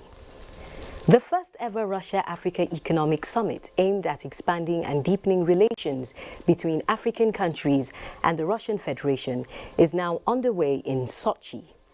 President Muhammadu Buhari is leading Nigeria's delegation to the summit, which has as its theme Russia and Africa, opening up their potentials for cooperation. At the plenary session, President Putin said his country is currently exporting food worth $25 billion to Africa, which he says is more than export in arms. The Russian president hopes that his country will expand its business ties with Africa in the next 4 to 5 years in extractive industries, agriculture, healthcare and education, in addition to military and security cooperation with Africa. Putin also pledges Russian commitment to combat the Ebola virus with aid and the training of African cadres by Russian universities. All 54 states have representatives at the meeting, including 43 heads of state and government. The two-day event will see more than 3,000 delegates from across Russia and Africa discussing politics and business worth billions of dollars. Meanwhile, the abuse of social media and online platforms in Nigeria have been a major source of concern as they provide users with the means of inciting hate, fear and spreading fake news against national interest. The Minister of Information and Culture, Lai Mohammed, was a guest on NTA's Good Morning Nigeria to highlight the reforms and action the National Broadcasting Commission is taking to tackle these issues. Abdul Karim Zurmi has the report. A major consequence of the abuse of social media and online platforms across the globe is the enforcement of regulations and reforms to better regulate and prevent the widespread sharing of harmful, extremist, hateful as well as fake content. Minister of Information and Culture, Lai Mohammed, dissected the situation and also talked about the reforms set to be put in place to help regulate content put on the web, TV and radio. Mr. President also approved the licensing of web TVs and web radios so that they can also be, under they will be able to be regulated by the commission. We have about 1,000, radio and television houses. So the Mr. President also approved for strengthening the monitoring team of the commission. And with the expanding industry and use of technology, the minister also addressed monopoly in the industry and how decent content should be across the board. There will be no growth. Number two, you will not be able to help the talented, young ones to actualize their dreams. And then, at the end of the day, it is the nation that will suffer. So we need to make sure there's a level playing ground for all when it comes to content. He ended by emphasizing on a balance between free economy and national interests to strengthen the monitoring prowess of the NBC. In Abuja, Abdul Karim Zurmi, NTA News. Still on information and culture, the Minister Lai Mohammed has restated the need for more funding for his ministry. He restated this during his 2020 budget defense before members of the Joint Committee on Information and National Orientation at the National Assembly. Anthony Forson reports. Opening his defense, the minister began with a breakdown of how the 2019 budgetary allocations were released to facilitate the achievement of the ministry's mandate. For the year 2019, the sum of 1.5 billion naira was appropriated for capital expenditure, out of which about 759 million has been released so far, translating to about 60% budget performance. Even though the ministry did not get sufficient funding, the minister said the ministry was up and doing in the discharge of its mandate. We suffer grossly from inadequate funding because we run advocacies, campaigns, not just for the executive arm of government, even for the legislative arm of government. When resolutions are passed, we're asked to advertise them. We will continue to do our best. We continue to hold town hall meetings, which we found extremely very useful. Last time we held 16 town hall meetings all over Nigeria. Pointing out that the ministry is not an internally generating revenue ministry, it would most appropriate for its budget size to be raised. The media is a very expensive enterprise. We don't have, we wish we could have more funding for our projects, but we also understand the constraints of government in the sense that our obligations are growing much faster than the ability to generate revenue. To this end, the sum of over 3.9 billion naira has been budgeted for the year 2020. Personnel cost is put at 2.9 billion, while overhead will take 900 million naira, and capital is pegged at 1.1 billion. Members of the Joint Committee in their different submissions expressed concern as to how the ministry has been coping in the face of high cost of information management, especially when it has to do with the image of the country. In Abuja, Anthony Forson, NTA News. And still on legislative matters, the determination of the legislature to return Nigeria's budget cycle to the January-December timeline with the passage of the 2020 budget in good time is part of plans by the National Assembly to build a new momentum for good governance in Nigeria. The President of the Senate, Ahmad Lawan, stated this at the inauguration of Principal Officers of the Young Parliamentarians Forum, YPF. National Assembly correspondent Vivian Idepefo reports. The Young Parliamentarians Forum is open to legislators who are 45 years old and below at the time of election into the legislature and runs throughout their tenure. Senate President Ahmed Lawal, who presided over the election of the principal officers, said the inauguration of the Young Parliamentarians Forum is aimed at securing the inclusion and participation of the youth in the process of deepening Nigeria's democracy. He tasked Nigerian youth on the need to take advantage of the Not Too Young to Run Act to ensure representation every 4 years. If you want to see the future of a nation, look at what it is doing with its young. That will tell you whether that country or society or community has a future. What we have to do is to ensure our young ones, whether they're parliamentarians or not, receive the kind of attention that is needed to prepare them for tomorrow. Otherwise, the vacuum will be too massive, too wide, too big, and too deep. Let me quickly assure you of my commitment towards leading the forum in the right direction.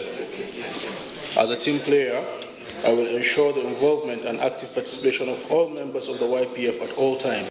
In another development, President of the Senate Ahmed Lawal says the National Assembly will provide the necessary support to the anti-corruption agencies in the fight against corruption. The Senate President gave the assurance while declaring open the third EFCC National Capacity Building Workshop for justices and judges in collaboration with the National Judicial Institute. He said the justices and judges need all the ethical, moral, and institutional support to be exemplary in the discharge of their duties and advocated for a review of the basic school curricula to include the teaching of anti-corruption tenets. We cannot overstate the fact that corruption has eaten deep into the very fabric of our nation. It has literally become endemic. That was why this administration focused on fighting it from the beginning. The AJA 2015 remains one of the most consequential pieces of legislation of our time. Its novelty and sharp breadth of coverage make it deep understanding and effective application vital for everyone in the administration of criminal justice. To successfully adjudicate proceedings of such a nature, judges must possess basic knowledge of the operation and mechanics of economic and financial crime. The Senate President also commended the EFCC for being consistent in carrying out its mandate. From the National Assembly, Vivian Itepefo, NTA News. President Muhammadu Buhari has congratulated Canadian Prime Minister Justin Trudeau on his election victory. In a statement by the Special Advisor to the President on Media and Publicity, Femi Adesina, the President also felicitates with the Liberal Party of Canada and Canadians generally on the outcome of the federal election in the country.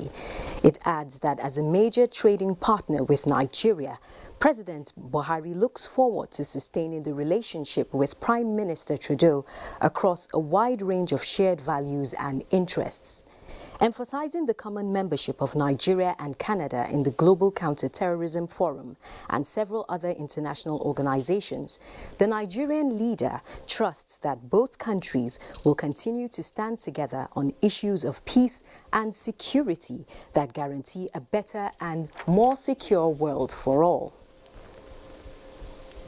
81 Division training for Operation Crocodile Smile. Ruth Ario will give us details of this and more on Nationwide from our Lagos Network Center. Hello, Ruth. Thank you, Najatu, and welcome to Lagos. A multiple accident occurred on Otedola Bridge in Ward Bega, Lagos, this Wednesday, involving 5 vehicles. An eyewitness account credited the accident to recklessness on the part of one of the drivers. Lagos State Emergency Management Agency, LASEMA, says the driver of one of the vehicles died on the spot. A woman rescued from the scene is receiving treatment at the Accident and Emergency Unit of LASEMA, while the remains of the casualty have been deposited at the mortuary. Affected vehicles have already been evacuated to restore free flow of traffic. The Nigerian Army says it will continuously review its combative strategies in response to the prevailing security challenges in the country. In a message to the 81 Division training ahead of Operation Crocodile Smile 4, the Chief of Army Staff, Lieutenant General Tukur Buratai, maintained that the Army is capable of neutralizing any threat inhibiting peaceful coexistence. Michael Olaleye reports. Armed banditry, kidnapping and periodic outbreak of localized street clashes, Nigeria no doubt is experiencing various security challenges threatening peaceful coexistence. Although the Nigerian Army is responding to the dynamics of these threats, but to efficiently tackle the menace, Operation Crocodile Smile 4 was conceived with emphasis on interagency cooperation.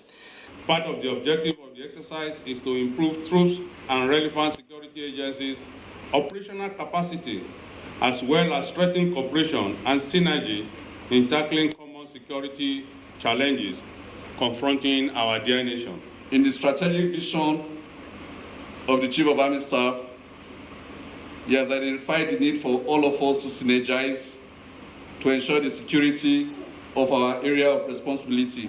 The exercise, which has 2 basic objectives, is aimed at stimulating the art of military decision-making process and promote efficient joint operations.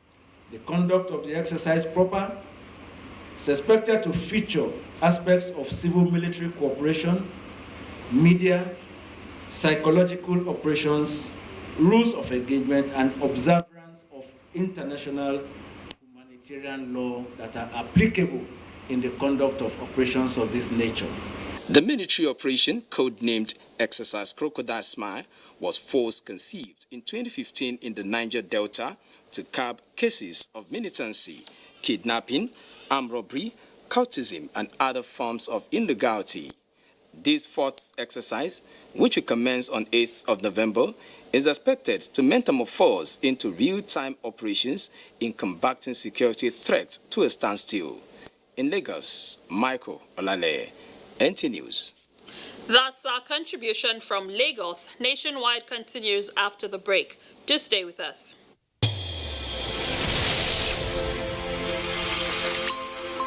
The new edition of TV Guide is out, exclusively taking a look at the traditional television and new media. Are they comparable or complementary? Media industry players give perspective on the trends, progress, challenges, and the way forward. Find out on this compelling edition of TV Guide. Expository interviews with stars of the team within our space. Becky Madojemo of NTA, Utibel More of AIT, Nifemi Oguntai of TVC, and a host of others. TV Guide, your indispensable companion, also feature Ya Modina. I'm the CEO, managing director of Ya Modina Sister Restaurant. I choose to serve. Shut up your mouth. Let me finish. A TV drama series on NTA. Let's get to meet the characters behind Ya Modina. This edition also presents exciting features on tourism, culture, entertainment, sports, health, and lots more. Grab a copy at the vendors near you or any NTA station nationwide. TV Guide, your indispensable companion.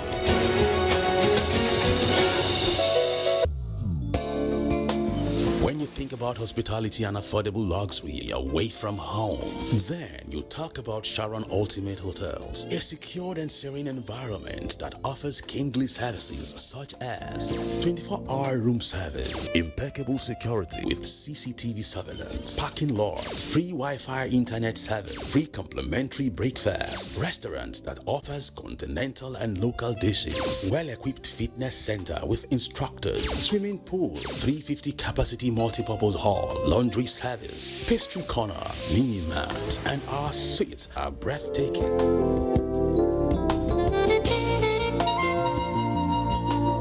For reservation, locate us at plot 1710, Tafawa Balewa Way, Area 3, Garikia, Abuja. Sharon Ultimate Hotels, the ultimate place. From the creeks of the Niger Delta to the Atlantic Ocean, inland waters and beyond, activities of some unpatriotic Nigerians and criminals are, however, harming Nigeria and Nigerians. Say no to crude oil theft, pipeline vandalism, and illegal oil refineries. These criminal acts destroy the environment, kill maritime life, destroy the livelihood of farmers, fishermen, and reduce Nigeria's economy by billions of naira. Nigerian Navy patrols are working round the clock to secure Nigeria's maritime integrity. Support the Navy and say no to acts that destroy our collective resources. Stop these criminal acts. Blow the whistle. The long arm of the law will surely catch up with culprits. This message is brought to you by the Nigerian Navy. Onward together. Nigeria Diaspora Investment Summit 2019 holds on the 6th to the 8th of November 2019. The summit will take place at the Banquet Hall Presidential Villa, Abuja, Nigeria.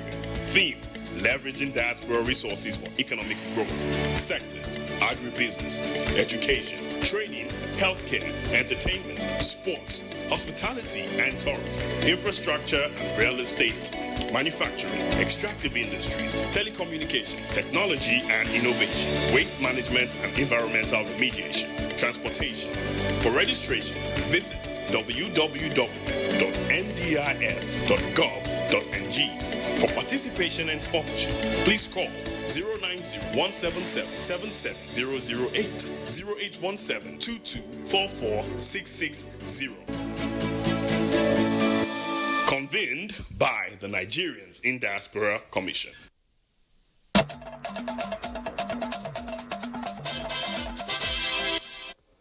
Thanks for staying with NTA Nationwide. And now to legal matters. The Federal High Court sitting in Abuja has ordered all parties in the police recruitment matter to maintain status quo as the issue undergoes litigation. The presiding judge, Justice Iang Ekwo, gave the restraining order this Wednesday. Justice Ekwo also granted an application joining the Attorney General of the Federation and Minister of Justice Abubakar Malami as a party to the suit. The application for the joinder of the Attorney General of the Federation was moved by counsel to the defendants Alex Izion, who told the court that the AGF was a necessary party to the suit. Counsel for the plaintiff, Kanu Agabi, did not object to the application of joining the Attorney General of the Federation as a necessary party. The Police Service Commission, as plaintiff in this matter, is seeking an order against the defendants and their agents from appointing, recruiting, or attempting to appoint or recruit by any means whatsoever any person in the Nigeria Police Force. The Inspector General of Police, the Minister of Police Affairs, and the Attorney General of the Federation are the defendants in the case. Meanwhile, the court has adjourned further proceedings on the matter to November 4. Normalcy has returned to the once peaceful communities of Guri and Kirikasama of Jigawa State after a clash between farmers and herders which claimed 4 lives. To avert possible escalation of the crisis, Jigawa State government has held a peace-building meeting between the conflicting communities. Mansur Aliu Hassan has details. Nigeria has for decades been suffering from the impact of communal violence, often linked to farmers and herders. Guri and Kirikasama local government areas in Jigawa State are among those hit by the violent clashes between pastoralists and farmers recently. This led to the loss of lives of 4 people, according to the state's police command, and destruction of property, including animals and farm produce. It is against this background, this stakeholder forum was summoned by the Jigawa State government at the instance of the Nigeria police and other security personnel. Their convergence was to rub minds on how to amicably address the incessant violent clashes in the 2 local government areas. Speakers took turns in coming up with recommendations that will bring the clashes to an end. Some of them include periodic enlightenment campaigns among the 2 parties, which in turn avail them the awareness of realistic coping strategies, setting up of a multi-stage conflict management framework committee to work at community, local and state levels with traditional and various communities, leadership of the warring groups. Many believe that the creation of grazer reserves will no doubt be the solution to the crisis. From Guri local government area in Jigawa State, Mansur Aliu Hassan, NTA News. We hope for sustainable peace in those communities. Let's now join Kemi Akinwadi in our Ibadan Network Center for more reports on Nationwide. Najatu, and welcome to Ibadan. In its continued effort at educating and enlightening the citizenry, the media has again been challenged to use its wide outreach and influence to foster security and peaceful coexistence among Nigerians. This was the focus of the lecture titled Media, Security and Peaceful Coexistence. Start the Nigeria Union of Journalists. We apologize for that break-in transmission. It's due to a technical hitch. President Muhammadu Buhari has extended warm wishes to Professor Olu Aino, former Registrar, Chief Executive, National Business and Technical Examinations Board, NAPTEB, on the joyous occasion of his 80th birthday on October 24. In a statement by the Special Advisor to the President on Media and Publicity, Femi Adesina, the President salutes the octogenarian for his trailblazing and shining example in promoting training in vocational and technical education, which is essential to fostering sustainable economic growth and poverty reduction in the country. President Buhari believes that Professor Aino has always been at the forefront of impacting excellence in technical education that helps Nigerians acquire the right skills and training needed to succeed in the labor market. As family, friends, former students and well-wishers celebrate Professor Aino, the President prays Almighty God to grant the senior citizen more years of health, happiness and fulfillment. Now, you may wonder why some people succeed in business while others fail in spite of investing huge resources. Answers to this are provided by a young entrepreneur who puts pen to paper to highlight the do's and don'ts of entrepreneurship in Nigeria. Joshua Ojito reports. It was at the age of 7 that this young entrepreneur, Wisdom Obekpa, ventured into business. And upon graduation from the university, he set up his venture with a startup capital of only 17,000 naira. Having weathered the storm in a competitive world of enterprising and now an employer of labor with more than 10 staff, Wisdom Obekpa shares his success story in a book titled The Passion-Driven Entrepreneur, which was unveiled in Abuja. It's all about what you have in you. It's the idea, the passion, and what you feel, and the service delivery and the value you have that you can give out to the society. So I advise the younger one, there is more, one has more inside of him. We should look inward. The 164-page book, divided in 12 chapters, gives tips to success in business and experiences of the author. He talked about discipline, which is very important in any business concern. And you have to, by every means, try as much as possible to have a plan that is acceptable. And he has made it so quick in anybody that wants to get into business to know that you must not use your own money to start up a business. But with a good business plan and with the right risk evaluation, banks can come behind you to fund you. The book is expected to come handy for aspiring young entrepreneurs. In Abuja, Joshua Ojito, NTA News. We will now rejoin Ibadan with Kemi standing by.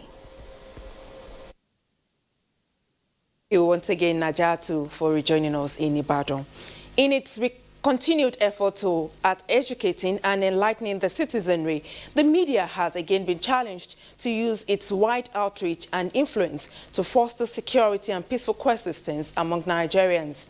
This was the focus of the lecture titled Media, Security and Peaceful Coexistence to kickstart the Nigerian Union of Journalists Oyo State Council 2019 Press Week.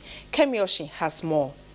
The role of the media to create a strong, peaceful and developed society comes with lots of responsibilities, which include being mirror image of the society, creating common grounds for people in conflict resolution, and helping the citizens make informed opinion on issues that affect peace and mutual understanding. The press has so far played a positive role in maintaining peace.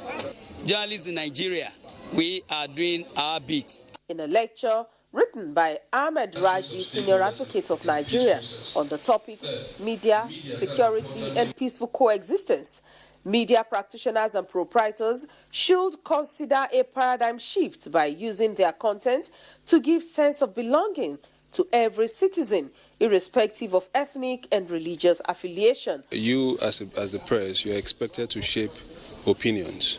So what we have tried to do is to awaken that consciousness in you. With enhanced collaborations, the media can further influence actions of stakeholders in peace processes. In Ibadan, Kemi, NTA News. Wife of the Kwara State Governor Olufolake Abdulrazak wants journalists to write more about girl-child issue in Nigeria. She highlighted this when she received leaders of the National Council of Women's Societies and members of the Nigerian Union of Journalists in the state. Raliat Ibrahim reports. National Council for Women's Society is a body constituted to promote women's relevance in the country through advocacy for programs and policies that are favorable to the women folks. The wife of the chief executive of each state serves as his grand patron in that state. We are encouraged to have that the NCWS only supports all policy of the state government, that we promote all fabrics of women's life. It's very important that the women are up and doing. And I must say, in these 5 months, I've been so impressed by the doggedness and the hard work of the women in Kwara State. Members of the Nigerian Union of Journalists, Kwara State Council, led by the council's chairman, Umar Abdul Wahab, were also on a courtesy visit to the governor's wife. She tasked journalists to be responsible in the discharge of their duties. Raliat Ibrahim, NTA News. The welfare of pensioners under parastatals in Nigeria is now getting better as PTAD creates mobile verification centers. Abdul Wahid Bibiri confirms this as he covered the pensioner screening exercise taking place in Ilorin, the capital of Kwara State. Under the defined benefit scheme in Ilorin, the Kwara State capital turned out in large number for the screening exercise. One of the pensioners who came for the verification exercise is Mr. Julius Ikeji, who retired in 1984. I feel it very, very happily. Very, very happy. And I make the vacation very, very, very, very happy. And we are sure from now we'll have what it entails, the needful for the pensioners. We are no more the pensioners that sit under the tree and start looking for Gary or whatever. We're trying to verify the parastatal pensioners who are under the defined benefit scheme. We have a few complaints here and there for people who are being underpaid and people who feel they were not appropriately placed. People were owing arrears, people were owing gratuities and all of that. So that's what this whole exercise is all about. A mobile verification team will also move around the nook and cranny of the city in order to capture those who are on sick bed and couldn't come to the registration center. Abdulwahid Bibire, NTA News. And that's it from Ibadan. Najatu, it's back to you. Thank you, Kemi. We now have the full report of President Buhari's participation at the Sochi summit in Russia.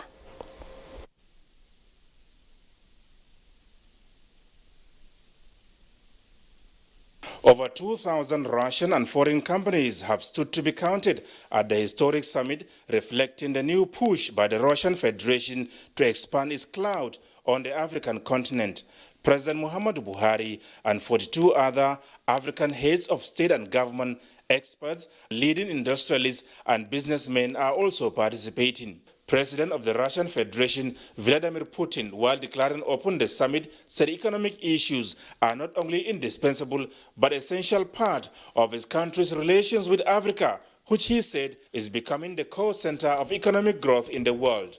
He said although Russia's annual trade with African nations doubled in the last 5 years to exceed $20 billion, this, according to him, is clearly not enough, with the continent whose GDP growth rate is expected to reach $29 trillion by the year 2050. The Russian leader expressed the belief that there are many potential partners in Africa with good perspectives and an enormous potential for growth. Russia intends to expand its network of trade missions, support businesses, and foster new ties. Is willing to present our African partners the possibility of setting up a nuclear industry on a turnkey basis, as it were. Many Russian companies are working with different branches of the African economy, and they are willing to further expand their presence in Africa, and we most certainly are going to support these plans at the government level.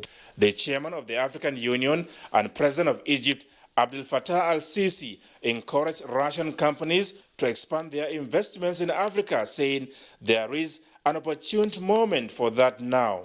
Africa is embarking on the new phase of economic development linked to the new opportunities of the markets. We pledge to provide optimum conditions for implementation of the development programs that will help Africa to embark on the way of progress and well-being and stable development. I would like to emphasize in conclusion that cooperation with African countries should be based on mutual interests and principles of protection of African property that would enable to ensure the sustainable development. President Muhammadu Buhari, accompanied by the governors of Ekiti, Gombe and Zamfara states, as well as several ministers, is expected to address participants at the Economic Forum on Thursday. From Sochi, Russia, Adamu Sambu, NTA News. And back home in Nigeria, it was the turn of the Nigerian Television Authority to defend its budget at the National Assembly as in the race to beat the December deadline for passage of the 2020 appropriation bill. Adebola Brooksland Sunday quoted the Director General of the NTA, Yakubu Ibn Muhammad, as saying the largest TV network will not relent in its mandate. The Nigerian Television Authority led other agencies in the Ministry of Information and Culture to defend their 2020 budget estimates before the Joint Senate and House Committee on Information, National Orientation, Ethics and Values. The total budget proposed for the Nigerian Television Authority. The Director General Yakubu Ibn Muhammad explained how NTA management judiciously utilized the funds allocated to the organizations in the past, especially in the areas of upgrade of state stations and improvements of its permanent sites, which was abandoned since 2005. In addition to offices, the building has 4 large studios, and we used one of the studios to cover the 2019 elections. On the issue of free services, the Director General says national interest is of great paramount. NTA may be partially commercialized, but that fact does not blind us to our social responsibility. There are certain things that have to be paid for, but in the national interest, NTA does it for free. Yeah, release NTA. The satisfied committee asked the DG to take a bow. It's a citizens engagement agency mainly. The National Orientation Agency, Voice of Nigeria, News Agency of Nigeria, APCON and Nigeria Press Council all took turns to also defend their estimates. Government and stakeholders should fund the council, but we have issues with stakeholders. A major request by the Federal Radio Corporation of Nigeria is the need to reawake all its shortwaves transmitters. It is unfortunate again that Radio Nigeria does not have a single channel that can reach each and every nook and cranny of this country. We rely heavily on the FM stations. 25% remittance on. The National Broadcasting Commission made submission on having the highest internally generated revenue. We're proposing 4,703,783,992 naira. At the end of the session, however, some of the agencies were directed to come back with comprehensive documents to defend their proposals. From the National Assembly, Adebola Brookslyn Sunday, NTA News. No one can beat the reach of NTA. It's time now to join Nura Tanko Wakili in our Sokoto Network Center for more reports. Hello, Nura. Thank you, Najatu, and welcome to the seat of the Caliphate. Sokoto State Government has set up an inter-security agency's investigative panel to ascertain the root cause of tragic incident and the persons involved in the killing of 2 lives in Mabera area of Sokoto metropolis recently. Dalata Abdullahi reports that Governor Aminu Waziri Tambo stated this while condoling with the families of the deceased on behalf of the government and people of Sokoto State. The report. The state government was seriously touched by the incident in Mabera area of Sokoto metropolis, which led to the loss of 2 innocent lives through stray bullets. The incident occurred on Sunday evening following a misunderstanding between the officers of the 119 Forward Operation Base of the Nigerian Air Force Sokoto and the youth of Mabera area, resulting in sporadic shootings by the Nigerian Air Force officers, accompanied by heads of security agencies in the state and members of his cabinet. On condolence visit to the affected families, Governor Aminu Waziri Tambol in strong terms condemned the incident, describing it as unfortunate. While appealing to the families to take heart and see the incident as destined by Allah, Tambol said government will take responsibility for the 7 orphans left behind by one of the deceased, Mariam Abdurrahman, including their education up to tertiary level. We have agreed as a Security Council to constitute an interagency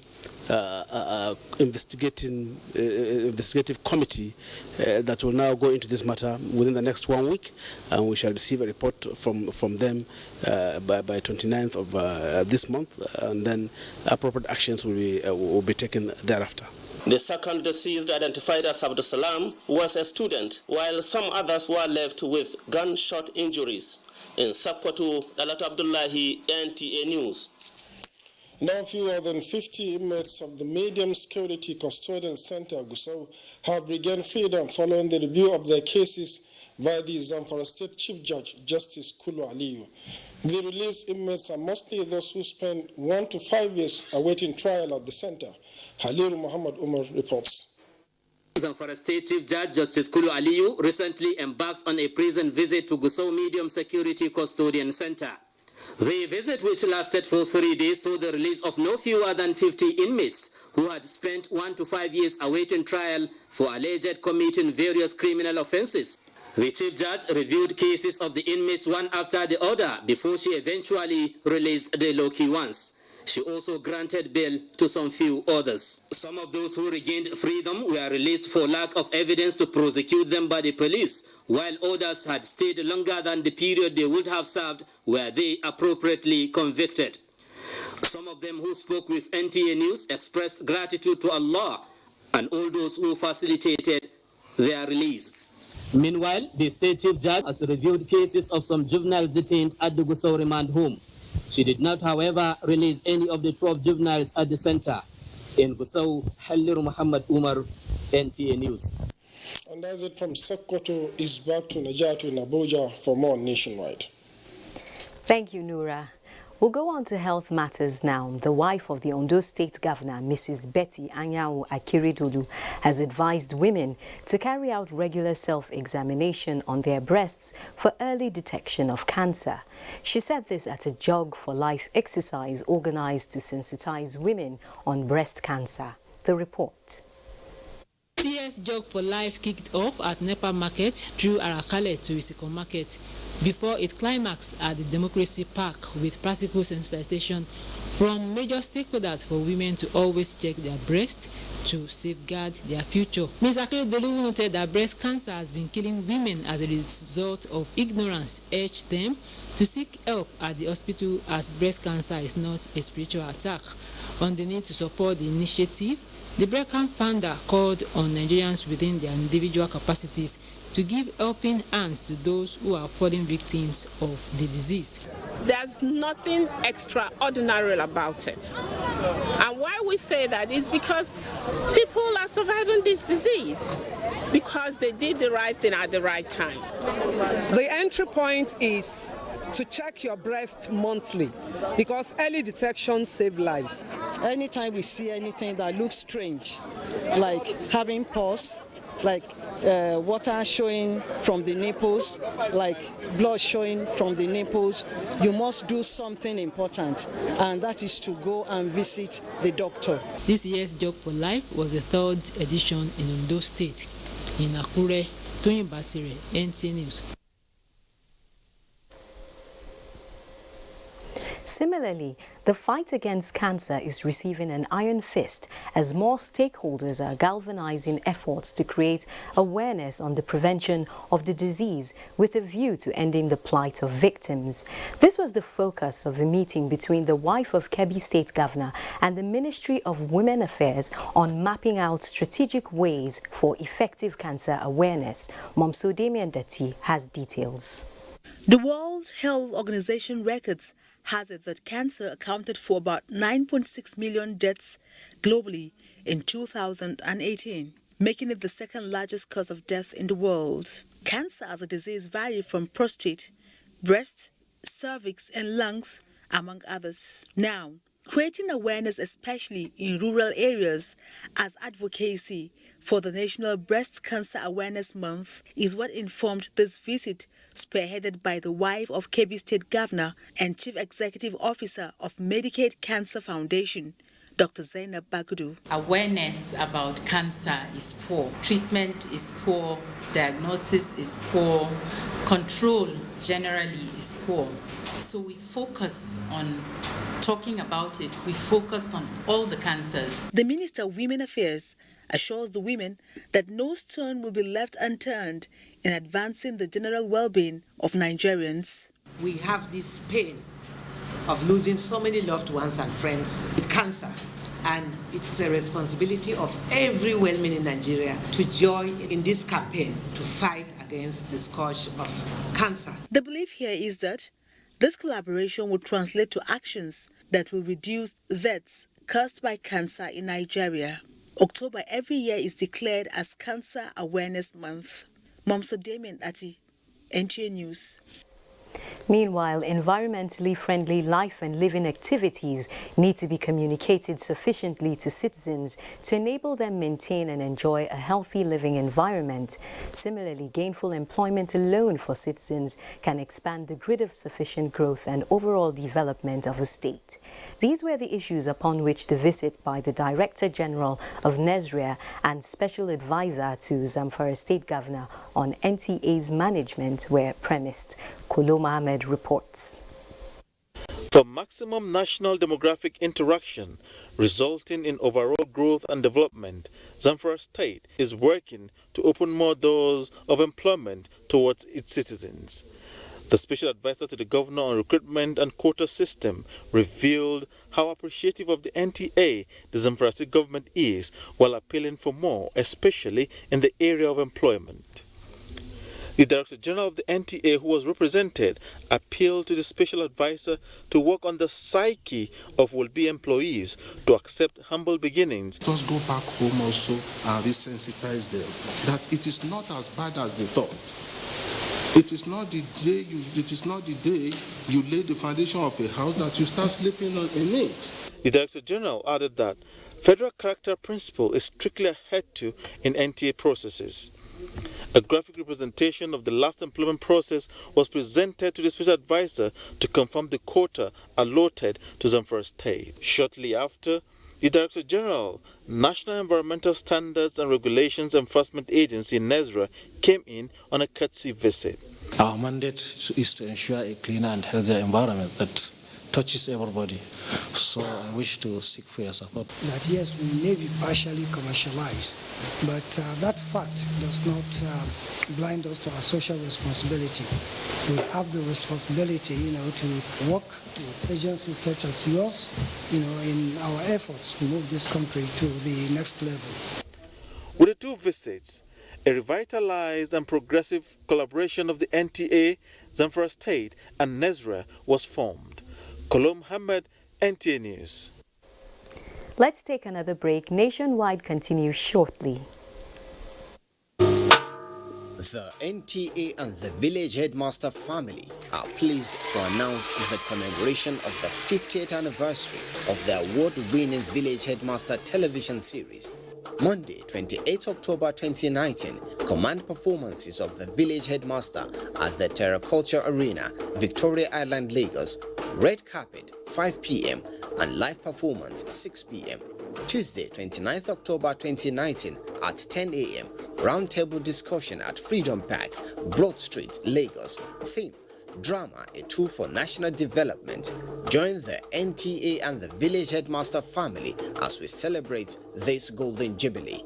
Attendance at both events is strictly by invitation. Announcer, Organizing Committee. Get ready to be motivated. The Motivated Challenge is back. Bigger, better, and bold. Now featuring 30 contestants from 5 African countries, all grabbing that multi-Guinness B vitamin goodness that fuels your greatness. Ghana, Nigeria, Cameroon, Cote d'Ivoire, and Ethiopia. Which country will claim the $20,000 grand prize? Brought to you by multi-Guinness, packed with B vitamins to fuel your greatness. Not so fast. Look, I'm tired. I want to check out of this country for greener pastures. Just calm down for a moment. Please sit down. Do you have a job where you're going to? No, but someone is arranging, Listen, Linko. Checking out of this country without proper planning means one thing. Unimaginable begin. I've been in the diaspora, but legitimately doing great things at home and abroad. As I've been saying, without the proper footing abroad, the risk is not worth it. Listen, Alinko, it's better to be home than be trapped abroad, or even end up in prison.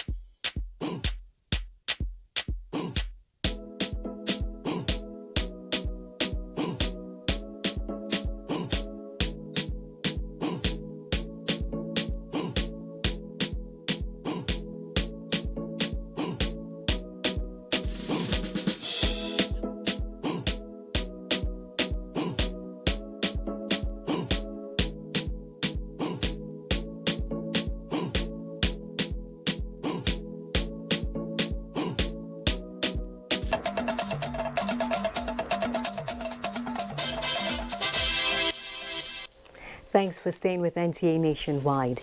Now, the two chambers of the National Assembly have reaffirmed that they will ensure the 2020 budget has no defect, especially in the area of leakages, in order to channel funds in the right direction. This affirmation kick-started the public hearing on the 2020 national budget in Abuja. Despite the paucity of funds that we are facing in this country, the revenue is not too good, but yet a lot of good provisions are contained in the budget to address power problems, works and housing, transport, and so on and so forth. It is something that is good and commendable. Responding to some concerns raised by Nigerians, the Minister of Finance, Budget and Planning, Zainab Ahmed, and other ministers expressed optimism that the budget will be implemented in good time for the benefit of all Nigerians. Let us remember that government spending in infrastructure is supposed to be to provide social services, and where we spend on commercial services, we're spending as an enabler to allow either large project loans to be active or to allow private sector investments. We have a large number of project-tied loans, especially for rails and airports, for which in the budget, all we have is just the counterpart funding, which is a maximum of 15%. So that is not to say that the infrastructure investment is reducing, but government is not able to provide all the funds it requires for infrastructure. And from budget and legislation, we move to education. The use of mother tongue as a language of instruction in early primary education has been identified as a pillar towards achieving better education for societal development. This came to the fore at a training workshop for master trainers organized by the Yobe State Universal Primary Education Board, preparatory to implementation of early grade reading education system in the state. Awal Abdullahi reports. Others in the education sector have identified teaching in mother tongue as one of the basic tools for acquiring better knowledge and quality education. It is against this background that Yobe State has adopted the early grade reading system under the World Bank Assisted Program for Better Education Service Delivery, BESDA. Chairman, Yobe State Universal Basic Education Board, represented by Director Social Mobilization and BESDA Focal Officer Samaila Balumi Machina, said over 81,000 children are expected to benefit from the program across Yobe State. And the model, I think, it suits our own peculiarity in Yobe State. The chief party, Northern Education Initiative Plus, USET Abuja, Jordan Health, charged the participants to utilize the opportunity by impacting positively on the lives of future generations. These materials have been built by Hausa people in the north, and they have been tested and they have been used now for 4 years, and so we know that they're good. Speakers described the program as a welcome development, stressing that it is a great achievement that will bring about development in the education sector. Some of the participants expressed readiness to contribute their quota toward achieving the desired objectives of the program. Actually, I'm very prepared. It's very well prepared. The program tagged Mokaranta is aimed at impacting knowledge of reading and writing to primary school pupils in Hausa language at their early age. In Bauchi, Awal Abdullahi, NTA News. And now for the weather prospects for Thursday.